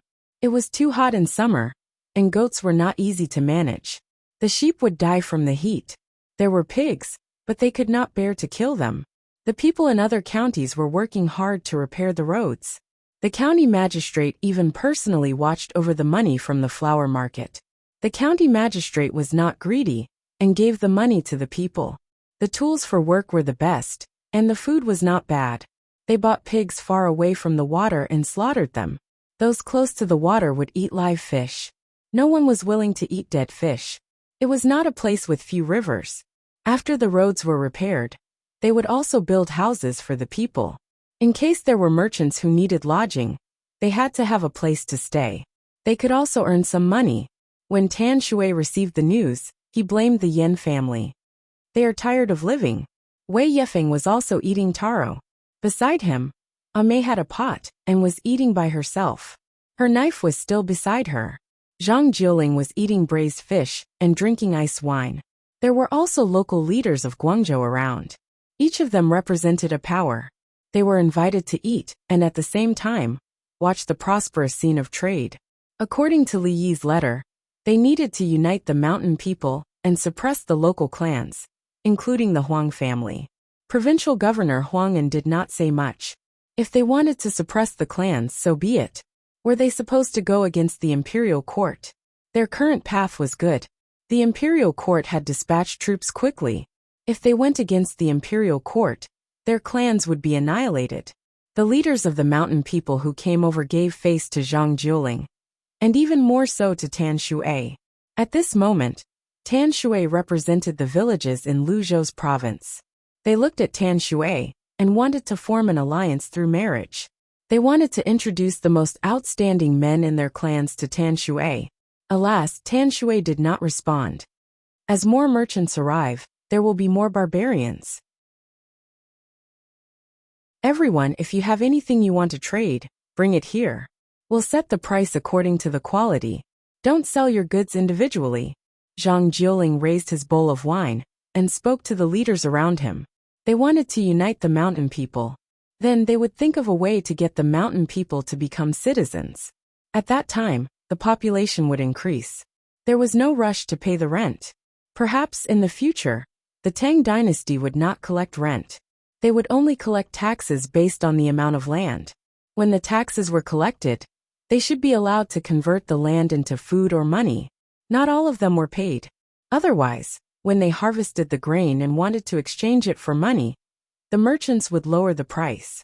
One of the leaders looked at the cloth pouch at the side and said, "Eunuch Zhang, why don't we attack and capture the Yin family?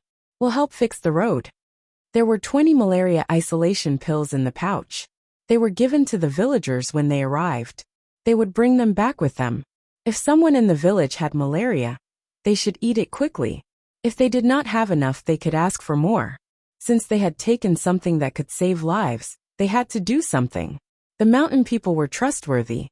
We can fix the road and capture them. However, we can only wait for the evaluation to give them a bad review and remove them from their posts, Huang'an said.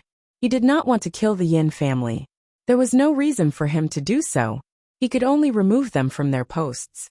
However, he could not do so now. Someone in the provincial capital had benefited from them. He had to wait for the evaluation during the new year. Only then would he be promoted to county magistrate, deputy county magistrate, and county lieutenant. However, it would be difficult for the new officials. There were many members of the Yin family, including the yamen runners and officials in the yamen. If they sent 3 new officials to take up the post, they would be made into mere figureheads if they were slightly weaker. Unless they sent the Huang family, they had more people. If they sent the Huang family, it would be considered nepotism. If someone impeached them, it would be troublesome. The winged knights can write and calculate. If it doesn't work, I'll have to trouble the winged knights to set a year and a half. Zhang Jiuling looked at the winged knights around him. As long as the winged knights could write and calculate, they could replace all the officials in Ziyuan County. He would help to come up with ideas and stand behind the scenes to guide the administration. How could he not know how to manage a small county? At this moment, the rumbling of horse hooves could be heard. Hearing this, it was clear that Mata was talking. The ground began to tremble. The leaders of the mountain people looked at each other. There was panic in their eyes. They were afraid that the imperial court would take the opportunity to kill them. Don't be afraid. The winged knights are around. There's no need to use others. The leader who said he wanted to help had thought it through. Chapter 1156. Just as everyone was feeling nervous, a team appeared with a flag that said, "Flying Feather." It's the Winged Knights. The leader sighed and sat down again. The Winged Knights would not suddenly come out to kill them. There was no need for that. The Winged Knights that came over were on 3 horses. The horses were carrying something. And the Winged Knights were carrying. What was that? Fire sticks. The 300 Winged Knights were envious. The new brothers all had guns. Why did they come to Guangzhou instead of supporting the source of the Yellow River? The leader of the 300 Winged Knights, Pang Kuang, was not the others. He took the initiative to welcome them. Xiao Jian, you brought guns? The leader of the 1,000 Winged Knights, Jian Qing, got off his horse and showed the gun to Pang Kuang. It's a new gun. The place where the ignition groove used to be has been replaced by a cap. It needs to be made of copper. Pang Kuang held it in his hand and looked at it. The gun seemed to be more beautiful, especially since the big medicine pool had disappeared and was replaced by a small pit. What does the cap look like? Pang Kuang aimed the gun and wanted to shoot. Jian Qing handed him a cap. It was very small and could be circled around the size of a soybean. Pang Kuang guessed the operation and put the cap in, but did not activate it. In this way, the firing speed will be faster. Pang Kuang knew that the cap was much more convenient than the medicine pool. It's most convenient when it's raining. The paper bullets are waterproof. With the cap, it's better than arrows in the rain. Jian Qing handed over another paper bullet and asked Pang Kuang to test it. Pang Kuang hesitated. Bullets are precious. 1,000 bullets per person for hunting. Help the locals clear some of the beasts in the mountains. Wild boars, wolves, tigers, black bears, leopards, etc. Jian Qing had received this order to help clear the beasts. There was no need for protection. People were the most important. Pang Kuang nodded and put the bullet in. What should I shoot? He looked around. There were people all around. Obviously, he could not shoot. He looked at the sky again. There was a pigeon flying around. Then he noticed someone looking at him. It was Zhang Juling. Zhang Juling's pigeon. I'll hit the tree. I'll hit the tree. I'll hit the tree later. Pang Kuang smiled at Zhang Juling and took out the fire cap. He was afraid that it would misfire. The Winged Knights dismounted and took care of the horses. They took some fine ingredients from the back of the horses and fed them. Along with them was the team that delivered the floral dew water. The team that delivered the floral dew water left in advance and was caught up by them. They came to protect them. Floral water worth 500,000 taels was considered a big deal. The barbarian merchants were all waiting. The Li family Zhuangzi had to pay a tax of 50,000 taels, while the barbarians had to pay a tax of 100,000 taels. In one transaction, the Ministry of Commerce earned 150,000 yuan. The Li family Zhuangzi earned even more. The toilet water wasn't worth much, and the water inside wasn't even as expensive as the porcelain bottle. Hurry up and cook for our troops. Wei Yufeng called out. Someone was going to kill a chicken and cook the same meal. No need. It's fine as long as there's soup. Let's make do with this meal. Jian Qing refused. It was too slow. They had brought food. Hurry up and make the fish soup. This is great. We can fix the road in Yuyuan County. Wei Yufeng shouted again. The people brought by Zhang Juling were overjoyed. With the arrival of 1,000 Winged Knights, their safety was guaranteed. In total, there were 1,300 Winged Knights and 3,000 capable fighters from Lu Zhou's side. When they made the fish soup, they poured the rice into the soup as well. This was out of goodwill. They did not want the Winged Knights to consume the compressed biscuits and meat floss. The Winged Knights were busy feeding the horses. The horses were not used to the heat. The smell of the sea breeze was different from other places. Another reason was the tide. People who lived in the north and did not live near the sea would have dry earwax. When they arrived at the sea, the wax would turn into paste. Many people in Li Yi's territory were in this situation. The good thing was that they were at home. After wearing a white shirt for a day, the collar and cuffs would turn black. There was less pollution at the sea. If they did not wash for a week, the collar and cuffs of the white shirt would still be white. However, if they did not wash for a week, they would smell and sweat a lot. Horses were more adaptable than humans.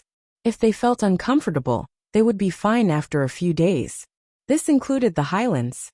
The Li family Zhuangzi's men were here to deliver the goods. The leader was the fifth steward Li Feng. He had changed his surname and insisted on using the surname Li.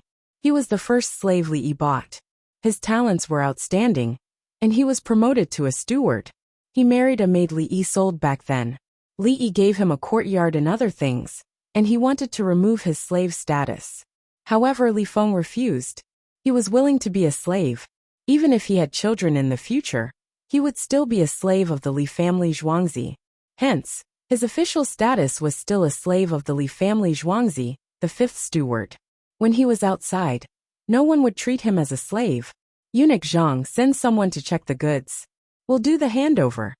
Li Feng bowed at Zhang Juling. Can you be a county magistrate for half a year? Zhang Juling looked at Li Feng and asked. How many people? What's the situation? Li Feng did not immediately agree. Zayuan County the local. Zhang Juling explained patiently. He was annoyed. Hurry up and fix the road. What was the Yin family doing there? Eunuch Zhang. The people I brought can support the administration of Zayuan County. Rest assured, this includes suppressing the Yin family. Li Feng had an idea after hearing this. The county had a population of 1,500, and the Yin family took up a fifth of it. This time, he brought along 30 villagers and hired others. 30 villagers and him. Managing a county of 1,500 people was not a problem. How do we deal with the current situation? Zhang Juling asked. Promote Yin Jie and the rest, including the bailiffs. They will become officials under the Ministry of Shipping. They will be promoted by 1 rank, and the salary of a rank 5 official will be increased by 10%. Transfer them over. They won't have to do anything. We'll go over and take over the county. We'll choose new bailiffs, and not people from the Yin family. Li Feng was calm and steady. He immediately gave an idea. Zhang Juling looked at Huang An, indicating that he should make the arrangements. Huang An stared at Li Feng as if he wanted to drill into his heart and ask, Why are you so bad? Are you sure you're a small steward in Zhuangzi? He pursed his lips. It's not easy to transfer officials like this. When I came, I brought along the documents from the Hall of Secretaries. Eunuch Zhang is now in charge of all matters. Her Majesty personally issued it. Li Feng solved the problem smoothly. Winged knights came over from behind and gave Zhang Juling an order from the Hall of Secretaries. He was now the local patrol inspector. What will you deal with first? Huang An still doubted Li Feng's ability. Repair the roads. Once the roads are repaired, the people's hearts will be at ease. Dongzhu taught me that political struggles should not be based on sacrificing the interests of the people. Struggle in the administration, compromise in the struggle, and get things done when the compromise is reached. Once the roads are repaired and the people trust me, I can turn around and deal with the Yin family. The Yin family is overbearing. They must have forcefully occupied other people's land, or forced them to buy and sell. Eunuch Zhang, don't send the people back. I don't even need winged knights. I can mobilize the people to deal with the Yin family. Li Feng didn't even think about it, and directly said the arrangements. It was a routine operation. He had received a lot of education. Dongzhu had rich experience in fighting. One by one, they couldn't be too hasty. Chapter 1157. Huang An was stunned when he heard this. This was the first time he realized that a struggle could be played like this. One after another, the administrative affairs of the people had to be handled, and the people had to be dealt with without any delay. How could it be like this? Didn't they usually use their superiors or impeachment to cause internal strife? Why did it become to gain an advantage in the administration, then transfer people away, collect evidence, and deal with the clan? A new door opened in front of Huang An. The scenery outside was very charming. He did not know that Li Feng was learning Li Yi's routine operation. There was nothing special about it, but it was very useful.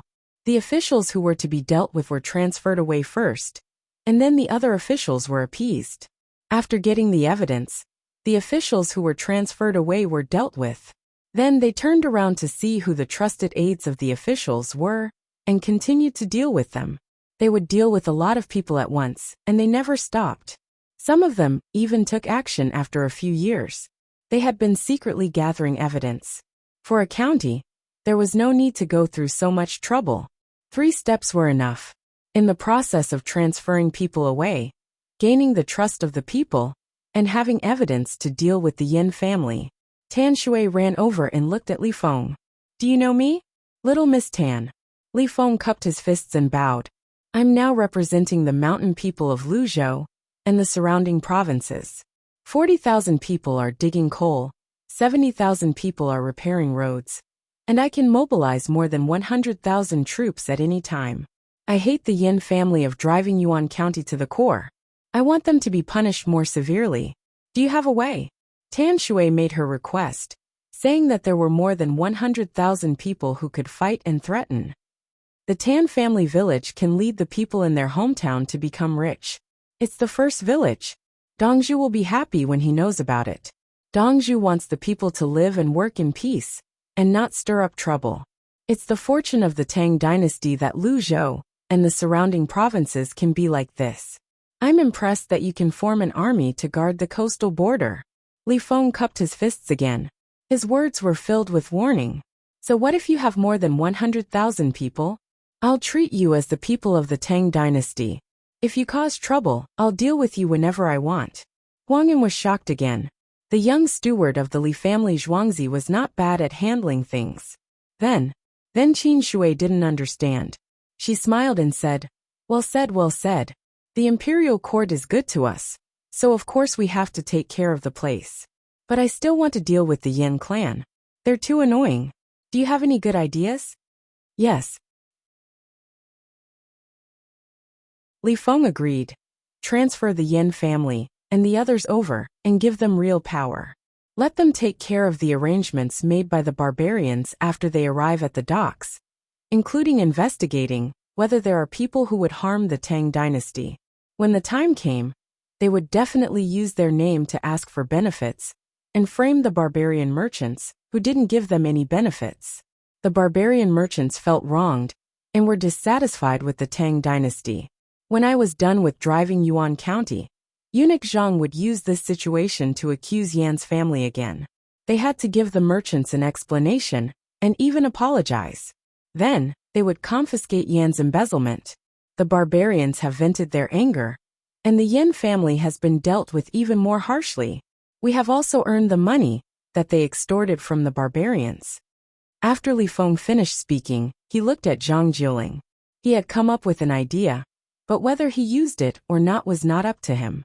Qin Shui's mouth was slightly agape, and Huangyan was wiping his sweat with his sleeve. Zhang Jiuling. Can people be so sinister? Wei Yefeng couldn't hold back and blurted out his thoughts. As soon as he said this, he quickly corrected himself. The Yin family's hearts are all rotten. They must be dealt with. Yes, I'm talking about the Yin family. Wouldn't it have been better if you hadn't said that last sentence?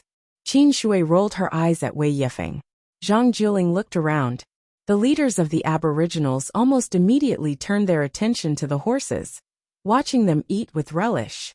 Huangyan finished wiping his sweat. You became the manager of the Li family Zhuangzi just like this? How is that possible? I'll die if I dare to play such tricks in Zhuangzi. The Dongzhu saw through it at a glance. I'm a slave. If I'm killed by the Dongzhu, who would help me? Li Feng shook his head, indicating that he was an honest person in Zhuangzi. Kill you directly? Don't you need a reason? Huangyan asked. It's simple. For example, the Dongzhu tells us that we're not allowed to leave Zhuangzi today. Then the Dongzhu calls me to go to the edge of Zhuangzi. The Dongzhu throws something outside and asks me to pick it up. Should I go or not? If I go, I'll be out of range and they'll shoot me. If I don't go, I'll be disobeying orders. They'll kill me. Doesn't that give them a reason? Li Feng gave an example. How simple was that? This was actually the era before Li Yi's time, when there was a period of reform through labor. If the correctional officers wanted to deal with you, they'd draw a line next to the area of reform through labor. If you crossed the line, you could shoot. They'd throw a branch outside and say to the disobedient prisoner, "Go pick it up." The prisoner would immediately kneel. No matter what choice he made, it would be wrong. Huang En and the others didn't know of such a story. They were once again at a loss. The Li family Zhuangzi was such a righteous place. How did insidious methods become a daily occurrence? The surrounding leaders who were watching the horses eat turned their gazes back. They wanted to remember this person, who was in charge of the Li family Zhuangzi. At the same time, they wanted to remind themselves not to provoke the Li Dongzhu. After a while, Zhang Juling nodded and asked Tan Shui, "What do you think? Let them do it. If they weren't greedy, nothing would happen." "Who's to blame for being greedy?" Tan Shui agreed. On one hand, they could show the Tang dynasty's laws to the barbarians and punish those who bullied them. On the other hand, they could increase the punishment for the Yan family. This time, even if they didn't die, they would be crippled. On the other hand, they could confiscate the benefits the Yan family received from the barbarians and make a profit. At the same time, they could warn the other officials. "There's a way to deal with you. You'd better be honest." "What about everyone?" Zhang Juling asked the other leaders for their opinions. "Don't play dumb. We'll follow the footsteps of the imperial court. We'll listen to the imperial court and Li Dongzhu. We're mountain people. We want to be naturalized. Yes, we're good people. We're willing to pay rent. If we don't have enough food, can we pay with the skins of wild animals? We'll mobilize manpower to build roads. We'll build roads wherever we want. Tell Li Dongzhu that we're grateful for the medicine he gave us. That's right. We're family with Li Dongzhu. Everything can be discussed." The leaders of the mountain people expressed their opinions. To be able to sit in the leader's position, one must have sufficient IQ and EQ. Even a random slave from the Li family Zhuangzi was like this, let alone Li Dongzhu himself. If they made him unhappy, he might not necessarily use any means. Tan Shui pursed her lips and smiled. She smiled and pouted. She was unhappy and went back to eat. When the meal was ready, it was cooked with vegetables and rice in a large pot. The winged knights didn't say anything. They took out their military pot, removed the outer shell, washed it with water and ate. They ate the dried salted vegetables they brought. They didn't look picky at all. The 300 winged knights brought their taro stewed chicken over for everyone to eat. "Is it good?" Tan Shui looked at the way the winged knights ate and felt that it was delicious. She made some for herself and curled her lips. "It depends on how you compare it. Compared to the Li family Zhuangzi's canteen, this is just like swill. Compared to our wilderness survival training, this is the greatest happiness. There's ready-made meat and vegetables. There's even rice. It's hot." Pang Kuang replied as he ate. The nearby winged knights nodded in agreement.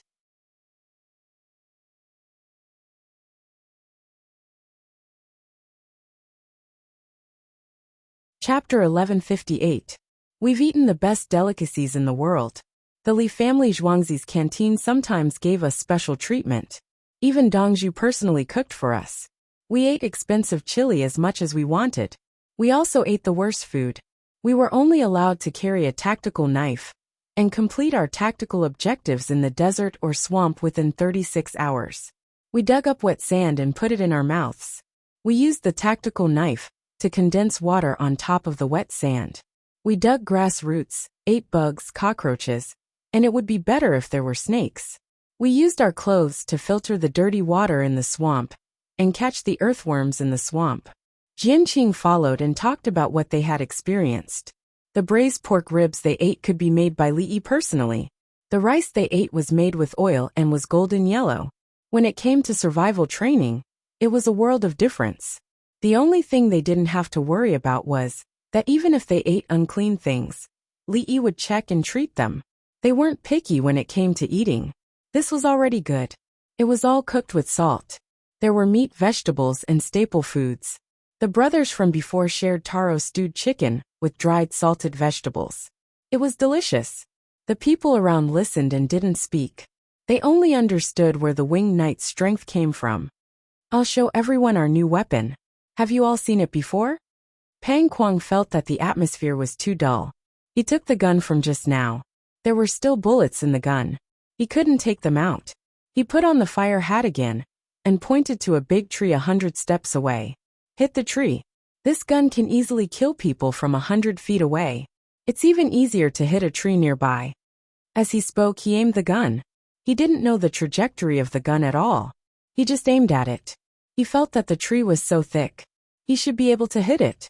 It was a kapok tree that had been growing for many years.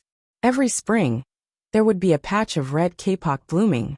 Then after 2 to 3 months, kapok could be harvested.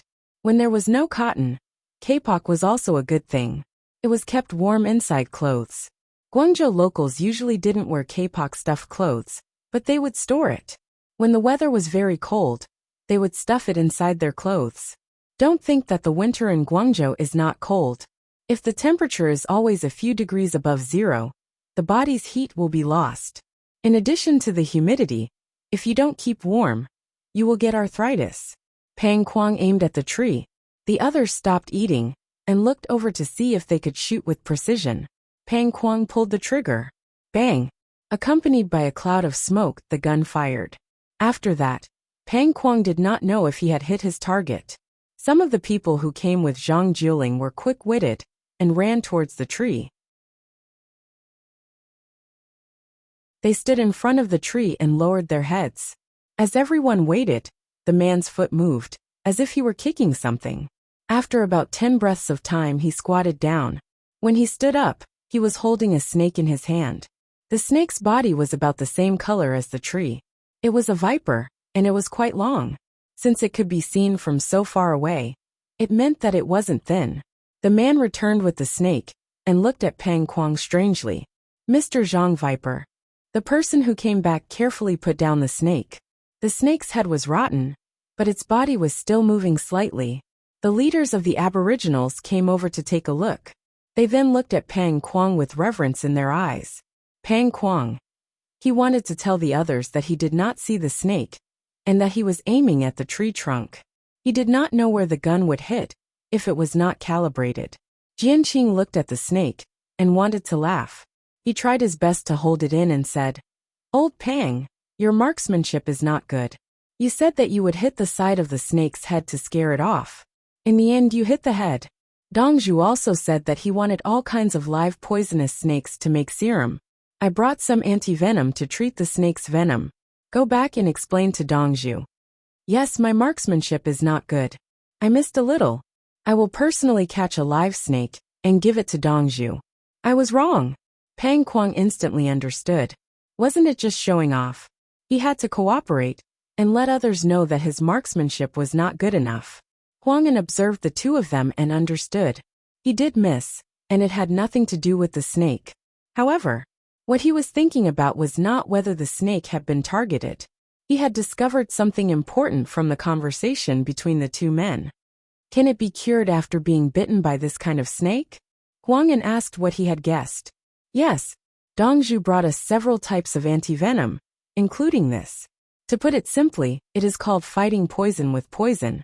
We have to catch a live poisonous snake and send it back to Dongzhu. Only then can he make the anti-venom. Take a small bottle of the dozen types of anti-venom and show it to everyone. You can catch the snake and exchange it for money, but you have to catch it with the anti-venom. Jianqing took the opportunity to spread the news that there were many poisonous snakes in Guangzhou. In fact, there were many everywhere. Winged knights went to take the anti-venom and put it in a box with ice around it. When the ice melted, it would be remade with saltpeter. The main thing was to keep it warm. There were small bottles, syringes, and needles in the box. They were all sterilized. Now that it was opened, the needles in the box were wasted. They had to be distilled and disinfected again. Is it useful? Tan Shui was concerned. There were always people in his village who died after being bitten by snakes. See if the snake's venom gland is still there? Give me some. I will try. It is already open anyway. Jianqing stretched out her arm. Let me do it. I believe in Li Yi. Let me do it. Zhang Jiuling rolled up the sleeves of his silk shirt. Jianqing looked at Zhang Jiuling. Zhang Jiuling's gaze was firm. Okay. Jianqing agreed, and then went to look at the snake's venom gland. It was still okay. She dipped a knife into Zhang Jiuling's arm. In less than 30 breaths his arm was swollen. Jianqing did not dare to wait any longer. She drew the liquid directly and injected it into the muscle. The injection was right next to the wound. Everyone held their breaths and did not eat. In less than 30 minutes, Zhang Jiuling's swollen arm slowly returned to its original state, but there were still some traces. The color disappeared, but the swelling did not go down. It would probably take some time. Plop. A leader of the mountain people knelt down. Plop. Plop. Plop. The other leaders of the mountain people knelt down one after another. They were convinced. At this time, the highest-ranking official in the imperial court personally tested the poison and the antivenom. Duke Zhang, how do you feel? Tan Shui was about to cry. Pain, numbness, the feeling is like putting your hand on ice. It is very uncomfortable. It is swollen. It is still numb now. Zhang Jiuling said what he felt. There was not much venom, but this snake was too old. The concentration of the venom was higher. In theory, there was no need to inject the antivenom. This was not a problem. The human body could withstand it. For example, he would die in a few seconds. That was when the dose of the same unit reached the same level. Zhang Jiuling needed to be in pain for 2 to 3 days. After the injection of the antivenom, as long as it was swollen, it would definitely be uncomfortable. Duke Zhang, my village is willing to listen to your orders. A leader of the mountain people knelt there and promised. We are willing to. Duke Zhang, nothing must happen to you. Duke Zhang, we will go back and fix the road. We will fix whatever you say. With Duke Zhang here, even if we are wronged, we will not cause trouble. The leaders of the mountain people expressed their opinions. They saw the power of the antivenom and respected Zhang Jiuling even more. Using his own body to test the poison and antivenom, if you did not listen to this kind of official, he would lead soldiers to surround and suppress you. He was not afraid of death. If you wanted to capture or kill him, you would not be able to force him to compromise.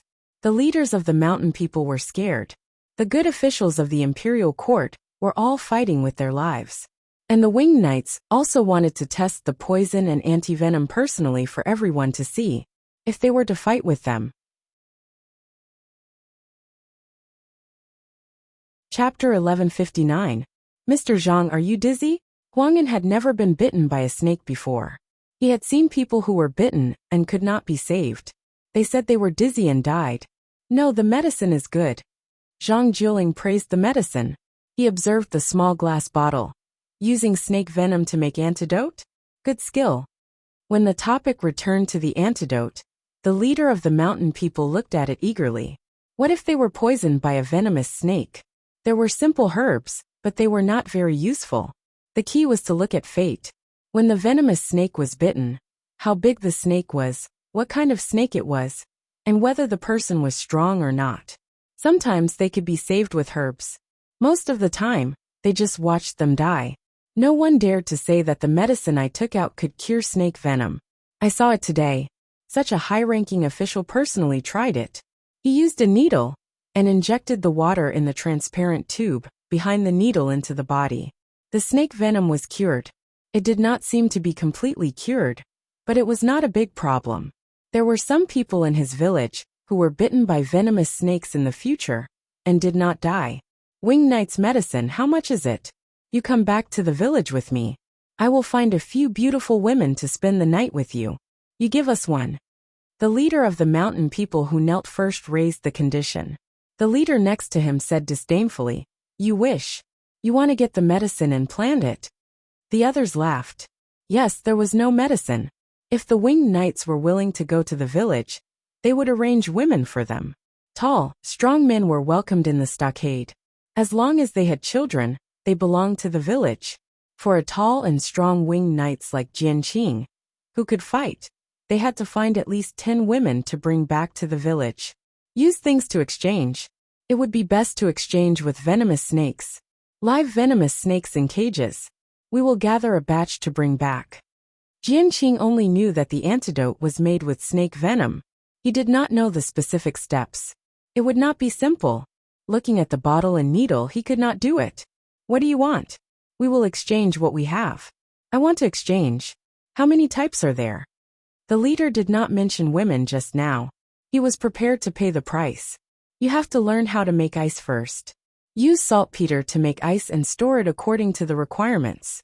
There are a total of 15 types, including the venom of sea snakes. Sea snakes are, you just have to know that they are not easy to find. The sea snake was provided by King Song, and he accidentally caught it while casting his net. Thus, he raised it and transported it to the Li family Zhuangzi. The clown sea serpent was useless to others, so eating it was just a matter of one meal. Li Yi continued to nurture it. After nurturing it for a while, he extracted the venom and fed it to a specialized item. Some snakes didn't have much venom if they couldn't eat the species in their area. Just like the pufferfish, the Li family Zhuangzi specially raised the pufferfish. They didn't give the pufferfish food that could produce toxins, so the pufferfish was not poisonous. Then, he would take it to the heavenly earth to deceive people, saying that he would risk his life to eat pufferfish. He would guarantee that no one would die from eating it, and that the chef would eat it first. There were also beauties from the heavenly earth to accompany him. If he was poisoned, he could at least eat with beauties. Just like what old Su of the later dynasty wrote, the ground is full of artemisia, and the reed buds are short. This is the time when the pufferfish is about to rise. The meaning of this sentence was that he could eat the pufferfish now, and he could use Artemisia stellaria and loose sprouts to detoxify the poison. This was a poem written by a foodie. It was said to be describing the scenery, but don't misunderstand, it was written for the sake of eating. If one had to directly translate it into a description of the scenery, it would be misleading. Now Li Yi needed more venomous snakes. Later on, the number of types of venom would be reduced, and it would be compatible with other types of venom. It cost a lot to produce a single antivenom.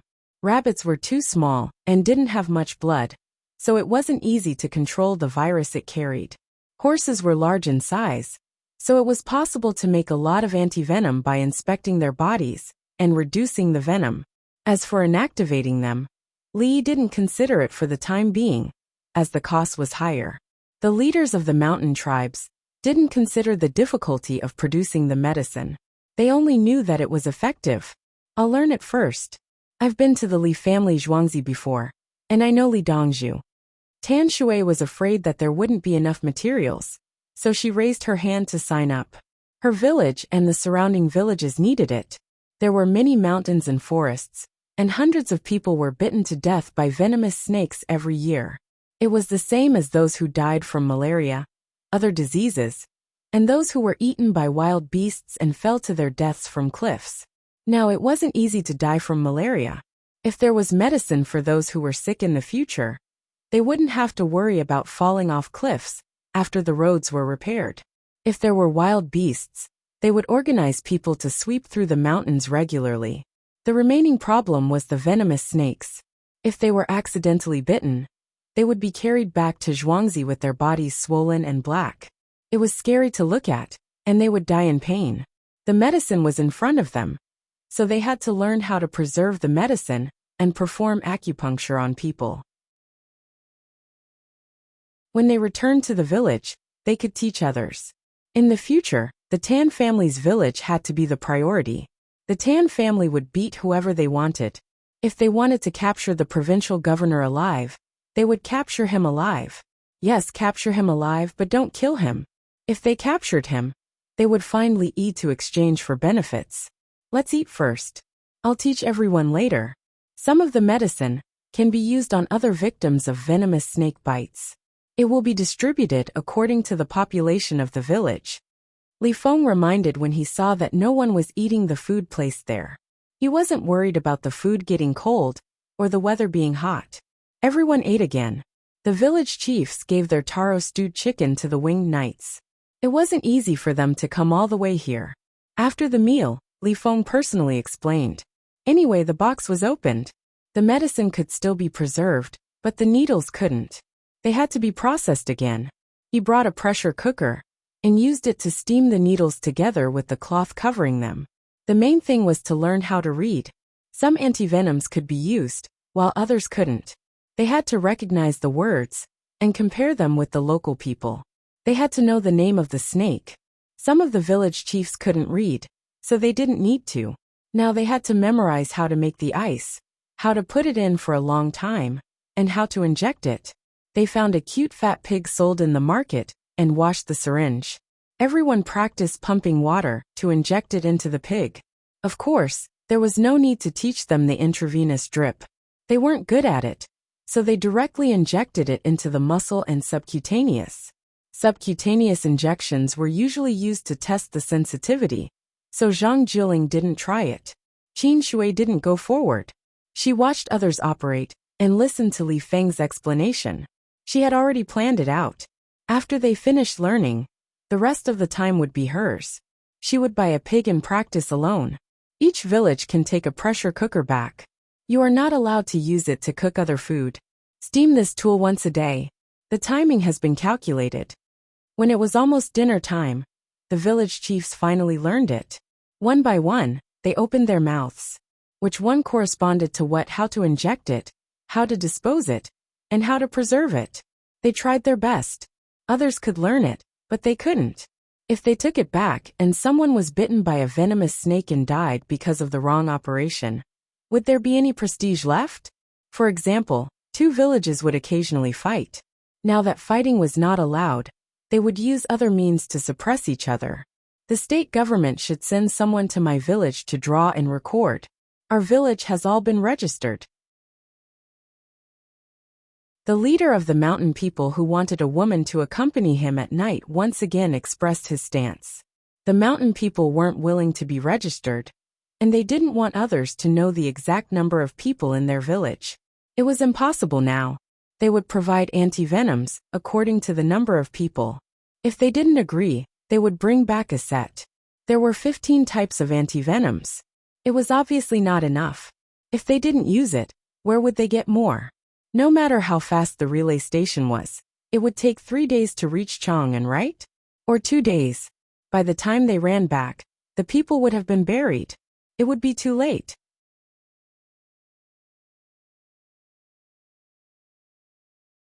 Chapter 1160. The chief studied hard, and Zhang Jiling's official document was sent out. According to Li Feng's plan, the Yin family, and the people of Ziyuan County, who had a close relationship with them, were transferred to the Ministry of Shipping. They were given higher official positions and more real power.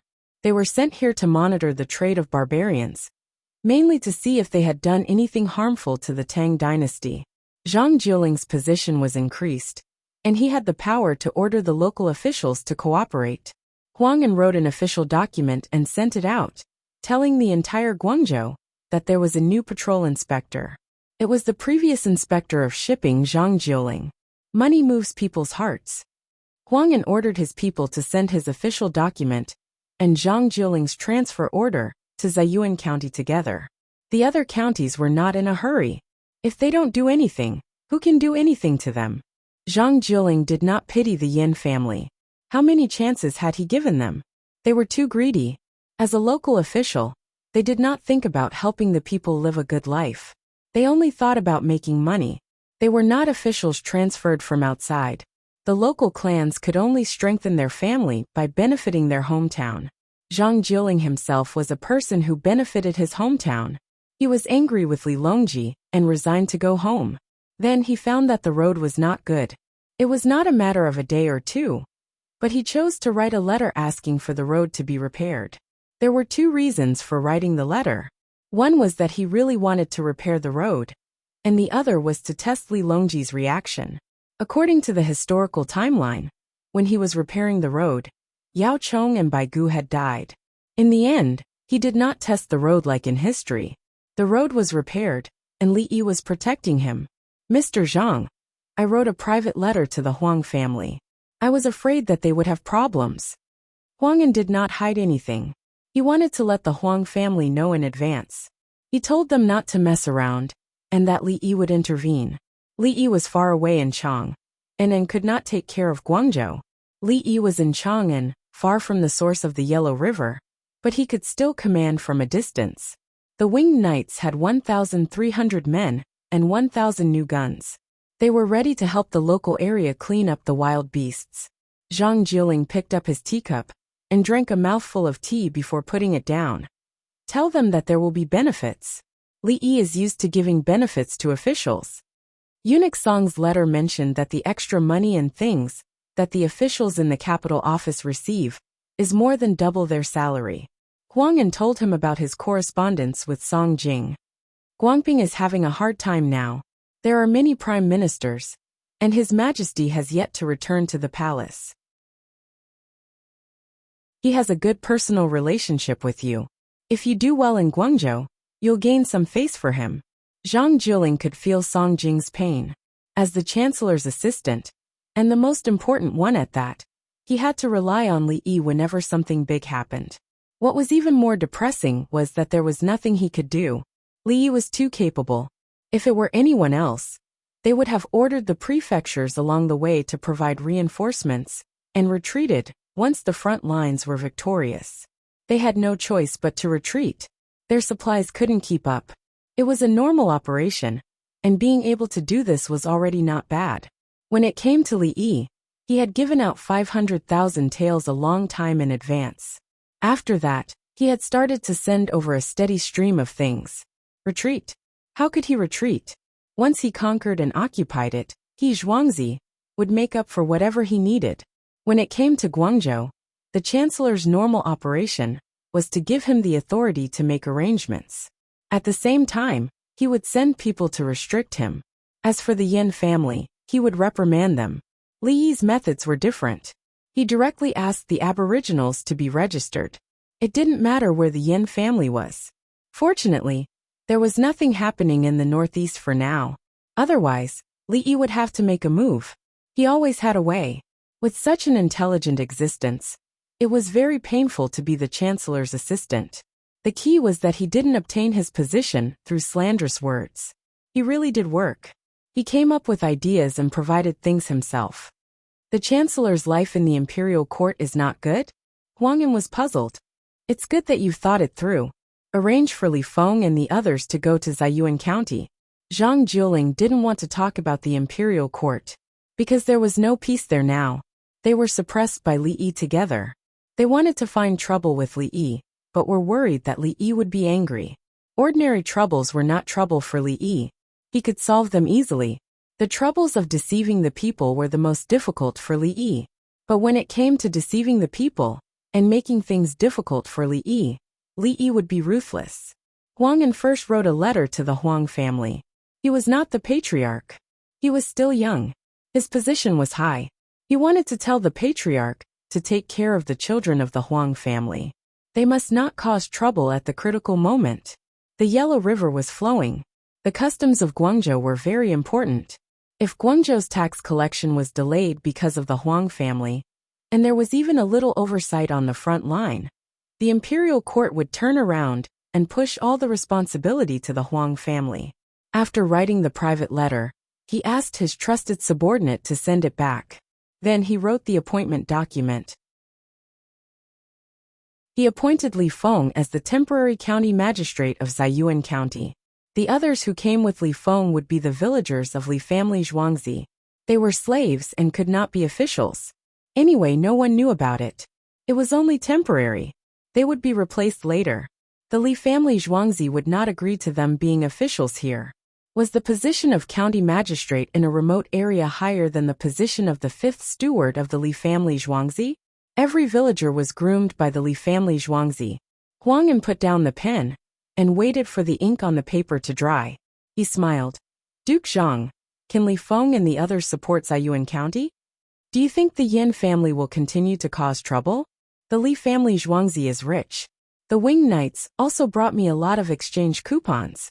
Zhang Jiling thought it through. Li Feng and the others had backing. Their backing was rich. Money was enough. Li Feng was having a meeting with the villagers. Tan Shui insisted on listening. She used the excuse that she did not have time to study as an excuse to sit in. Li Feng agreed. The other party represented hundreds of thousands of villagers. There were more than 110,000 people who were digging coal and repairing roads. They were the real representatives. They could mobilize the army at any time. The population of Ziyuan County is small. We have several options. One is to use money. It's the most convenient. What do you think? Li Feng said what many people thought was more realistic. Xiaofeng, there is no need.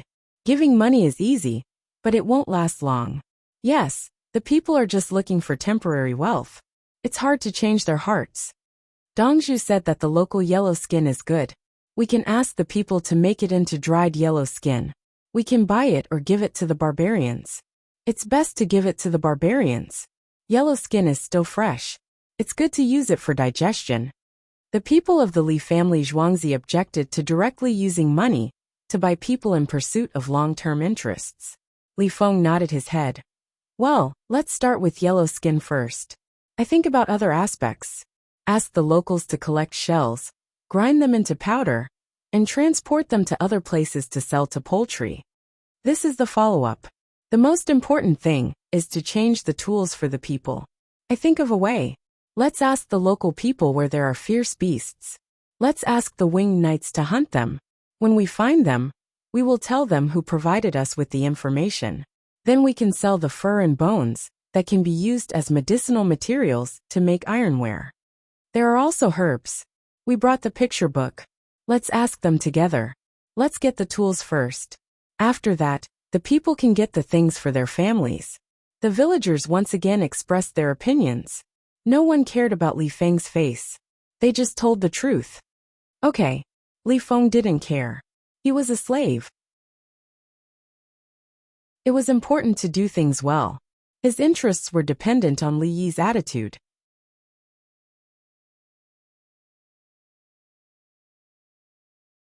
Chapter 1161. Now the people of Jiayuan County are angry, mainly because of anger. How do you think we should use it? A villager asked from another angle. Everyone looked at Li Feng and waited for him to speak first. Li Feng scratched his head. He was recalling what he had learned from Dongzhu.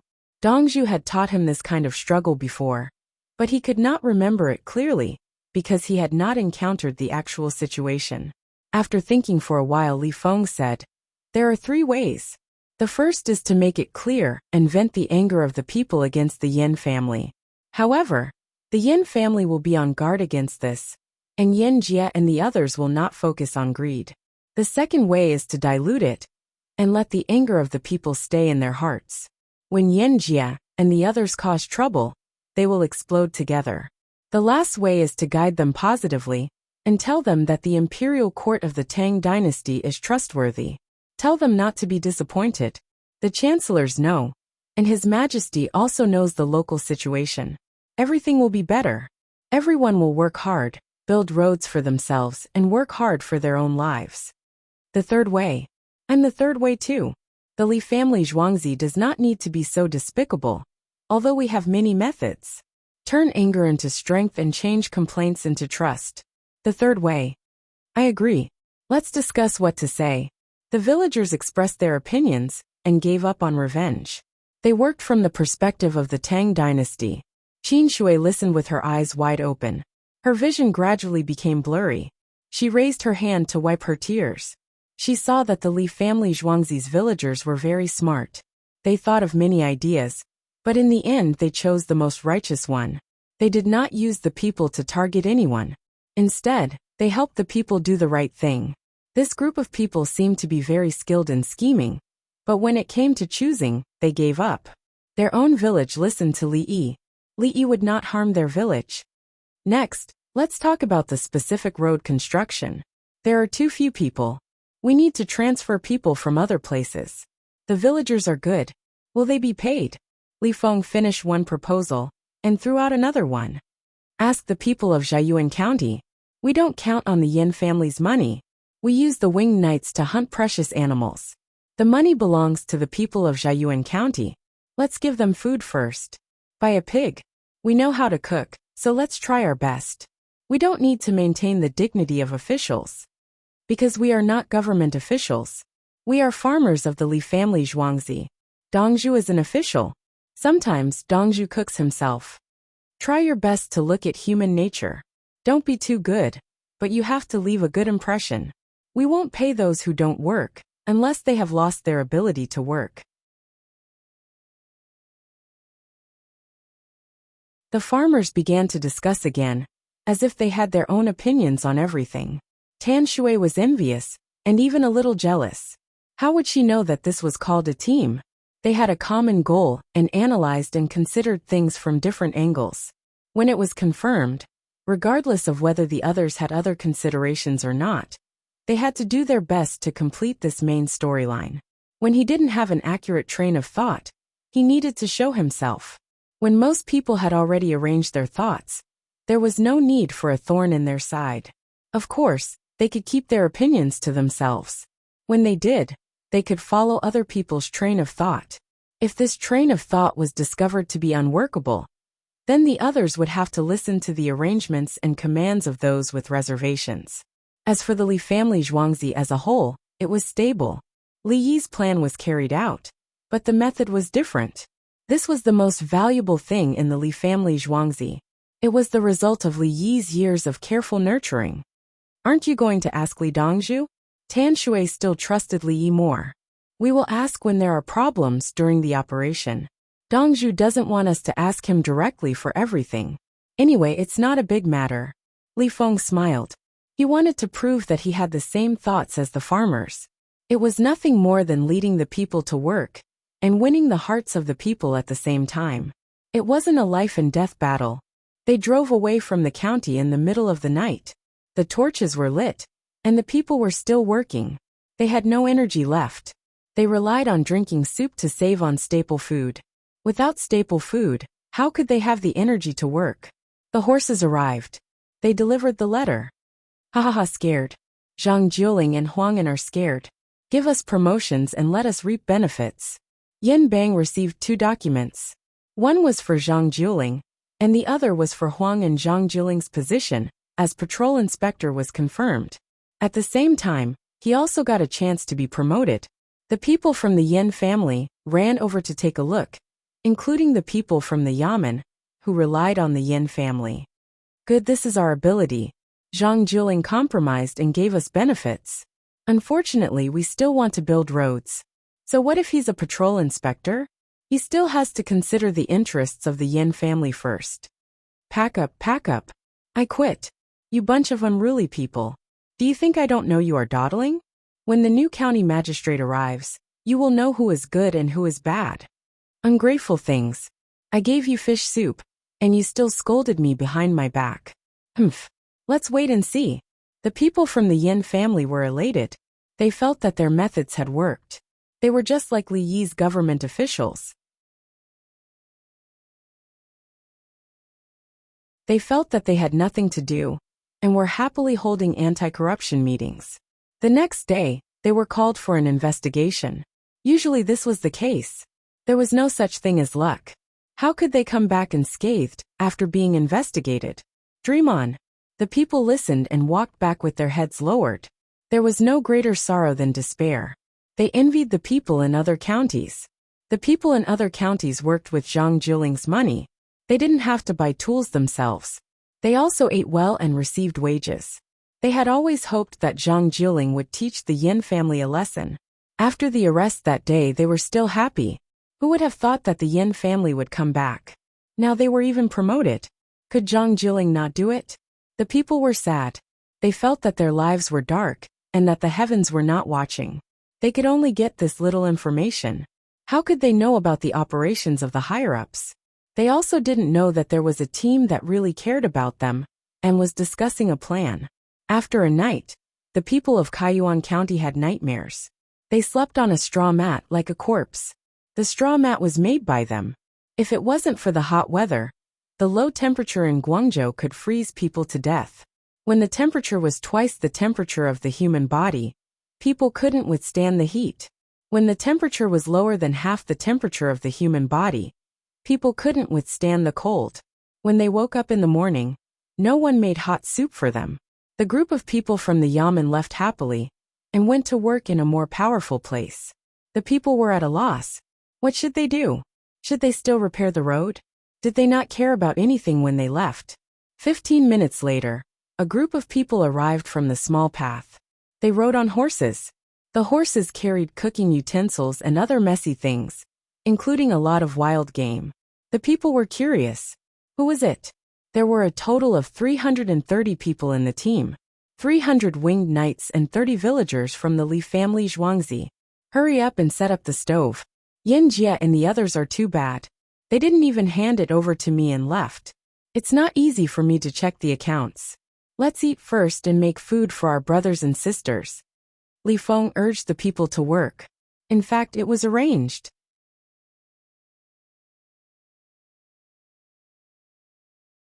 Chapter 1162. The people who slept on the mats last night looked at the group of people working in a daze. Bricks were piled up. They were not very high, and there was a pot on top of them. The pot was a pan, and someone poured oil into it.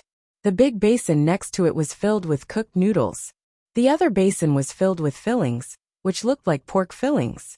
In fact, it was pork and onion fillings. They were made and iced last night, and the noodles were also cooked last night. The winged knights did the rough work, and the people from the Li family Zhuangzi were in charge of the actual operation. Making pies was not like making buns and flattening them. They picked up the dough, patted it with their hands, and put in the fillings. They rolled the dough with their hands, pressed it into the pan, and then pressed it with their hands. Finally, pies appeared. Pies made with cooked dough were like this, but it was more difficult to make pies with cooked dough. There were also people who set up a big pot to boil soup, and threw the bones of wild beasts with meat into it. When the water boiled, they removed the foam. Next was the wild beasts. Some people cut the meat into strips, and used a mincing machine to mince the fillings. When the water boiled, the meat paste meatballs were put into the pot, and then green vegetables, salt, and pepper noodles were added. The mustard pickles were placed on the chopping board, first sliced, then shredded, rinsed with water, shredded green onions, added salt, and mixed with sesame oil. The people of Ziyuan County had not slept enough.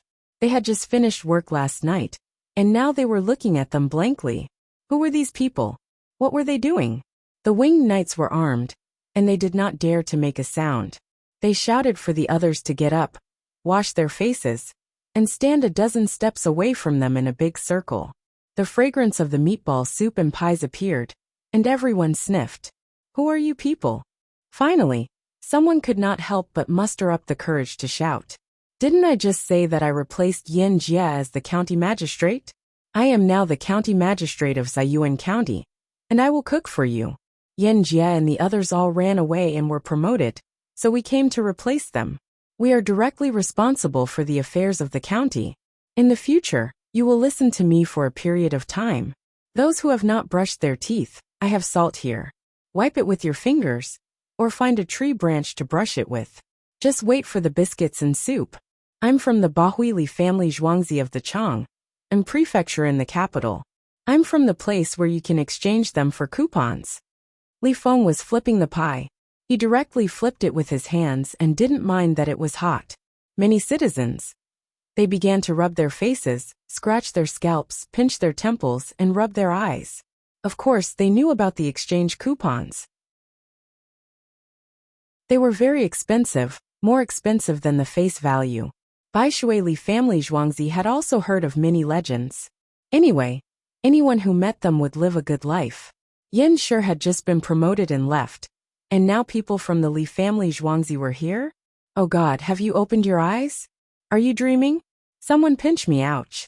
Where are you pinching? Fourth brother's wife. Fourth brother, your wife pinched me there. Wife, did you crush it? Old Fourth asked his wife. His wife shook her head. I didn't use any strength. Then OL for glared at him. What are you yelling about when you didn't use any force? Go brush your teeth and get ready to eat. Wife, look at OL4 and his wife. The person who was pinched complained to his wife. You're standing beside someone's wife, and shouting that you want to pinch her. Do you still have the face? I'm ignoring you. I'm going to brush my teeth. Let's just consider it a dream. Let me eat meat. Old Fourth looked at his wife and lowered his voice. Why are you pinching everywhere? When he pulled me, he asked me to pinch him. Old Fourth brother's wife complained. He asked you to pinch your thighs. You mean I should listen to him? No, it's good to pinch him. Let's go and brush our teeth. Usually, we don't brush our teeth for many days. Old Fourth brother was happy. Look, his wife didn't listen to other men. Everyone finished cleaning up and came to eat. They were still very confused. They felt that it was unreal. meatball soup, pie, and pickled vegetables mixed with sesame oil. What was going on? We're here. Is there anything for us? I went back yesterday with a set of things. Someone in my village happened to be bitten by a poisonous snake. I gave him an injection, and he's alive. A large group of people appeared from the mountain. The leader of the group, the chief, laughed loudly and shouted, "Yes, come and eat. We agreed that you guys would come. I've prepared for you. 1,000 people, right?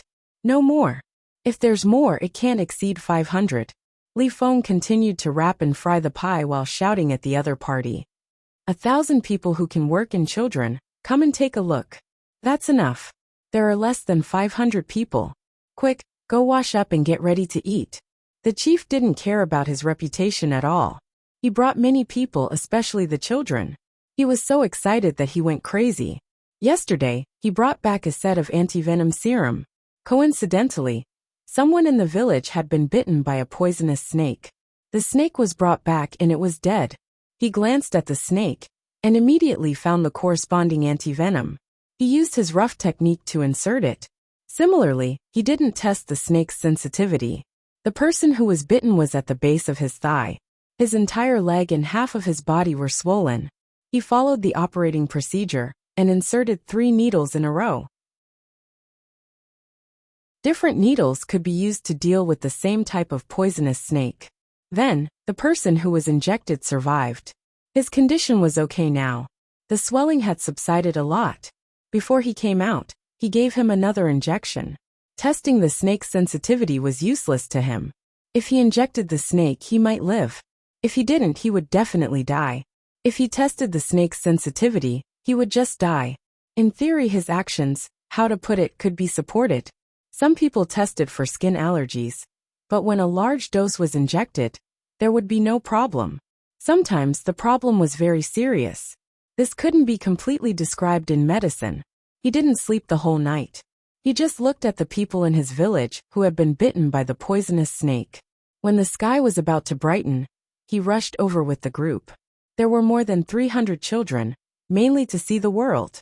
When the people in the distant county saw the large group of mountain people, there was a trace of vigilance in their disgust. They hated the mountain people and thought that they were uncivilized. The mountain people helped us build the road. My Dongzhu has no prejudice against anyone. There is no discrimination against regions, and there is no discrimination against ethnic groups. Li Feng saw the attitude of the people and warned them. The people acknowledged the fact that Li Feng was now the county magistrate. Under the proof of the pie and meatball soup, they put away their disgust. The mountain people were also unwilling to interact with the people. They went to the other side to wait for their meal. The children looked after each other and walked behind the adults. Come children, eat first. Remember not to eat too much salted vegetables, or you will be thirsty. Li Feng called the children over. He didn't want to be separated by class and ethnicity. He was a slave to begin with. He longed for a little respect. In the end, in the Li family Zhuangzi, he was an ordinary person. When the Dongzhu taught him, he didn't care about his identity. The children washed their hands timidly, and then picked up their chopsticks to eat the pie. They looked at others. Add more meat to the soup. How do the children in the Zhuangzi eat? Li Feng said to the villagers. The villagers understood and picked out more meatballs for the children. The people in the distant county looked and suddenly agreed. They didn't completely agree with the mountain people, but they agreed with the new county magistrate and other people in the yamen. Everyone eat first. After eating, don't rush to work. Let's get some money to exchange for tools. Eat first, Li Feng said as he picked up a child who accidentally fell.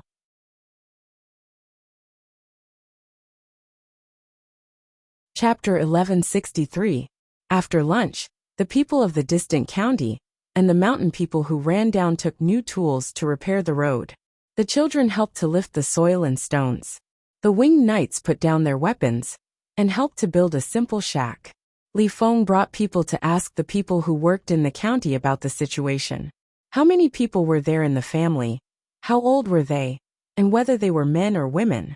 After asking each person, he took out ink and asked the people to print their fingerprints.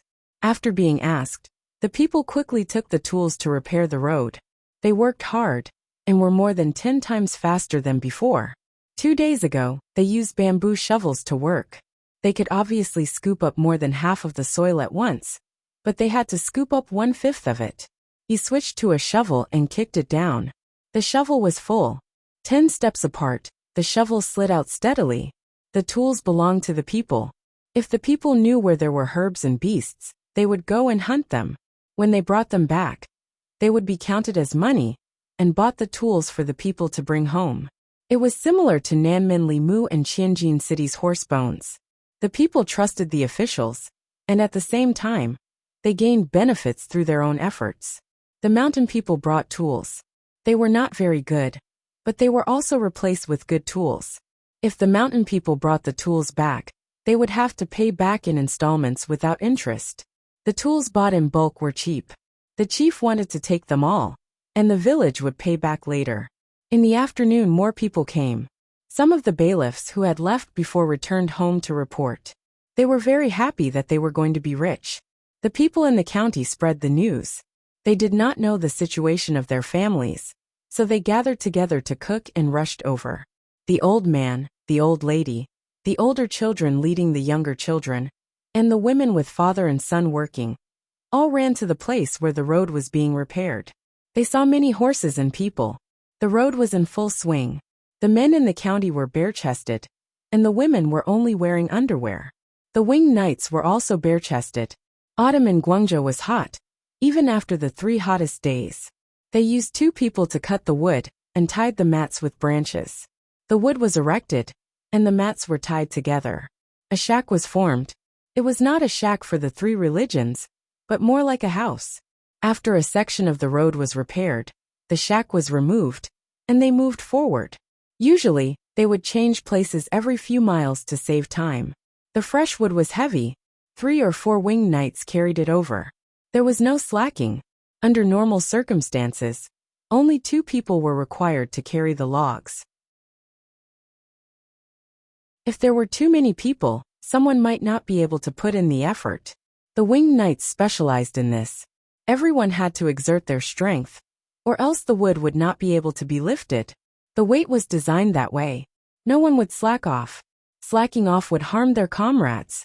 The tree bark was not thin, and it pressed against his shoulder, leaving a deep mark.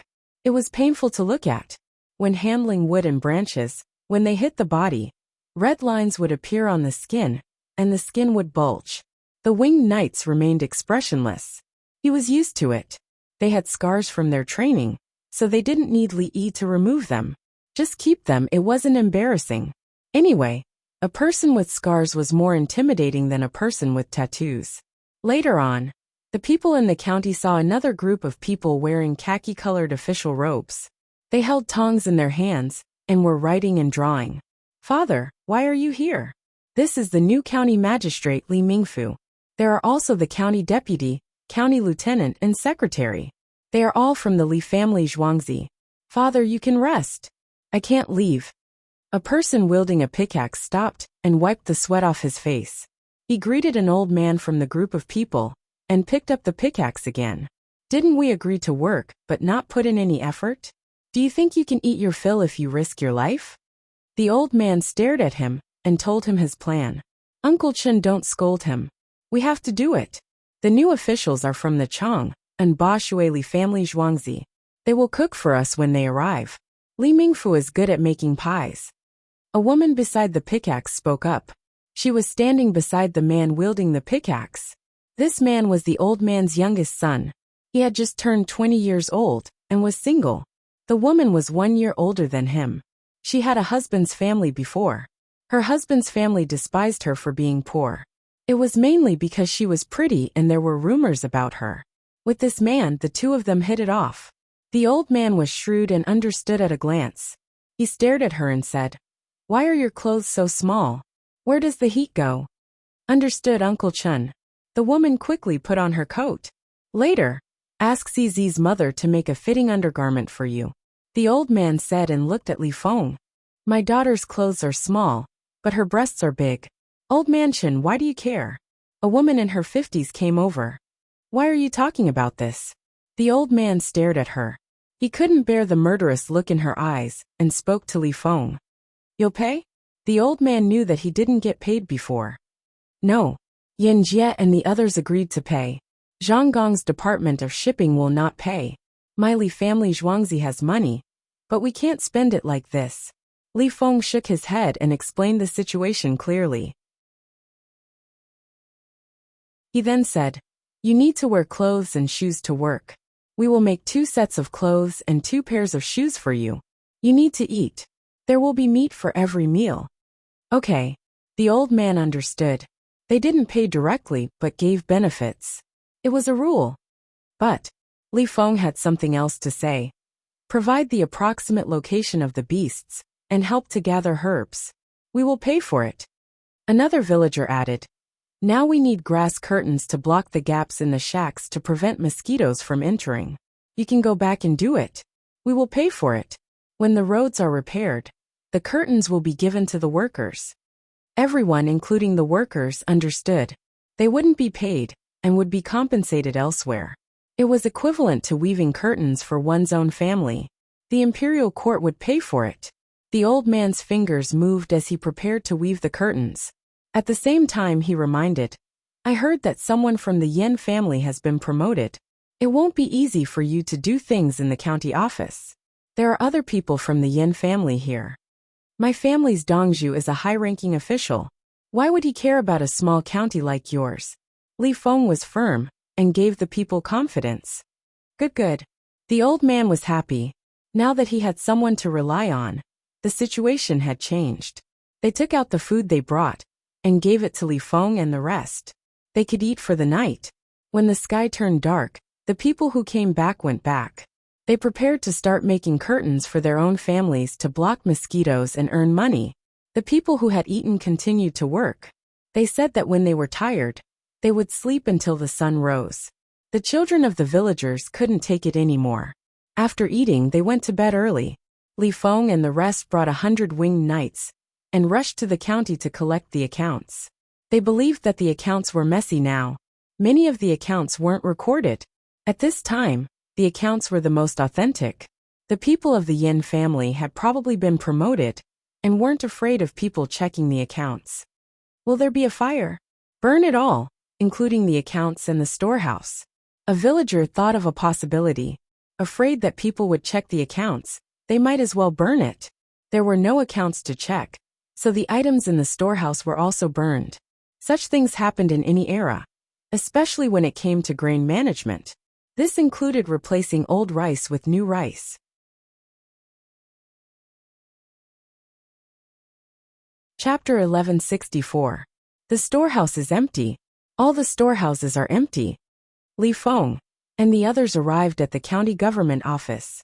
The door of the county government office was wide open. It was empty inside. The tables, chairs, and doors were all gone. They looked at the storehouse. The door was still there, but it was rotten. The silk and food inside were gone. However, no one touched the room with the accounts and records. They probably thought that the things inside were worthless. Looking at the traces of the door lock and the dust on the door, they knew that no one had entered this room for a long time. It meant that the entire Ziyuan county didn't need accounts. Everything was under the control of the Yin family. There probably aren't any records. The Yin family bullied the local people. It doesn't matter whether there are records or not. Li Feng was sad and angry. How did the people live in Ziyuan County?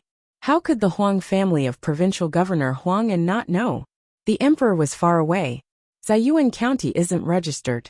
There are only 13 registered counties in Guangzhou. The villager understood the reason. If it wasn't registered, the imperial court wouldn't check it. The local people wouldn't record it. When it was time to collect rent, they would collect it from Ziyuan County. The rent collected would be paid for 20 days a year. The benefits would be divided among everyone. The people in the county didn't know about it. They thought that they had given something to the imperial court. They thought that the county was supposed to pay for the land, but they were asked to find a way to get it. They thought that they had given it to the emperor. There should be many similar places in the Tang dynasty. If the world is in turmoil, the people will know about it. With someone leading the way, how can they not rebel? Li Feng clenched his fist and slowly loosened it. He smiled. Everyone, we are officials now. Let the world see the abilities of the Li family Zhuangzi and their slaves. Even if we only stay here for a few months, we will develop Saiyuan County. As he spoke, he stretched out his hand. The others formed a circle and put their hands together. They looked at each other and shouted, "There are no difficulties in the world. Take the stars and the moon, Baishui army. Okay, let's not care about the past. From now on, we will revive Saiyuan County. Come on, check the accounts," Li Feng said as he stepped to the side. The winged knights behind him came up and kicked the door. With a clang, the door opened. The lock was not opened, hanging alone on the door pin. Everyone went in and took out the account books that had been there for who knew how long. They lit the lamps and began to organize them. As long as there were accounts, even if they were from a few years ago, they believed that they could find the problem. The Yin family had existed for a long time. If they found a mistake, they could arrest them. Once they caught the person and interrogated him, they would definitely be able to find something new and record it again. The winged knights helped to draw the forms and input the data. The sky brightened again. Li Feng and the others did not rest and continued to tidy up. They were all in a state of excitement. The people who woke up in the morning realized that there was someone in the yamen. The Li family Zhuangzi from yesterday? A new county magistrate? Grandfather, there's someone at the county yamen. There's someone standing at the door with a stick and a knife at his waist. Old Man Chen's eldest grandson ran into the house and shouted. Old Man Chen slept well last night. His fourth son was going to have a wife. The girl was a year older than him. It was fine. Rumors were not a problem. He knew the inside story. The girl's father was sick in the past. The girl went up the mountain to look for things to sell. One day she came back with her clothes in tatters. At that time, someone said that there were bandits in the mountain and thought that the girl was bullied. In reality, the girl came back with her clothes in disarray and immediately brought her family into the mountain. They carried out a big wild boar. The girl hunted a big wild boar by herself. The wild boar chased her, and she climbed up a tree. The wild boar hit the tree and stabbed its tusk into the tree. The girl picked up the tree and stabbed it with a fork. The wild boar died just like that. Others did not know that they liked to put unrelated things together. In reality, even if she met bandits and was bullied, what could she do? The girl went into the mountain to save her father. Other people's gossip was hurtful. Old Man Chen approved of this girl. She was beautiful. When she gave birth to children in the future, whether it was a boy or a girl, they would be good-looking. When his eldest grandson shouted, he woke up and looked at his wife sitting in front of the window. His wife was holding a small garment in her hand and looking at it with a smile. You're not asleep yet? The old man felt sorry for his wife. That girl is not bad. I'll send her over today. She's our daughter-in-law. We can't let others take advantage of her. The old lady was happy. In one night, she destroyed her fourth son's somewhat tattered clothes and changed them into a small garment. She used to think about that girl. If others did not want her, she would like her. But the girl was beautiful. She was afraid that she could not afford the betrothal gift money. She was even more worried that she would not like her children. Since they liked each other, she quickly made clothes for them. They could talk about the future in the future. It would be best if the two of them did something at night in the shack. You're too good to your daughter-in-law. You're all unfilial. The old man shouted. Father, the meal is ready. The eldest daughter-in-law's voice immediately sounded. Father, Gongzi went to work. I cooked 3 goose eggs. I left one for you and mother, one for the child, and I want to send the other one to Gongzi. The second daughter-in-law said, Father, I'm pregnant. I can't do heavy work. Don't be picky. The third daughter-in-law was reasonable. Don't listen to this old man. He's spoiled. Third wife, take care of the baby. The old lady said, Understood, mother. The 3 women's voices sounded at the same time. Then they laughed and disappeared. I have to go and take a look. They're coming. The Yin family's people might cause trouble. Old Man Chen enjoyed the treatment of an elder and felt the viciousness of his wife. He was worried about the yamen. He put on his shoes and clothes and hurried to the yamen. When he arrived, many people from the county came over. Some carried baskets with steamed rice balls in them. There were also boiled duck and goose eggs. There was a lot of water here. It was suitable for raising ducks and geese. When it was eaten, it was boiled. It was indeed smellier than eggs, but they could not be pickled. Old Man Chen looked around. There were no people from the Yin family. No, there were. There were a few people hiding in the distance and looking around. The door of the prison opened. A group of people walked out in a daze. His Majesty has pardoned the world. Since you were not hanged or beheaded, you are among the pardoned. Go home. In the future, wait and see. Li Feng had checked the case. As long as most of the people were harmed, they were locked up. The other few crimes were not serious. His Majesty had pardoned them, but not here. The entire prison was emptied. Li Feng personally went to the notice wall outside and posted a notice. It was a letter he wrote to persuade the people. Some people couldn't write when Li Longji was taking the county magistrate exam. As a slave of the Li family Zhuangzi, Li Feng could write. Of course, what he wrote was not literary. If Li Yi wrote it at this time, he also couldn't write. When he wrote a poem, the people couldn't understand it, let alone read it. Some of the people found their relatives who were released and cried together. Some stood in front of the notice and waited for the literate to read it. The Tang dynasty was like this. When the government posted a notice, a group of people who were illiterate would watch and wait.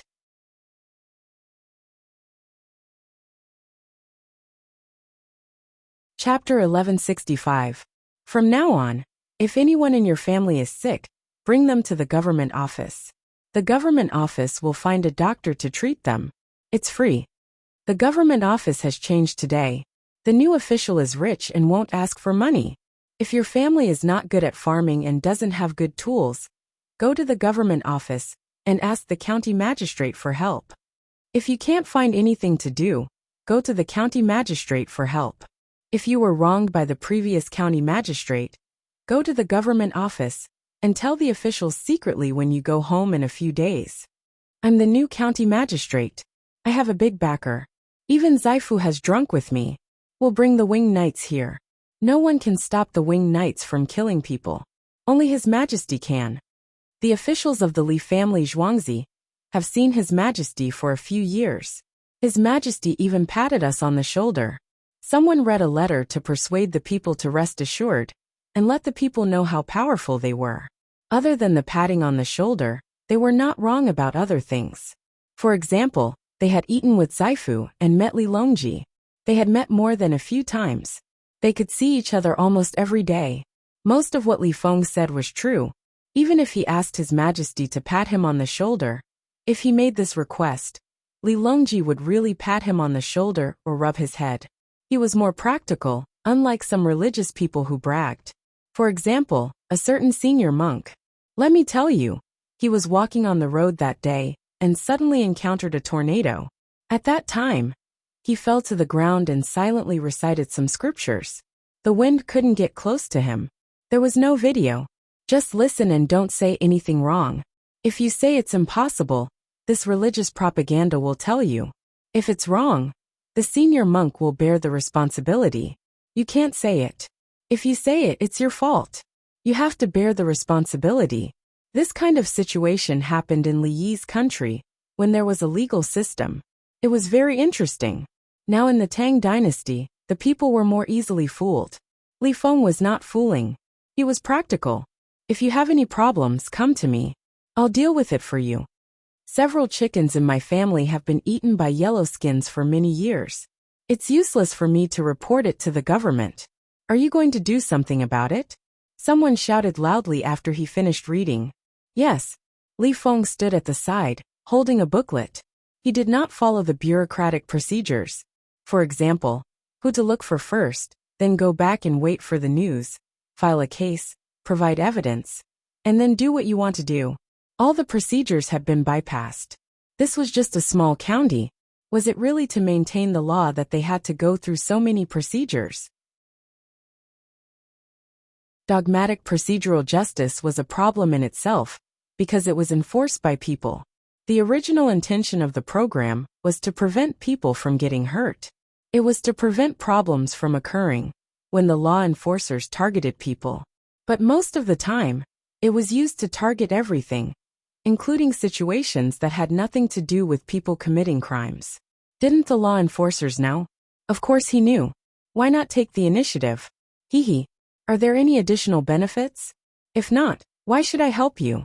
If something were to happen, and someone were to use this as an excuse, I would be in trouble. Li Feng was not afraid. Other than Dongzhu, no one else could deal with him. He was a slave of the Li family Zhuangzi. 4 days ago, a chicken was eaten by a weasel. What should we do? This person's body was trembling slightly. He was afraid to face the officials. Send 10 people to help him find the weasel's family. Don't kill the young ones. Raise them and bring them back to Dongzhu. Kill the adult ones. See how much the skin can be sold for as compensation to his family. See if there are any traces in the nest. Li Feng looked at the winged knights. 10 people stood out. Ming residents. My family lives on the mountain. Now that the place is about to collapse, my family has moved elsewhere. But the house is still there. We don't have a house. Are you going to do something about it? Another person said his family's situation. The house was fine before, but after the rain, the hillside below was damaged. The house was obviously uninhabitable. Now that there was a lot of rain, they wanted to tear down the house, but they were afraid that they would be buried. They would not talk about such things in the past. According to their stupid ideals, what did it have to do with the yamen? Have you planted vegetables and beans around the house? Li Feng came to the person. We don't dare to. We planted them last year. We can't do it this year. A lot of the wood on the house is valuable. We don't dare to tear it down. The person's legs were trembling. He felt that his request was too much. How many rooms? How big are the beams? We will use the same amount to exchange for another house for you. Your house will belong to us, okay? Li Feng was a slave himself. He had experienced many things and understood what the people were thinking. They wanted to pass on the loss. It would be best if the yamen could bear the loss. Li Feng decided to let the yamen bear the loss, because the loss of the people was a loss of life, not a loss of business. That house was the home of the people. It was a necessity. If it was a tourist, the house was for business. If it was damaged, so be it. Would you not want to live without a house? Dongzhu said before that the houses of the people should be saved. If a business house was damaged, so be it. But if it was used for business house construction, in order to gain benefits, additional loans should be given according to the situation. This meant that the houses of the people could be repaired for free if they were damaged. If a business house was damaged, then according to business rules, it would be another matter to continue the loan or support. Now this house belonged to them. It was raining heavily. The house was on the mountain, and the surroundings were empty. They did not dare to live there anymore. In the past, the yamen would not care. You came to me for your own house? If Li Feng wanted to care, the people could not do anything. Today the people asked the imperial court for help for survival, and not for additional benefits. The imperial court did not care. Then tomorrow, when the people betrayed the imperial court, what right did the imperial court have to criticize them? Righteousness? This was like a father carrying a starving child to the yamen and begging for some food to save the child. Not only did the yamen refuse, but they also criticized the father for not even providing food for the child. Then the child starved to death. The yamen did not care. It was not their child. When the enemy country attacked, the child's father helped the enemy country lead the way. The yamen criticized the child's father for not being righteous. No, how could you do this? You would bear infamy for eternity. And the child's father only had to bear the soul of a child who had starved to death. This was what Li Yi had told Li Feng and the others. Do not let the people lose trust in the government. Human nature was that if you were good to me, I would be good to you. It was not that you bullied me. I still had to love you. Because of righteousness? How could I be so cheap? Don't talk to me about righteousness. What was righteousness when the regime changed? Strength was the right thing to do. Li Feng followed Li Yi's teachings completely. If you were good to the people, even if it was a small matter, the people would believe you. If you played Tai Chi and thought that you were good, you would fool the people. The credibility of the imperial court that you represented would be gone. The people were not fools. They just did not have a choice. They could not beat you. When there was unrest one day, would you still expect the people to support you and support you with the righteousness you promoted? It was like this between friends, let alone the world. You will really give me a house? The person who asked this was still trembling. He was afraid that the imperial court would lie to him. Is your house worth 10 taels? Li Feng asked. Not so much. 5 taels. The person thought about it and gave an uncertain price. I will give you 10 taels. Take it. If I don't build a new house for you, these 10 taels will be yours. Li Feng took out the money directly.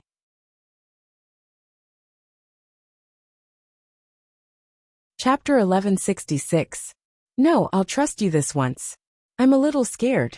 I just want my home. The person who saw the coupon did not extend his hand. He was not asking for money. He just felt that his house was not good enough. Then the new county magistrate said that he could help with anything. He said it out loud. Unexpectedly, it really worked. The new county magistrate paid for it as a guarantee.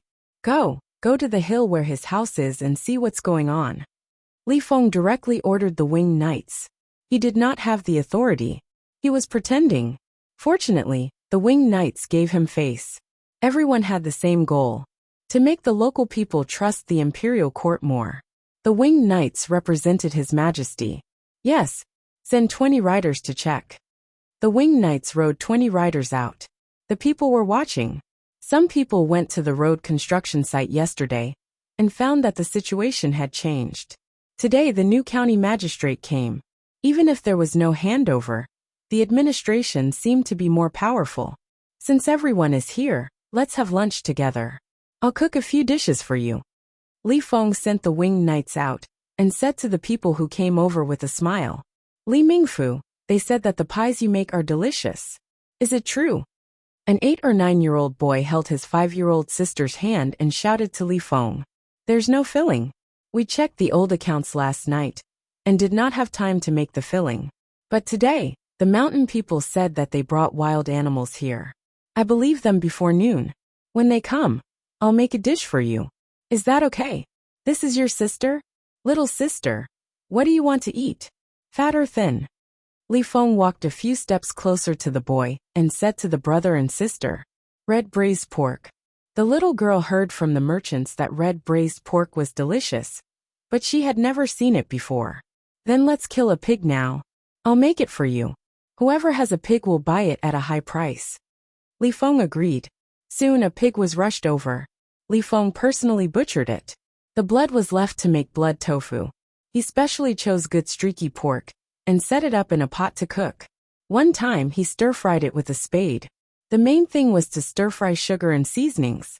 After stir-frying, he stewed the meat, removed the foam, and added the seasonings. Slowly the red braised pork was ready. There were several ways to cook braised pork with soy sauce, and the current one required a high degree of heat. Li Feng's method was the best method in the absence of soy sauce. Before the meal, the dilapidated house was torn down, and the wood was sent back. In addition, the weasel's family was unlucky. At the same time, the other wild animals were also unlucky. It was impossible for the feathered forest flying cavalry to deal with the yellow-skinned man. The weasels were skinned on the spot. There were 9 of them in total. The little ones had grown up and no longer needed to drink milk. The 2 big ones had already died and were going to be processed later. The 7 small ones were locked in cages and were going to be sent back to Li Yi. Are 2 pieces of skin enough? Li Feng looked at the bloody weasel skin and asked the person whose chicken was eaten by the weasel skin. Enough, hee. Did I take it? The person who threw the chicken didn't care if the yellow skin was the one who stole his chicken. He didn't mind it being dirty. He picked it up and placed it by his feet.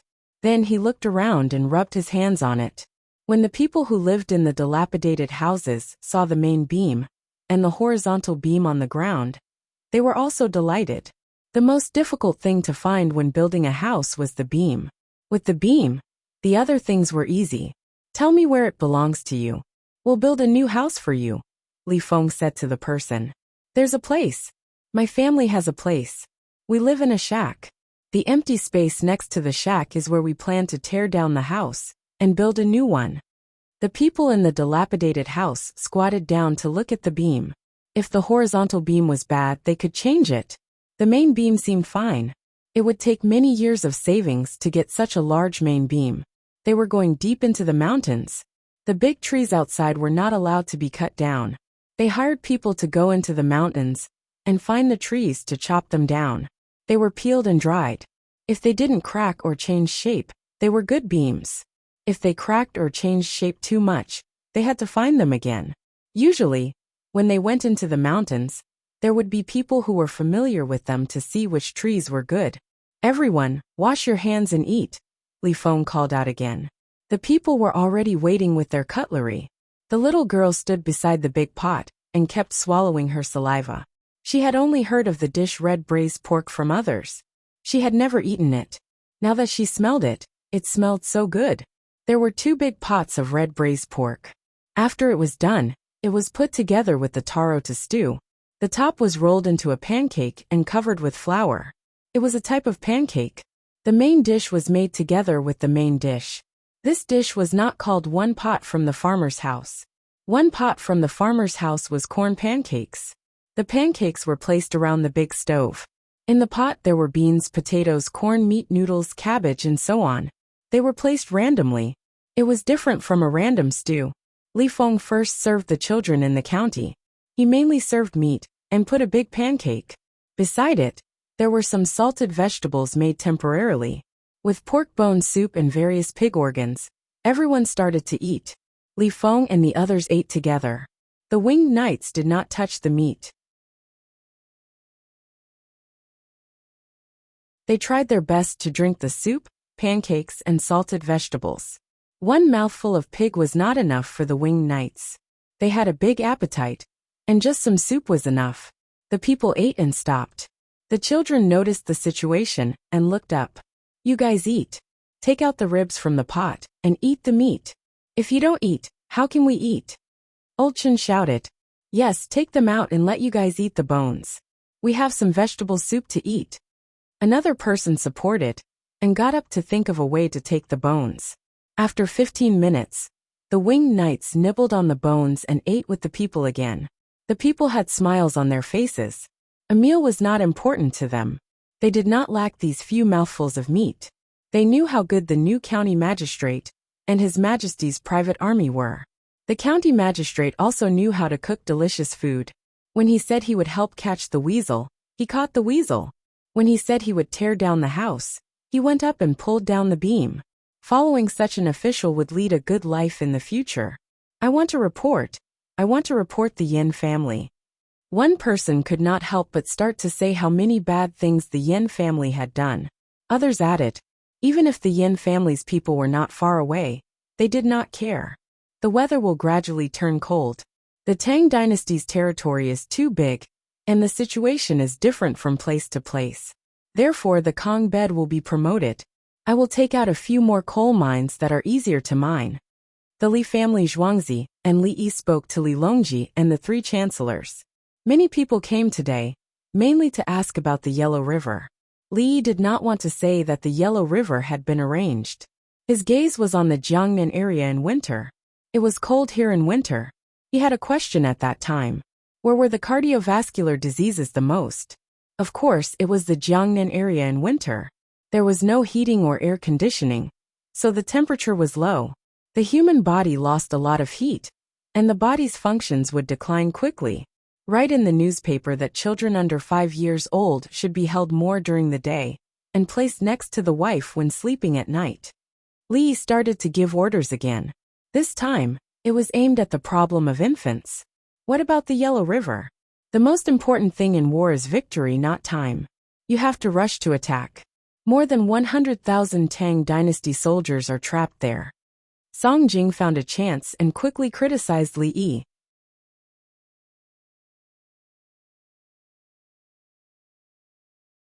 Chapter 1167. Li Yi stared at Song Jing, and Song Jing stared back. Both of them looked at each other for a while, and Li Yi laughed. "Isn't this the time of war? The place is occupied. Does it mean that you don't need to guard it?" Song Jing asked. "Long you didn't guard it before? Hashi Jadushi didn't guard it?" What's the difference? Li reasoned. Of course it's different. The distance is long, and it's difficult for us to transport baggage. Song Jing found the key problem. Is the transportation in the past better than now?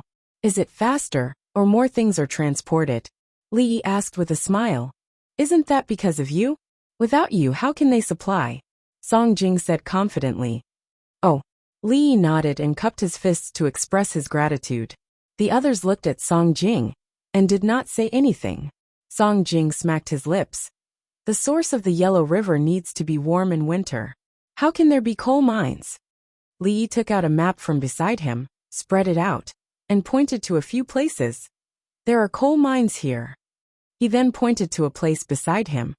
The distance from here to Sister Lake is 600 miles. There is a large open-pit coal mine occupied by Tubo. Li was referring to the open-pit coal mine in Haishi Province, which was north of Sister Lake. Currently, the Tibetan army and tribes were still there, but they did not attack the south. The other places were controlled by the Tang dynasty. Longyu was a little further west, and there was a small coal mine there, which was not easy to mine. The coal mine reserves were small, but it was not a problem. It was enough to dig a few hundred meters deep. There are also gold mines and other minerals here, such as antimony and tungsten. I don't know what they are, right? They are good stuff. I can use them to make alloys and safety matches. I haven't taken out matches. If I produce matches, it will make people sick. If you don't want to get poisoned, you can only continue to increase the production process. The fire sickles we are using now are not bad. Li felt that it would be better to use the technology on something else than the match production line. The fire sickles of the people of the Tang dynasty were very useful. They skillfully ignited the fire. Flint was generally a white stone. When Li was young, there was a white stone ditch near his home. There were many such stones inside. The main ingredient is silica, which can be used to ignite a fire by rubbing it. There were also some in the matches, but they weren't worth much. Red phosphorus was needed to make matches. It wasn't easy to get red phosphorus, so why make matches? Looking at the picture and listening to Li speak, the three prime ministers fell silent. They felt like they had been bullied. Yes, they admitted that they did not know what Li was talking about. The only thing he knew was that there were mines, coal mines and gold mines. Let's not talk about the gold mines for now, as there was no need to use them for now. The coal mines would be used to keep the soldiers warm during the winter. Are ordinary people allowed to dig coal mines? Baigu didn't want to see Song Jing suffer. Now the people dig at the places where the cement is burned. They keep part of it for themselves, and give the rest to the cement factory as coal mining money. Li drew a few small areas on the map, where the cement factory was located. He didn't draw any other places, because there were no stones to burn cement. Sui thought for a moment and said, "There are not many people there. The coal sent to the front should be washed coal. There are captives. We don't plan to release them now. Quickly send them to Longyu." Li reminded, "Don't always think about making the people do the hard work. The people still need to farm and breed animals." After capturing tens of thousands of captives and exchanging them with the people of the Tang dynasty, the rest will be used to wash coal and burn cement. They can't just eat and not work. They have the right to work. Transfer the captives. Give money to Anshi Jidushi. Brother you buy the captives. Li Longji knew what Anshi Jidushi was waiting for. They were waiting for money. There were also medicine and tools for treating injuries, gauze, scissors, alcohol, etc. Li agreed without thinking. "I'll pay. Send people to send the exchange coupons and supplies. The loss will be deducted from the tax. Deduct it next year. We have to gather 30 million this year. It wasn't easy for you to sell things and pay a lot of tax." Baigu discussed in a low voice. He wanted to see that there was enough money on the books. He couldn't spend much on other things like building ships and getting railroad tracks. It was not like he had to take out 10 million to build a ship. He had to buy things, hire servants, and allocate money in batches. He knew where Li lost the money. He spent money to buy the captives. Who would give Li money to wash coal and burn cement? Li also had to pay for the food of the captives. It was another burden. "Xiao Yi, I know it's not easy for you. Baigu comforted him again. Li blinked. How is it not easy? You're talking about money for food? I told the captives to use coal to make coal and shake briquettes. Are the people willing to buy 100 pieces of coal for a coin? If not, they can go back and make coal themselves. If they buy it, they can go and make coal directly. A captive can make 3,000 pieces of coal a day. 5,000 pieces. Once you get used to it, it will be fast. Li wasn't worried. He had to wash coal. A captive had to wash a ton of coal a day. 2 people in a group. If they produced 5 tons of coal a day, they would be rewarded with meat soup to drink and 3 tons of meat to eat. If they didn't produce 2 tons, their meals would be halved. If they didn't produce 1 ton, they would have to dig a hole and bury it. Even if there were 150,000 frontline soldiers, how much coal could they use in a day? Even if each person had 10 caddies of coal, they wouldn't be able to burn it. The furnace wouldn't stop burning all day long. It would burn 24 hours a day. 8 people in a room, 80 caddies of coal. No one could sit on the stove. It was too hot. Not to mention the stove, they couldn't stay in the room. On average, a captive washed a ton of coal a day. 30,000 captives would be 30,000 tons. The other 40 to 50,000 people would dig coal. A month of work was enough for the soldiers in front. If they were in a hurry to burn cement, 10,000 people could wash coal, 20,000 people could dig coal, and the rest could grind cement. After washing for 2 to 3 months, there would be enough space for them. After a few days, when the weather turned cold, it would be difficult to wash coal. The water would be cold. Normally, Li Yi's coal washers would stop working. The captives didn't need to consider whether it was cold or not. They could wash coal in winter. They could dig holes in the ice and take out water to wash coal. Xiao Yi, according to this, should we pay some taxes? Baigu pondered for a moment. The captives would dig coal, wash coal, and make coal blocks. After they finished supplying the front line, they could be sold. Each captive could provide Li Yi with 30 to 40 coins a day. There were more than 80,000 captives in the 2 places. Li Yi earned 3,000 coins a day. 10 days 30,000, 100 days 300,000. Isn't it money to buy captives? It needs to be paid in batches.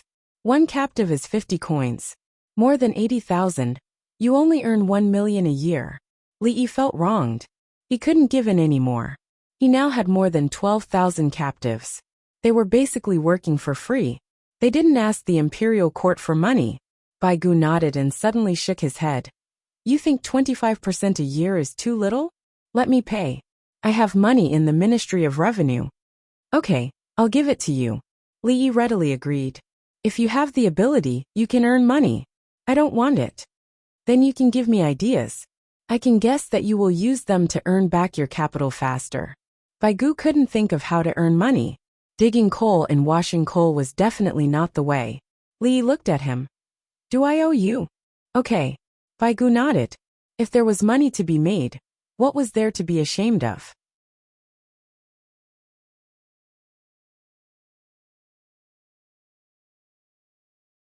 Chapter 1168. Stone. Put the stones and stir with all your strength. Tie up the bamboo tendons, and build the city before it snows. Otherwise, it can only be frozen into a city. Beside the Yellow River, the Tang Dynasty soldiers were mixing concrete in the city. The city wall was rising bit by bit. They didn't have any vibrating equipment, so they relied on people to shake it with a stake. If there was a word to describe it, it would be called tamping. The highland barley had been harvested. A water wheel was set up on the Yellow River to shuck the barley and grind it into flour. The Tubo tribe traded things for highland barley noodles, steamed highland barley rice, and braised meat. Now they were paid to build the city for the Tang Dynasty. They transported, quarried, and mixed the materials. The women helped to cook, and the children delivered food and water. They were also paid. They discovered the magic of concrete and decided that they wouldn't do anything if someone asked them to attack the city later. The city wall couldn't be destroyed. How could they climb up? They said that the city wall was several feet high. Recently, ships came and went. The explosives transported here were like mountains. There were also skyscraping monkeys, arrows, cotton-padded clothes and mattresses to prepare for winter, bags of rice, flour, oil, alcohol, diesel, kerosene. Could they shoot it down? Send themselves to death? The Tubo people didn't want to die like this. It was meaningless. It was still useless to build catapults and arrow towers. The enemy had skyscraping monkeys. They flew far away, and before the catapults entered the range, they would be blown to pieces. The arrow towers were slowly pushed over. When the catapults on the city wall threw out a bag of explosives, the towers collapsed. The wind was good. The hot air balloons of the Tang army guarding the city were thrown forward with ropes. No, why did the Tang army defend? Why didn't they attack? They were living a good life now. If they needed anything, they would exchange it with the Tang army. Next year, they would change their farming tools and farm and raise livestock. If they wanted to fight, they would have to wait until the population of the tribe multiplied several times. They wouldn't fight a war that they had no chance of winning. The temperature at Sister Lake has dropped. When the sun rose in the morning, there was frost on the surrounding grass. Zhang Xiaosong led the team and didn't go back. They went to various places and talked about the temperature of Jialing Lake and Erling Lake. The altitude there was high, and the temperature was low. As the short summer passed, in more than a month the lake shore will freeze. Then the two lakes will be frozen. We can travel on the ice. Qinli did not care about winter. Winter had its ways. Since the Yellow River was completely sealed, they could transport goods on ice. Hopefully this year's winter would be colder. Otherwise, some places would not be frozen. You're not going back in the winter? Zhang Zhongliang hoped that the winged knights would be there, and the 16 guards would come to replace them, but they had never fought in a war before. I don't think I'll be able to go back. I'll stay behind to take charge. The others will go back and send a new team to adapt to the climate. Qinli was not very sure. If he was transferred, he had to go. He was willing to spend the winter there. He was more familiar with the situation and didn't act rashly. If it were someone else who liked to play with tactics, who knew what they would do, if things went wrong, they might take advantage of the ice and snow to sneak into the enemy's rear and launch a surprise attack, then run away after the attack. If by any chance the horses couldn't withstand the cold winter and were delayed somewhere, Tubo's army would encircle and annihilate them. Their brothers would suffer heavy casualties. He was sent here because no one who played with tactics would be able to take advantage of him. In a sand table battle, even if he lost a small area or dozens or hundreds of people, his strategic position would not change. Moreover, it wasn't as if he didn't know how to launch surprise attacks. He had tricked his opponents many times. Just like Sima Yi in the Romance of the Three Kingdoms. No matter how Zhuge Liang was transferred, he would defend his position. What could he do? Of course, if Officer Guo was sent to replace him, Tubo would be the one to worry. Are you going back? Zhang Zhongliang looked at Hao Lingquan. I can't go back. Li Dongzhu told me when he called me here that I'll learn from you guys. I'm afraid something will happen when I become a general. Hao Lingquan shook his head. He still hadn't completely adapted to his own feelings. Recently, he had gone to negotiate with 3 unstable Tubo tribes. The 3 tribes were convinced by him and were willing to help build the city. This was his greatest ability. He was sent out to contact the other party and deceive them. Previously, he had made great contributions like this. It was very thrilling, and he had almost let the enemy escape. Zhang Zhongliang didn't think that Hao Lingquan was bad. At least, everyone had seen the change in attitude of the 3 tribes. Hao Lingquan dared to say that he had succeeded 3 times in a row. What was more interesting was that he had become sworn brothers with Fu Qian of the 3 tribes. They had agreed that the tribes would not take the initiative to attack the Tang dynasty. As long as he was here, he would not let the Tang army hurt the people of the tribes. He had promised the 3 sworn brothers that no one would die from cold or hunger in winter. The 3 tribes believed him and came to work for free. Zhang Zhongliang had always thought that Hao Lingquan was a waste of talent to be a general. He should be the prime minister and be in charge of foreign affairs. General Hao, are you on the Kong bed? Wang Juankui also thought of Hao Lingquan's promise to the other tribes. I'm on the Kong bed. There are no bricks. If we use mud bricks, it will collapse easily. They said that there's no need to be afraid of collapsing. I discussed with them. They will exchange cow dung, horse dung, and sheep dung with us for coal. Li Dongzhu said that he wants to plant medicinal herbs, or find good medicinal herbs. He wants to fertilize them and leave a mark. Hao Lingquan was very respectful to the provincial governor and deputy provincial governor, who could command the war. I'll write a letter to Li Yi and tell him about your situation. Guojian also thought that Hao Lingquan was not suitable to be a general. There was a bigger stage. I'll also write a letter to see if we can get medical personnel. No, we need doctors. There are 90 people in Li family Zhuangzi. The winged knights know a little. There's also medicine and equipment. Guanlin's family needs them. Guanlin's 2 children are smart. Hao Lingquan didn't care. He was a general anyway. Living and studying in Li family Zhuangzi, he had a peaceful mind. He knew that his achievements were nothing in front of Li Yi. Everyone wrote letters according to their own ideas. There was no need to communicate with others. The letters were sent out before dinner. According to the current distance and delivery method, the letters would reach Chang'an tomorrow midnight. What? You dare to investigate my Yin family? Humph. I'll talk to Zhang Juling and Huang and Yin Jia, who had just taken office in Guangzhou, received information from Kaiyuan County. He was furious. He wanted to get to the bottom of this.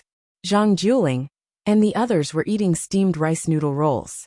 The recipe given by Li Yi was a famous snack in Guangzhou during Li Yi's time. They were eating steamed rice noodle rolls filled with beef and water buffalo. Tan Shui's water buffalo was rammed to death by a ship. The water buffalo was at the beach. A barbarian merchant's ship sailed ashore and killed Tan Shui's water buffalo. The barbarian merchant paid the price of 100 water buffaloes before Tan Shui sold her Nuno. She said the water buffalo was the Nuno that had accompanied her since she was young. The barbarian merchant chose to believe her when he saw a large group of armed mountain villagers. Then, the Nuno was rolled into the rice noodle rolls and steamed. It was indeed very valuable. Tan Shui's family was in Luzhou's Guangxi. The Guangxi water buffaloes were used to grow terraced fields. They were usually reluctant to kill them. She brought them here to breed. There were 20 buffaloes in total. There were 4 males and 16 females. Now that the male was dead, it would be difficult to distribute them.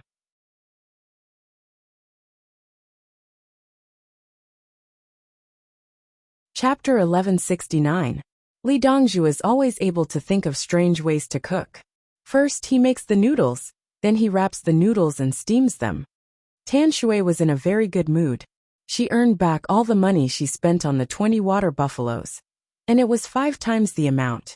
When she went back, she would tell the others about her ability to earn money. When you eat well, you will be in a good mood. Dongzhu always said that the same ingredients, but different cooking methods. When you eat some, you will feel uncomfortable, and some can eat a few more bites. Pang Kuang ate a mouthful of green onion dipping sauce, and another mouthful of rice noodle rolls. He combined the styles of the distant coastal areas together. Actually, he could also eat the rice noodle rolls and pancakes. The texture should be good. You just don't feel hungry? Tan Shui followed and dipped the green onion in sauce.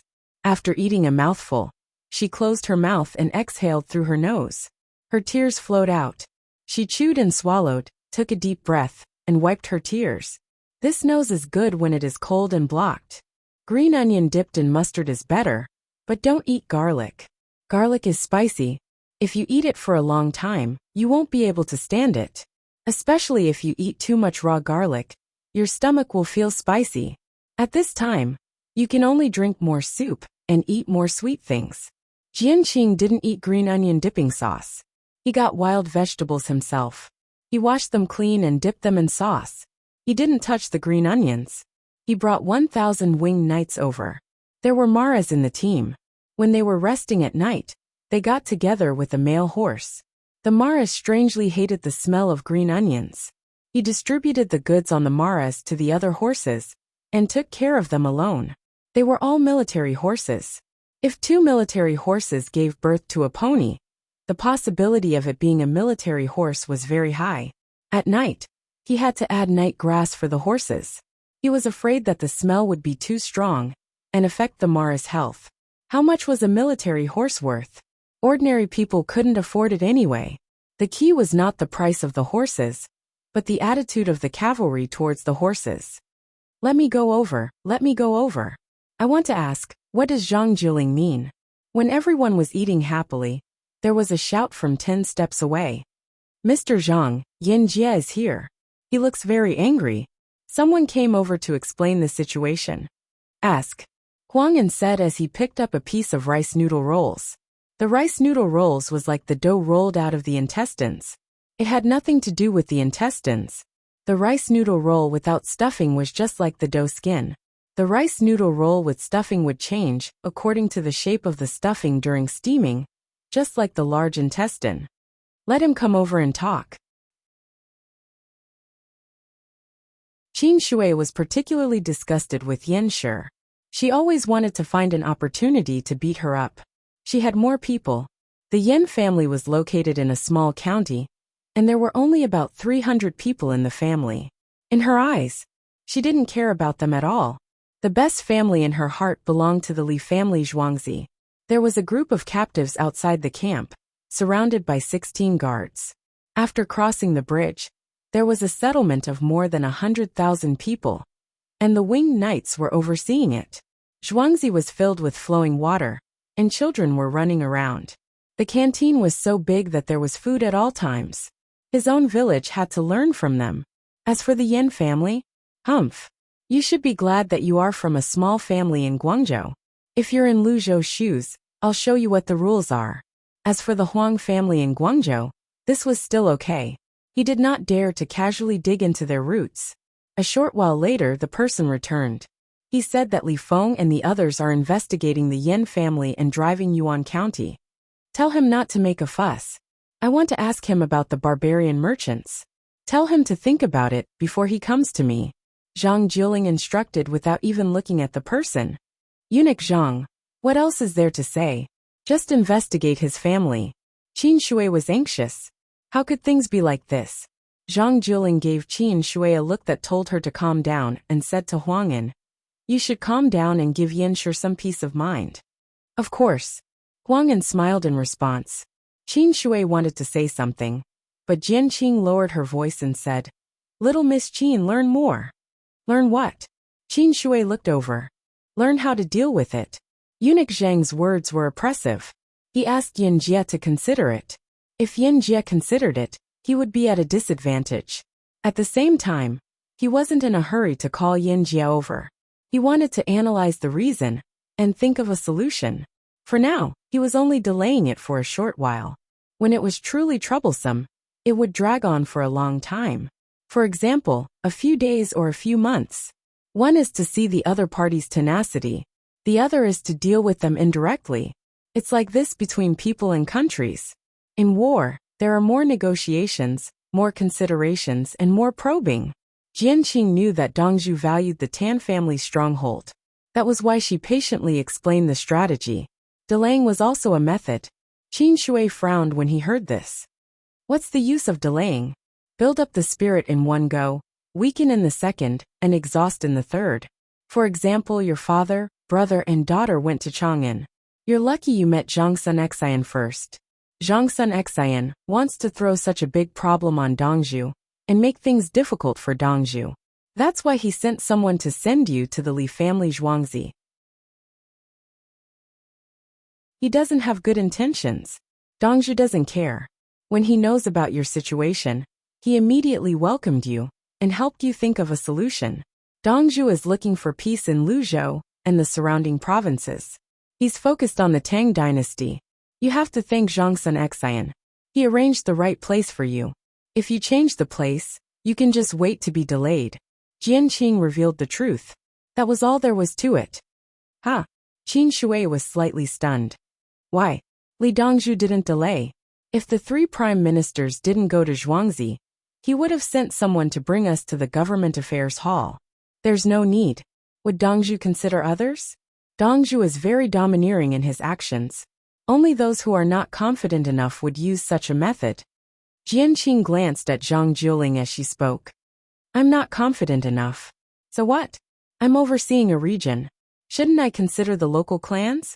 The Yin family is easy to deal with. But what about the others? Zhang Jiling did not think it was embarrassing to play tricks. He had no choice. Then he said, "It's easy for Li Yi to come here. The Yin family is nothing. Even if it's the Huang family. Biangu, what do you think?" Zhang Jiling addressed Huang An by his courtesy name. He meant that he was not targeting the Huang family. "It's better if he doesn't come. Don't worry, Duke Zhang. The Huang family won't make any mistakes." Huang An was very honest now. He analyzed the wisdom of the Wing Knight's leader and the ability of the Li family Zhuangzi's villagers. He knew Li Yi was no match for him. There was also Zaifu Songjing. Songjing mentioned Li Yi again and again in his letters. When Li Yi was overseeing Chang'an, he was able to arrange everything around him clearly and clearly. The barbarians in the southwest were well behaved. The Bohai Sea did not dare to move. The Khitans were trading, and the Tiela-Ten families had surrendered. He supported Zhang Shaosong from so far away. Then he tricked Sulu's Ranger Shur, the Abbasid Caliphate, and the Tibetan army. The Turks were in chaos. Tubo was manipulated by Li Yi, and they lost control of the Yellow River. He had arranged for a trading company here. The mountain people around Luzhou listened to him. He was in Chang'an and did not leave. If he came to Guangzhou, there would be a storm of blood. There was no problem in Guangzhou. Everything was under the control of the imperial court. The Huang family could not bear it. He had to deal with the clan's problems. Guangzhou was no longer a remote place. Li Yi was keeping an eye on it. Whoever made a mistake in the clan had to quickly make up for it and show Li Yi their attitude.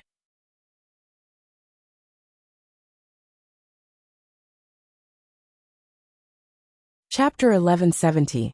Hearing their words, Qin Shui pursed his lips. "Owner Li, you understand, right?" "It's a routine operation," Jian Qing answered. "Does that mean he's good at scheming?"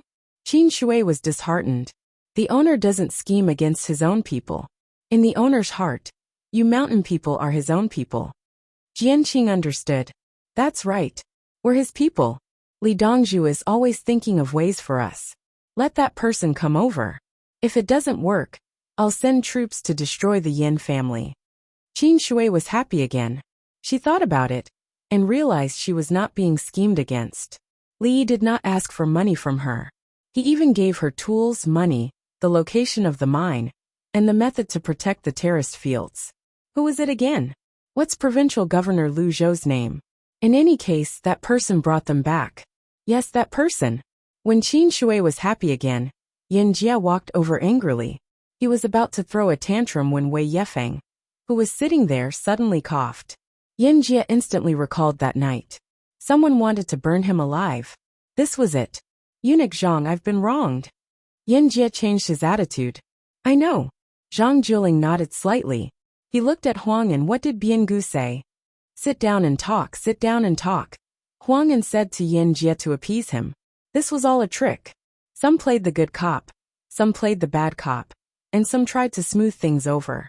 Jian Qing gave Qin Shui a look. Her meaning was, learn from them.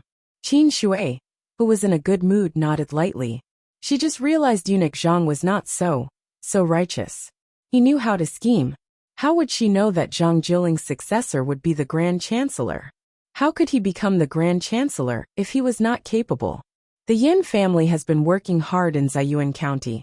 Now that we're here to manage the border trade for the Tang dynasty, they're investigating us behind our backs. Eunuch Zhang, Provincial Governor Huang, please help the Yin family. Yin Jie sat down and began to explain the situation. The backyard was on fire. Someone was stirring up trouble. Zhang Jiling lowered his head. Yin Jie looked up angrily. How can this be? Men, bring a brush and ink. Understood. A servant replied and went to fetch the items. Give me one too.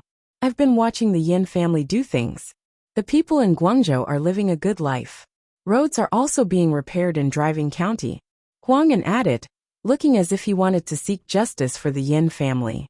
However, he didn't say that the people in Ziyuan County were living a good life. Nor did he say anything about the rest of Ziyuan County. He said that he was repairing the road. But he didn't mention what kind of road he was repairing.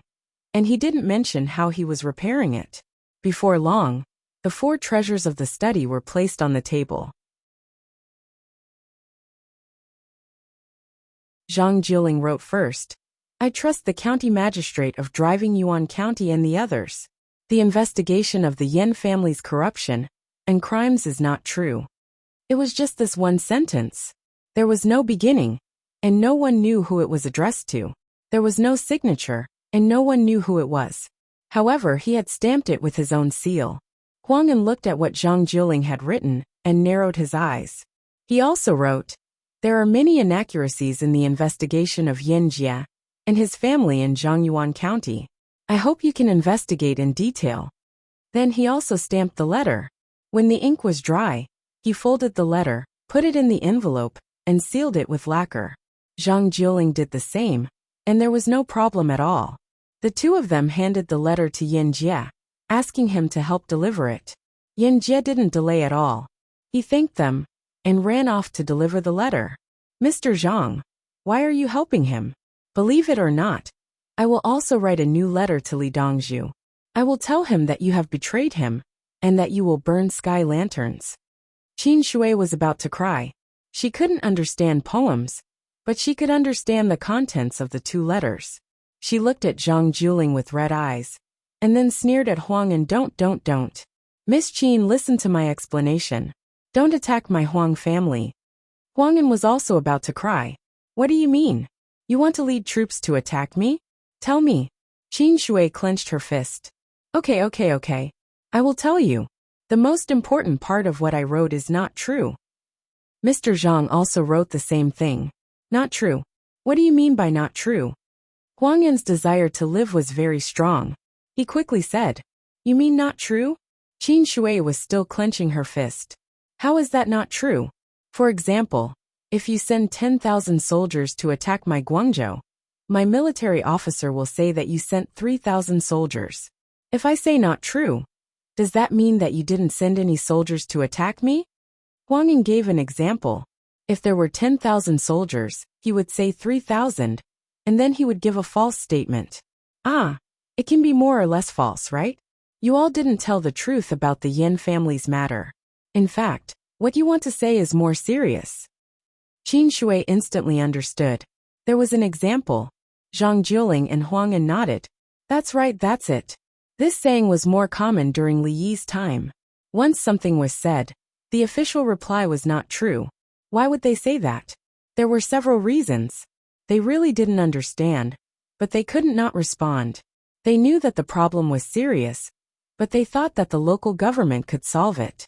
If they were afraid that the local government couldn't solve it, they would cover it up. If the local government couldn't solve it, they would investigate further. They would see if there were any problems with the person who exposed the matter. If there were no administrative problems, then were there any moral problems? Could they guide them and lead them astray? For example, so-and-so reported the chief of the Transportation Bureau for drunk driving, and it was confirmed. Then what? Check the surveillance cameras. This so-and-so didn't use the crosswalk when he crossed the road. Did everyone see that? He didn't use the crosswalk when he crossed the road. Instead, he directly crossed the road with double yellow lines. How dangerous was that?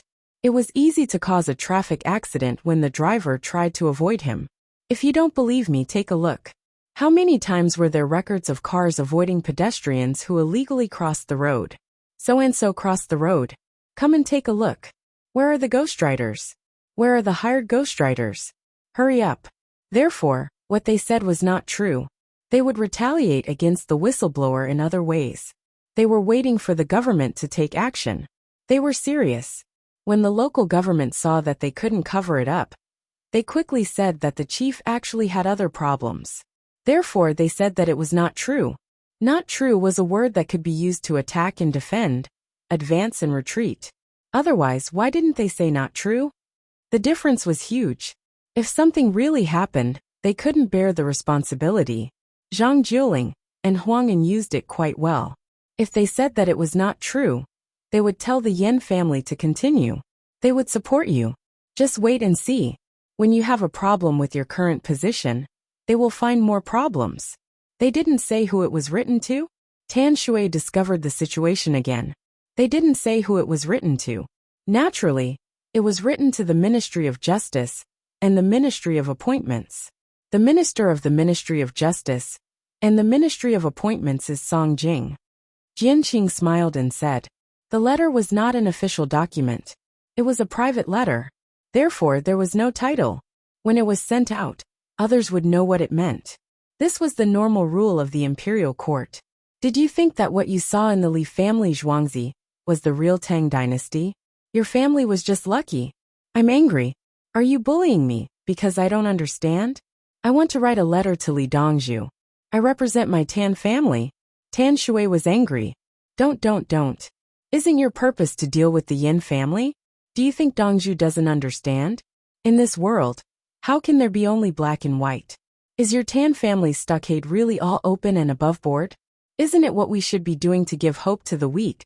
To give help to those who wish to survive? At least our winged knights are working hard. At least the Li family Zhuangzi is working hard. You are a strong person. Lead your stockade to live a good life. Jianqing shook his head. He tried hard to squeeze out a smile. Then what about Li Yi? Tan Shui seemed to be unable to bear this kind of reality. His heart is the Tang dynasty. Jianqing, Zhang Juling, and Huang'an said together.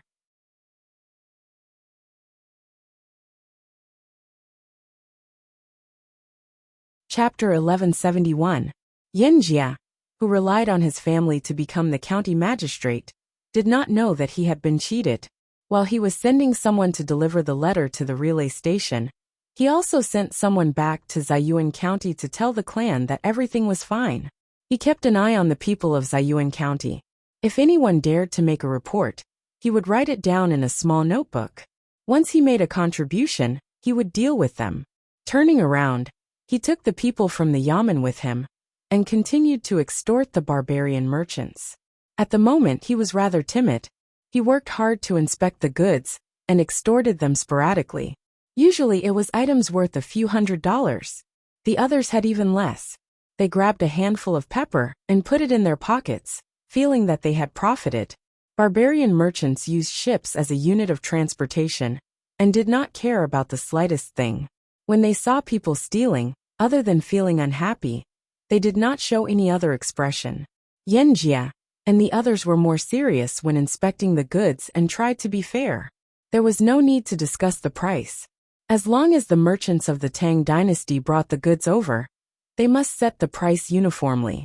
According to the specifications and quality of the goods, they would be able to exchange them for goods of different categories, and then pay taxes. The other party offered 10 hawksbill turtles in exchange for 1 jean of Hangzhou silk.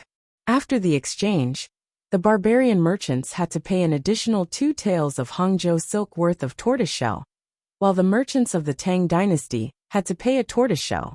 If the barbarian merchants sent grain, medicinal herbs, or crops that were not available in the Tang dynasty, they would not be taxed, and could even offset part of the tax.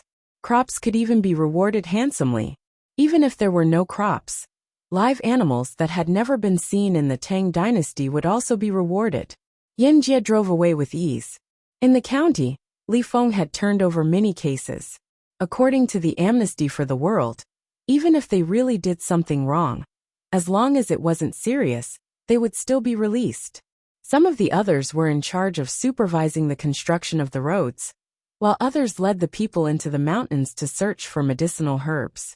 The commoners didn't know much about medicinal herbs, only a dozen or so simple ones.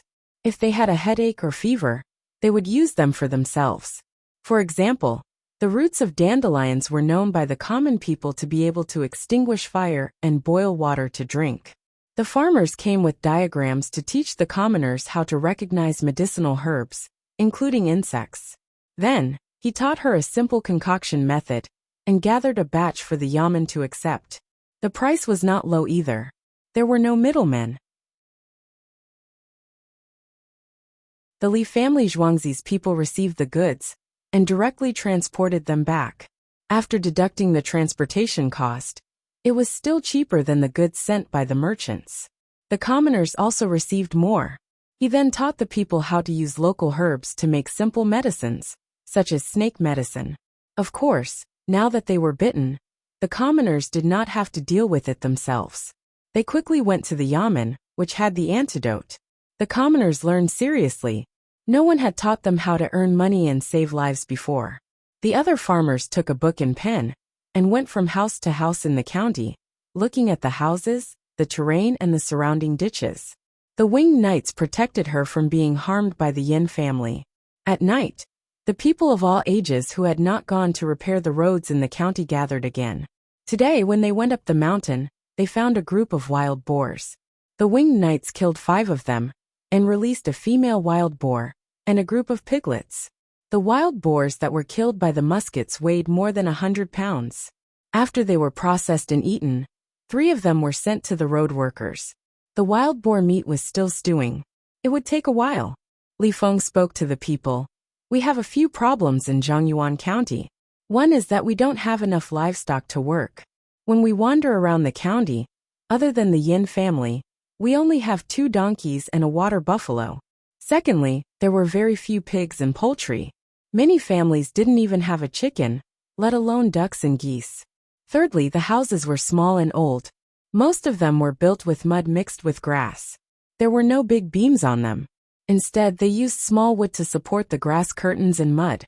Fourthly, there were very few tools for work. The imperial court has already issued maps, including many types of plows. He said one, and the commoners nodded. Yes, these were the problems we were facing now. Then, you saw the problem. What do you think we should do? I've thought about it. The main reason is that we don't have money. I'm not talking about everyone's savings, but everyone can't find a way to earn money. Li Feng concluded. If there was no money, there would be everything. Li Mingfu, tell us. How do we get money? Who do we rob? Is it the Yin family? Some of the commoners thought they were going to fight. He expressed his support. Today, he saw the muskets kill the wild boars.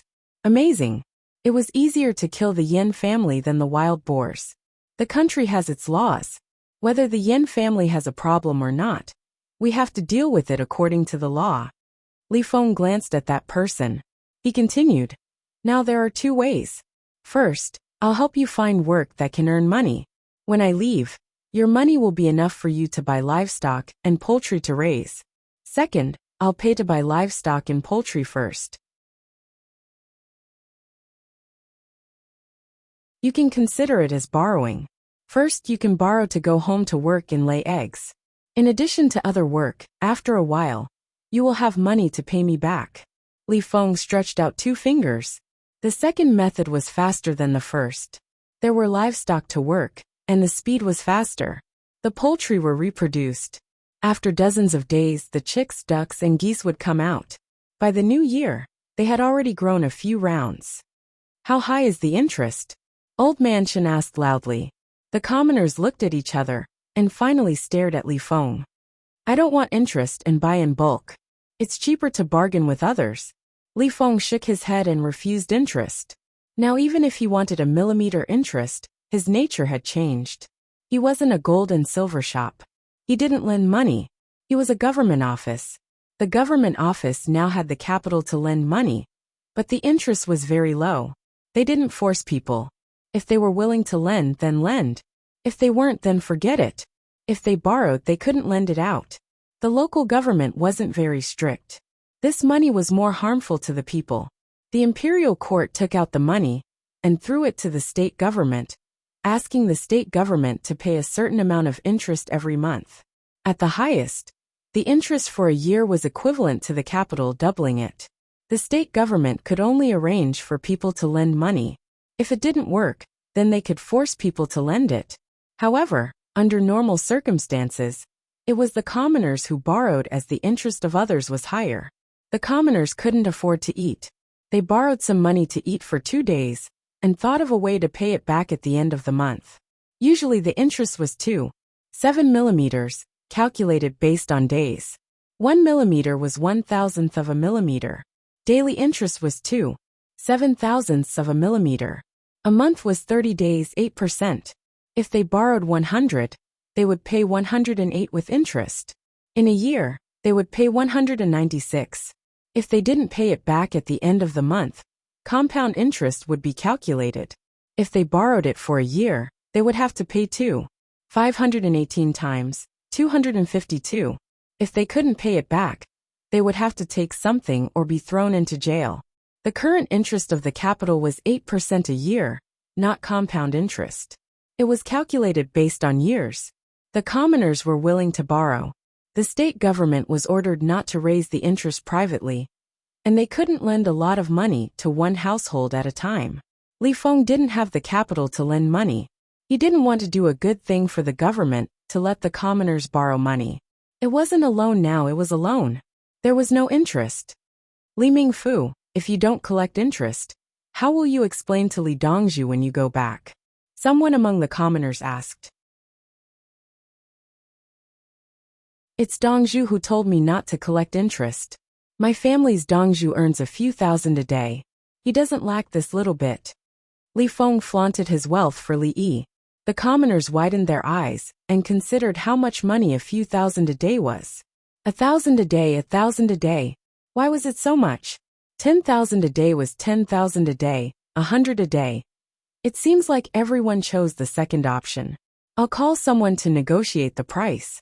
When the time comes, everyone can take the livestock and poultry home. Li Feng could see from the commoners' expressions that he had decided.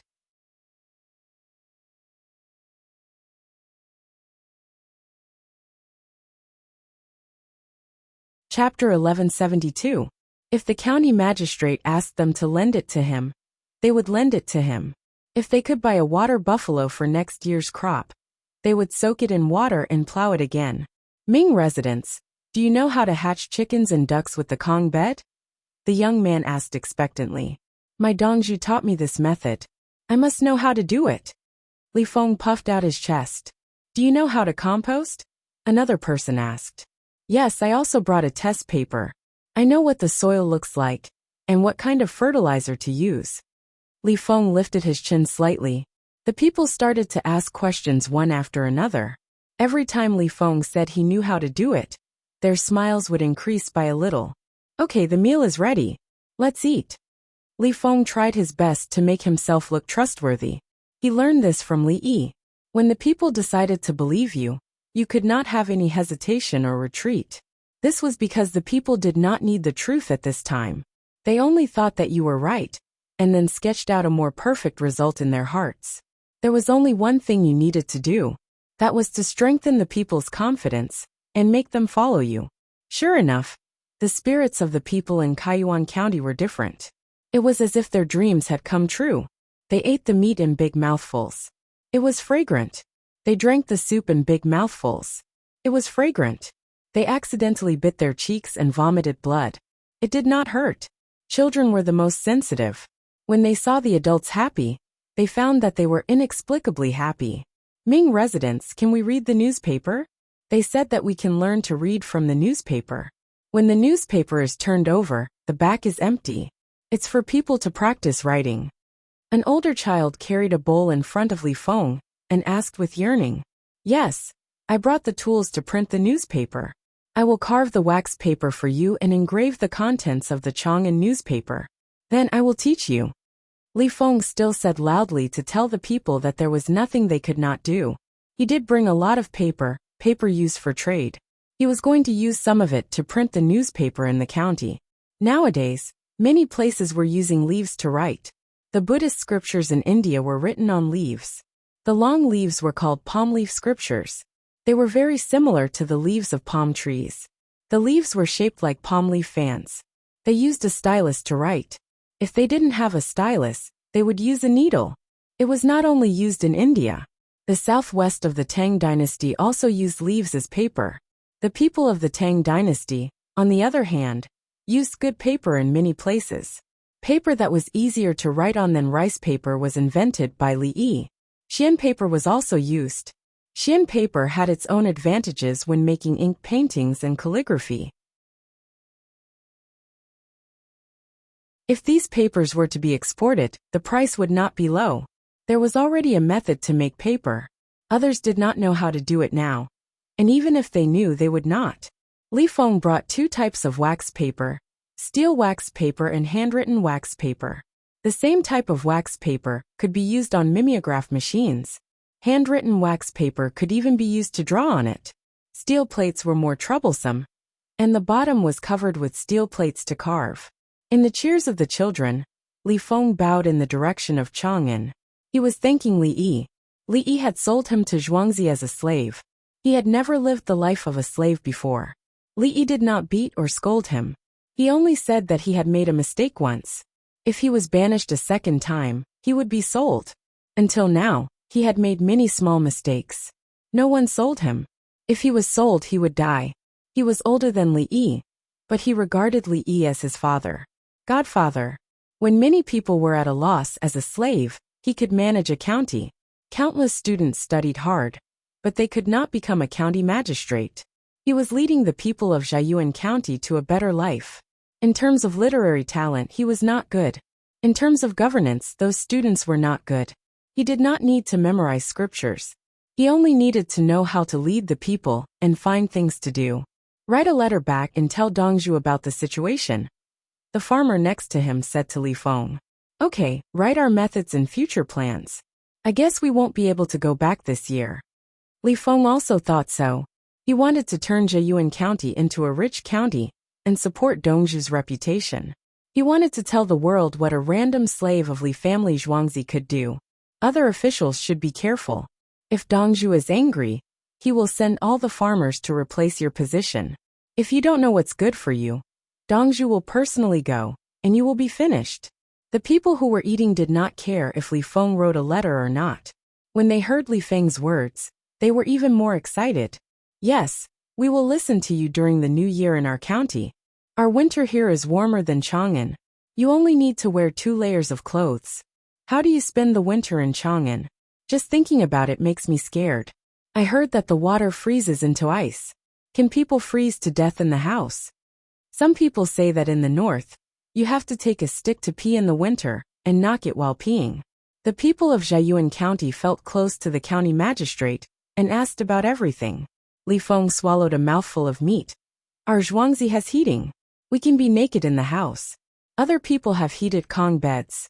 Dongzhu figured it out. Is that so? What is heating?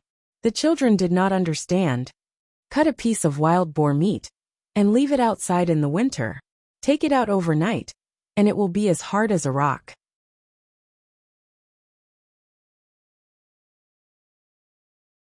In our house, put a piece of ice in it, and it will melt in a short time. There is heating. This winter, we can only heat Kong beds. I will teach you how to make a fire Kong bed. Dongzhu said that the winter in Guangzhou is wet and cold. It is just like the beginning of spring in our place. It is very uncomfortable. There are many rivers there. Li Feng could not describe it, and could only say it simply. The weather now was humid and hot. When he woke up, he felt pain in his bones. Fortunately, he brought chili powder and a lot of ginger. He could adjust his body. What is a heated Kong bed? A plate. The children had many questions. A board is like a maze. 1. When I build your house, you'll know. You can light a fire during the day and don't need to do it at night. It depends on the situation.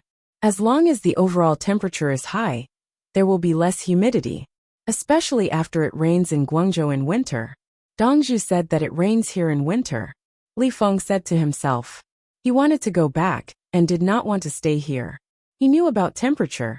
Dongzhu said that it was 4 or 5 degrees above zero. When it rained, it was cold and gloomy. It was the feeling when it started to rain after late autumn in Chang'an. The ground was wet, and the house was moist. They had to make a Kong bed. Who said that they could not heat a Kong bed if it was not frozen? The people still did not understand. They had never seen it before. They always thought that the winter in Chang'an was hard to endure. There was not enough information. In the past winter, there would always be dead people carried out of Chang'an, and the next morning, they had frozen to death, indirectly or directly. Now there was no such thing. Every house burned a Kong bed. At night, the nose was cold, but the body was not cold. The place where the road was being repaired also ate stewed meat. They were not picky. It was good enough to have something to eat. The people of the Tang dynasty ate pork. Otherwise, why did they raise pigs? It was just that the rich did not like to eat it. There were fewer seasonings and fewer ways to deal with it. After the road is repaired, We will go back and start to repair the houses. We will tear down the original houses and build new ones. Everyone will help. We will repair our own houses and other people's houses. There is a salary. It is the money that the county government subsidizes to the people. There is a stone mountain next to it. We will use the stone to build the houses. The villager in charge of this place shouted to the people who were eating. They would definitely not give the money to repair the road. It was agreed that the Yen family would provide it. There was no problem for them to repair the houses for the people as long as they paid.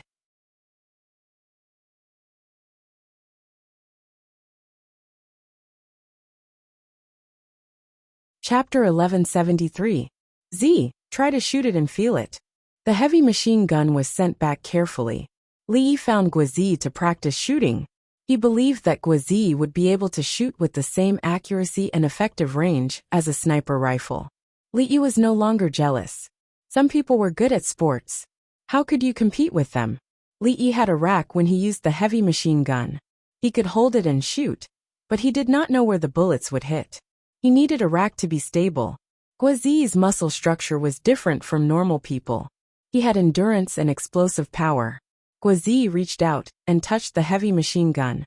In an instant he had fallen in love with this big guy. There was a scope on the heavy machine gun. He followed the instructions and fixed it on his stomach. Then he shot 2 bullets. One shot flew out of the 100-meter target. The other shot hit the 4th ring. 500 meters. Guozi counted and adjusted the target. Bang! It was still 2 consecutive shots. One shot hit the 7th ring, and the other hit the 8th ring. 1,000 meters. Guozi continued counting. Bang! One shot hit the 9th ring, and the other hit the 10th ring. 2,000 meters. Bang! 7 and 9 rings. Then 3,000 meters. He fired 10 consecutive shots.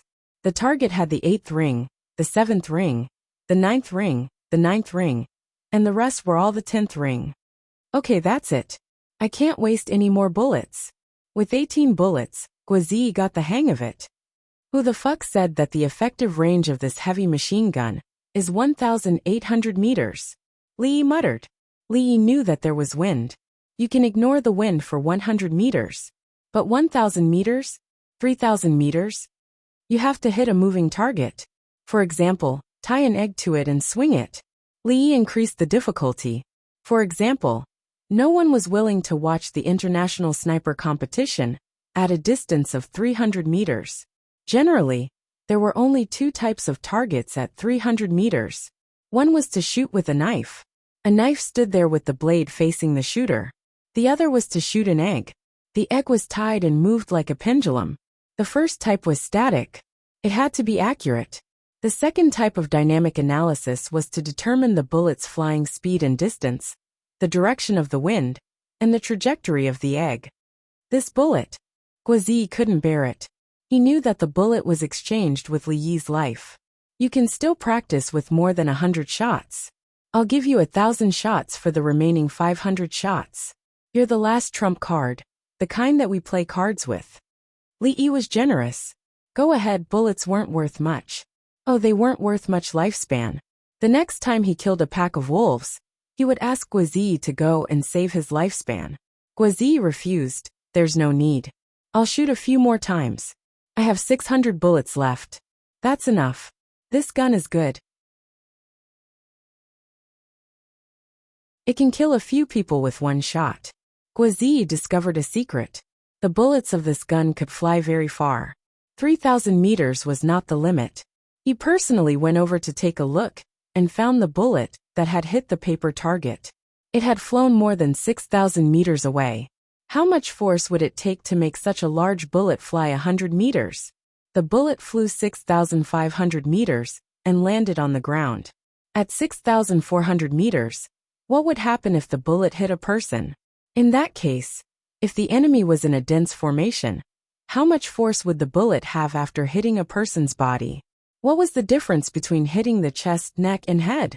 Thinking of this, Guozi worked hard to practice. He had used a gun many times before. After the gun was made, he used it every day. He was a talented person, but he was still so hardworking. Z, do you want to be the emperor? Li suddenly asked. You want to kill me? Guazi's forehead was covered in sweat. He didn't dare to move. He was afraid that he had just shot a 1,500-meter, moving target, with a heavy machine gun in one hand. 10 points. He felt that if he moved, Li Yi would be able to kill him. Even if Li Yi was empty-handed. No, I just feel that you are very strong. Li Yi shook his head.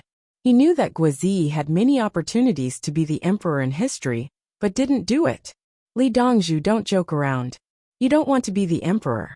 Why are you asking me? Guazi was angry.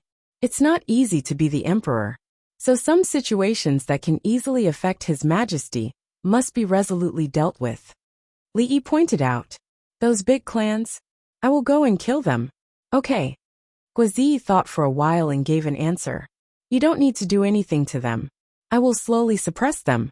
They won't be angry. At the beginning, they didn't do anything to me. It was a mistake. Now it's too late.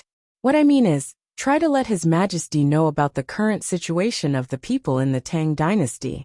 Don't think that just because the people in the capital have a good life, the people in other places have a good life. Li didn't care about the big clans at the moment. It was too late. Those people were saving time for him. If they want to cause trouble now, he can make an IFV to attack their clans. He can also drive a helicopter. He hasn't actually operated the armed helicopter, but he has played with it on the training equipment. Brother Yi, come and eat. Today I personally made wontons. Do you like the taste? Li Longji came to Li Yi with an apron. He made wontons. He didn't roll the wonton skin, nor did he mix the wonton stuffing. He just made the wonton wrapping. Does the taste of the wonton have anything to do with the bag? Only the taste is related. Otherwise, if you don't put the stuffing, you can just drink noodle soup and lump soup. Let's go and eat. You have to pay attention to who has been in contact with you recently. Li glanced at Guazi and went to eat wontons. In the cafeteria, a group of people was there, including Bao Er, who had already opened his eyes. The baby drank milk and changed his diaper. He lay there with his eyes open and didn't sleep. His little mouth was moving, and I could see him breathing hard through his nose. The little guy looked at his little brother curiously and thought it was fun. Li naturally had to see the baby first. He took out a stethoscope from his pocket and listened to the baby's eyes. Then he went out. When he came back, he pushed a baby carriage. It was Bao Er's baby carriage. He carried Bao Er and put him in Shang Er's carriage. Then he pulled up the carriage, and the translucent shed covered Bao Er's head and upper body. Wu Jiyu looked at the two carriages and instantly noticed the difference. Shang Er's carriage seemed to have more functions, and she didn't seem to have seen the material before. I made it alone in the laboratory. It can't be made with the current technology. I used to give it to Shang Er, and it's the only one. Shang Er doesn't use it anymore, and no one else dares to use it. It's better to give it to Bao Er. He can't see clearly even when he opens his eyes. If you want him to see something, try to hold him at eye level. Don't lie down and look up. He's now at the stage where he's sensitive to light. Try to get natural light, but don't let the sun shine on him. Light can be changed from natural to artificial, but the temperature can't be changed. Even if the temperature is changed by 1 degree, it can make the child sick. Li Yi explained to Wu Jiyu very patiently that babies were easy to get sick because of the temperature. How many parents would maintain a constant temperature for their babies? They all thought that their children were the same according to their own body feeling. It should be colder in the winter and hotter in the summer. It was hard for them to bear the heat. They adjusted the temperature according to their own feelings. Newborns couldn't do it, so more than 95% of children under 1 year old would get sick. This was the reason why newborns got sick. The other reason was the weaning period. The birth rate of babies who were fed formula was higher than those who were breastfed. When breastfed to the weaning period, the child's antibody instantly changed. Li Yi was adjusting. He couldn't care about other people, but he cared about Zhuangzi.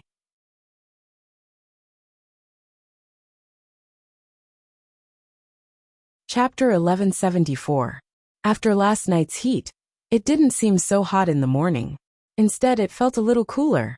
Today was the beginning of autumn, the 9th day of the 8th lunar month, and the 22nd day of the 9th lunar month.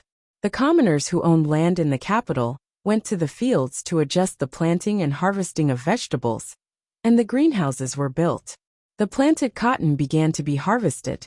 The Ministry of Revenue sent people to keep an eye on it, not allowing the people to take it away themselves. A small portion of this batch of cotton would be made into absorbent cotton, while the rest would be made into military coats and bedding for the soldiers at the front line.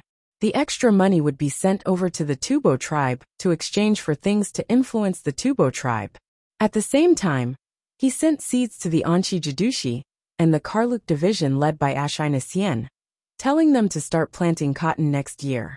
That place belonged to Xinjiang during Li Yi's time. Along with the blueprints and assembled seed shedding machines and spinning frames were sent. Next year, they would be able to plant them in large quantities. If they wanted to use it for themselves, they could use it for themselves. If they had excess, they could sell it to other places. This year, the governor's mansions in the northeast didn't give them to us. No, they didn't go to war. Li Yi had started drinking mutton soup early in the morning. In the beginning of autumn, one had to put on autumn fat. Even if there was no shortage of food in the past, according to custom, one had to eat more meat. The price of meat was very high today. Early in the morning, the price of pork had increased by more than 10%, and the price of mutton had increased by nearly 20%. By the time Li Yi had breakfast, the price of pork had dropped by 5%, and the price of lamb had dropped by 12%. The people selling meat in the eastern and western markets had no choice. Someone had spread the news that the price of pork in the southern city meat market had only increased by 3%, and that of lamb by 5%. Everyone paid for their tickets and took the bus to South City. The common people knew the reason. It was said that Li Dongzhu had written a letter to Yu Huaid and the others, saying that on the beginning of autumn, the meat price would be increased by 2 to 3%. Then a large amount of meat was released, and the price was fixed. The other places that provided live pigs were very proactive, and Li Yi was one of them. Dr. Li, if you don't give benefits to the pig and goat farmers, don't you know how sad they are? Wu Jiyu looked at her son and said, Bao was 1 month old a few days ago, and had grown up. His mother was good-looking and was now fair and plump. It was cold in the morning, so there was an extra hot water pipe in the canteen to raise the temperature. Bao was still sleeping soundly without a care in the world. We have a bumper harvest this year. 2 seasons of indica rice have been successfully planted, and we can add another season of vegetables. The vegetables in the water net grew well, and were used to feed livestock, especially pigs, saving food. Good news came from the Western Agricultural Temple. They had found rice that could increase production, but they still had to study the rest. There are a lot of foreigners, so there are a lot of poultry rearing, especially ducks. The cost of rearing livestock is lower, so they can't earn more. As Li Yi explained the overall situation, he suddenly noticed that Bao raised her eyebrows. She called out, Tao Hong, change over to the side. Tao Hong put down her chopsticks and ran over. She pushed the trolley to a corner and brought out a clean diaper. Bao Bao opened his mouth and was about to cry, but he suddenly stopped. Tao Hong was done with her work and took the things out. How much? Empress Wang looked at her son. After the little guy finished a fried egg, he grabbed a lamb chop with both hands and ate it. His face was covered in oil. They say it's double, but I estimate it to be 50%. They like to exaggerate the numbers. It was estimated that the yield would stabilize at 3 dan per mu. With sufficient fertilizer, the original yield of rice would be 2 dan per mu. If it's less, it would be 4 dan per mu. That's impossible. The highest yield I know is 13 dan per mu. Double season rice only produces 6 dan per mu. Li Yi didn't believe the data given by the Western Agricultural Temple. If it was bragging, the yield of 10,000 caddies per mu was considered less. Only 6 dan. Double season rice? What rice? Empress Wang was already satisfied with 50%. Super rice. It's better to plant the current new rice and indica rice. The yield is 13 dan per mu. We have to wait for the Western Agricultural Temple, and also wait for the fertilizer industrialization. Li didn't expect super rice to appear in the Tang dynasty in a short period of time, because he lacked a person. Now the capital government was using a lot of farm manure and mineral fertilizer, so the yield of the land was high. In other places in the Tang dynasty, in the south, where double-season rice and wheat could be planted, the yield was maintained at 3 dan per year. The capital government had 2 dan per year of rice. The water net and fertilizer were very useful, not to mention increasing the yield of grain by 50%. Even if it was more than 20%, the people who planted crops would no longer need to borrow money in a year. The extra grain was more than 2 months of rice. How many months had it been? It's been a few years. When I think of the past, it feels like it was yesterday. Empress Wang sighed. She saw how Li Yi improved the lives of the people in the capital government, and then expanded to further places. Little by little, it seemed that the increase was not much, but when it was added up, she found that the income of the people had increased several times. On the other side, Wuxia didn't come back. She sat by the side of the carriage and breastfed her child. The baby didn't have time to cry to remind people during the whole process. Wuxia fed her son and said, "In a few years, the capital government will be everywhere in the Tang dynasty." Impossible. The ability of officials is different. Some officials don't have the heart of the people. The officials in remote places are more willing to be local emperors. Li Yi poured cold water on her. How could officials be the same? Kill. Send out your students in Zhuangzi to be provincial governors. At this moment, Wu Jiyu felt more like Empress Wang than Empress Wang. They are His Majesty's subjects, not the Li family Zhuangzi. Li Yi explained the matter clearly. The Li family Zhuangzi students? If they were sent out, wouldn't the whole world belong to the Li family Zhuangzi? Send them to the county next year. The students in the county will be sent to the provincial government. Li Dan, who had been eating silently, gave an idea. I still have to teach them other things. Originally, I wanted to continue teaching the 90 nurses, but in the end, Guajian asked for 30 of them to teach the doctors who followed the army. Li Yi mentioned the request of the source of the Yellow River. He sent out 30 people. There were 10 women and 10 men in Zhuangzi, and 10 imperial physicians from the Imperial Medical Department. They brought a lot of things out. They had been there for a few days. Noble consort Lu put down her chopsticks. She was full. She ate a bowl of steamed egg soup and 6 steamed dumplings. The difference between steamed dumplings and steamed buns was that the steamed dumplings were made with flour. After eating, one would feel hungry quickly. She picked up a piece of watermelon. If the students were sent out and were caught, wouldn't their knowledge be leaked? How can it be so easy? My knowledge is high enough, right? I can't even bring it up. I need time. They have only learned a little. There is no information to check. If others want to learn, it will be useless even if they have more than 10 years. Give me more than 10 years, and I will destroy the country of whoever catches the students. No one will be able to overtake me. Li Yi was full of confidence. It was already so difficult for him to develop bit by bit, let alone other countries. Who could overtake him on a curve? It was impossible not to take the wrong path. He was developing according to the technology tree and the social system. All the mistakes that were made in the development of society and history were corrected by him. Even so, he still felt that it was slow. When would the rocket artillery be able to fire a few hundred kilometers away? Xiao Yi, do you think my body is okay? When Li Dan heard Li Yi say that it would take more than 10 years, she became worried and afraid of dying. No problem. You can go back to your house once in a while to see your family for a meeting. Most of the time, you will live in Zhuangzi. Remember to give me cows. Give me 1 cow a month. Li Yi joked.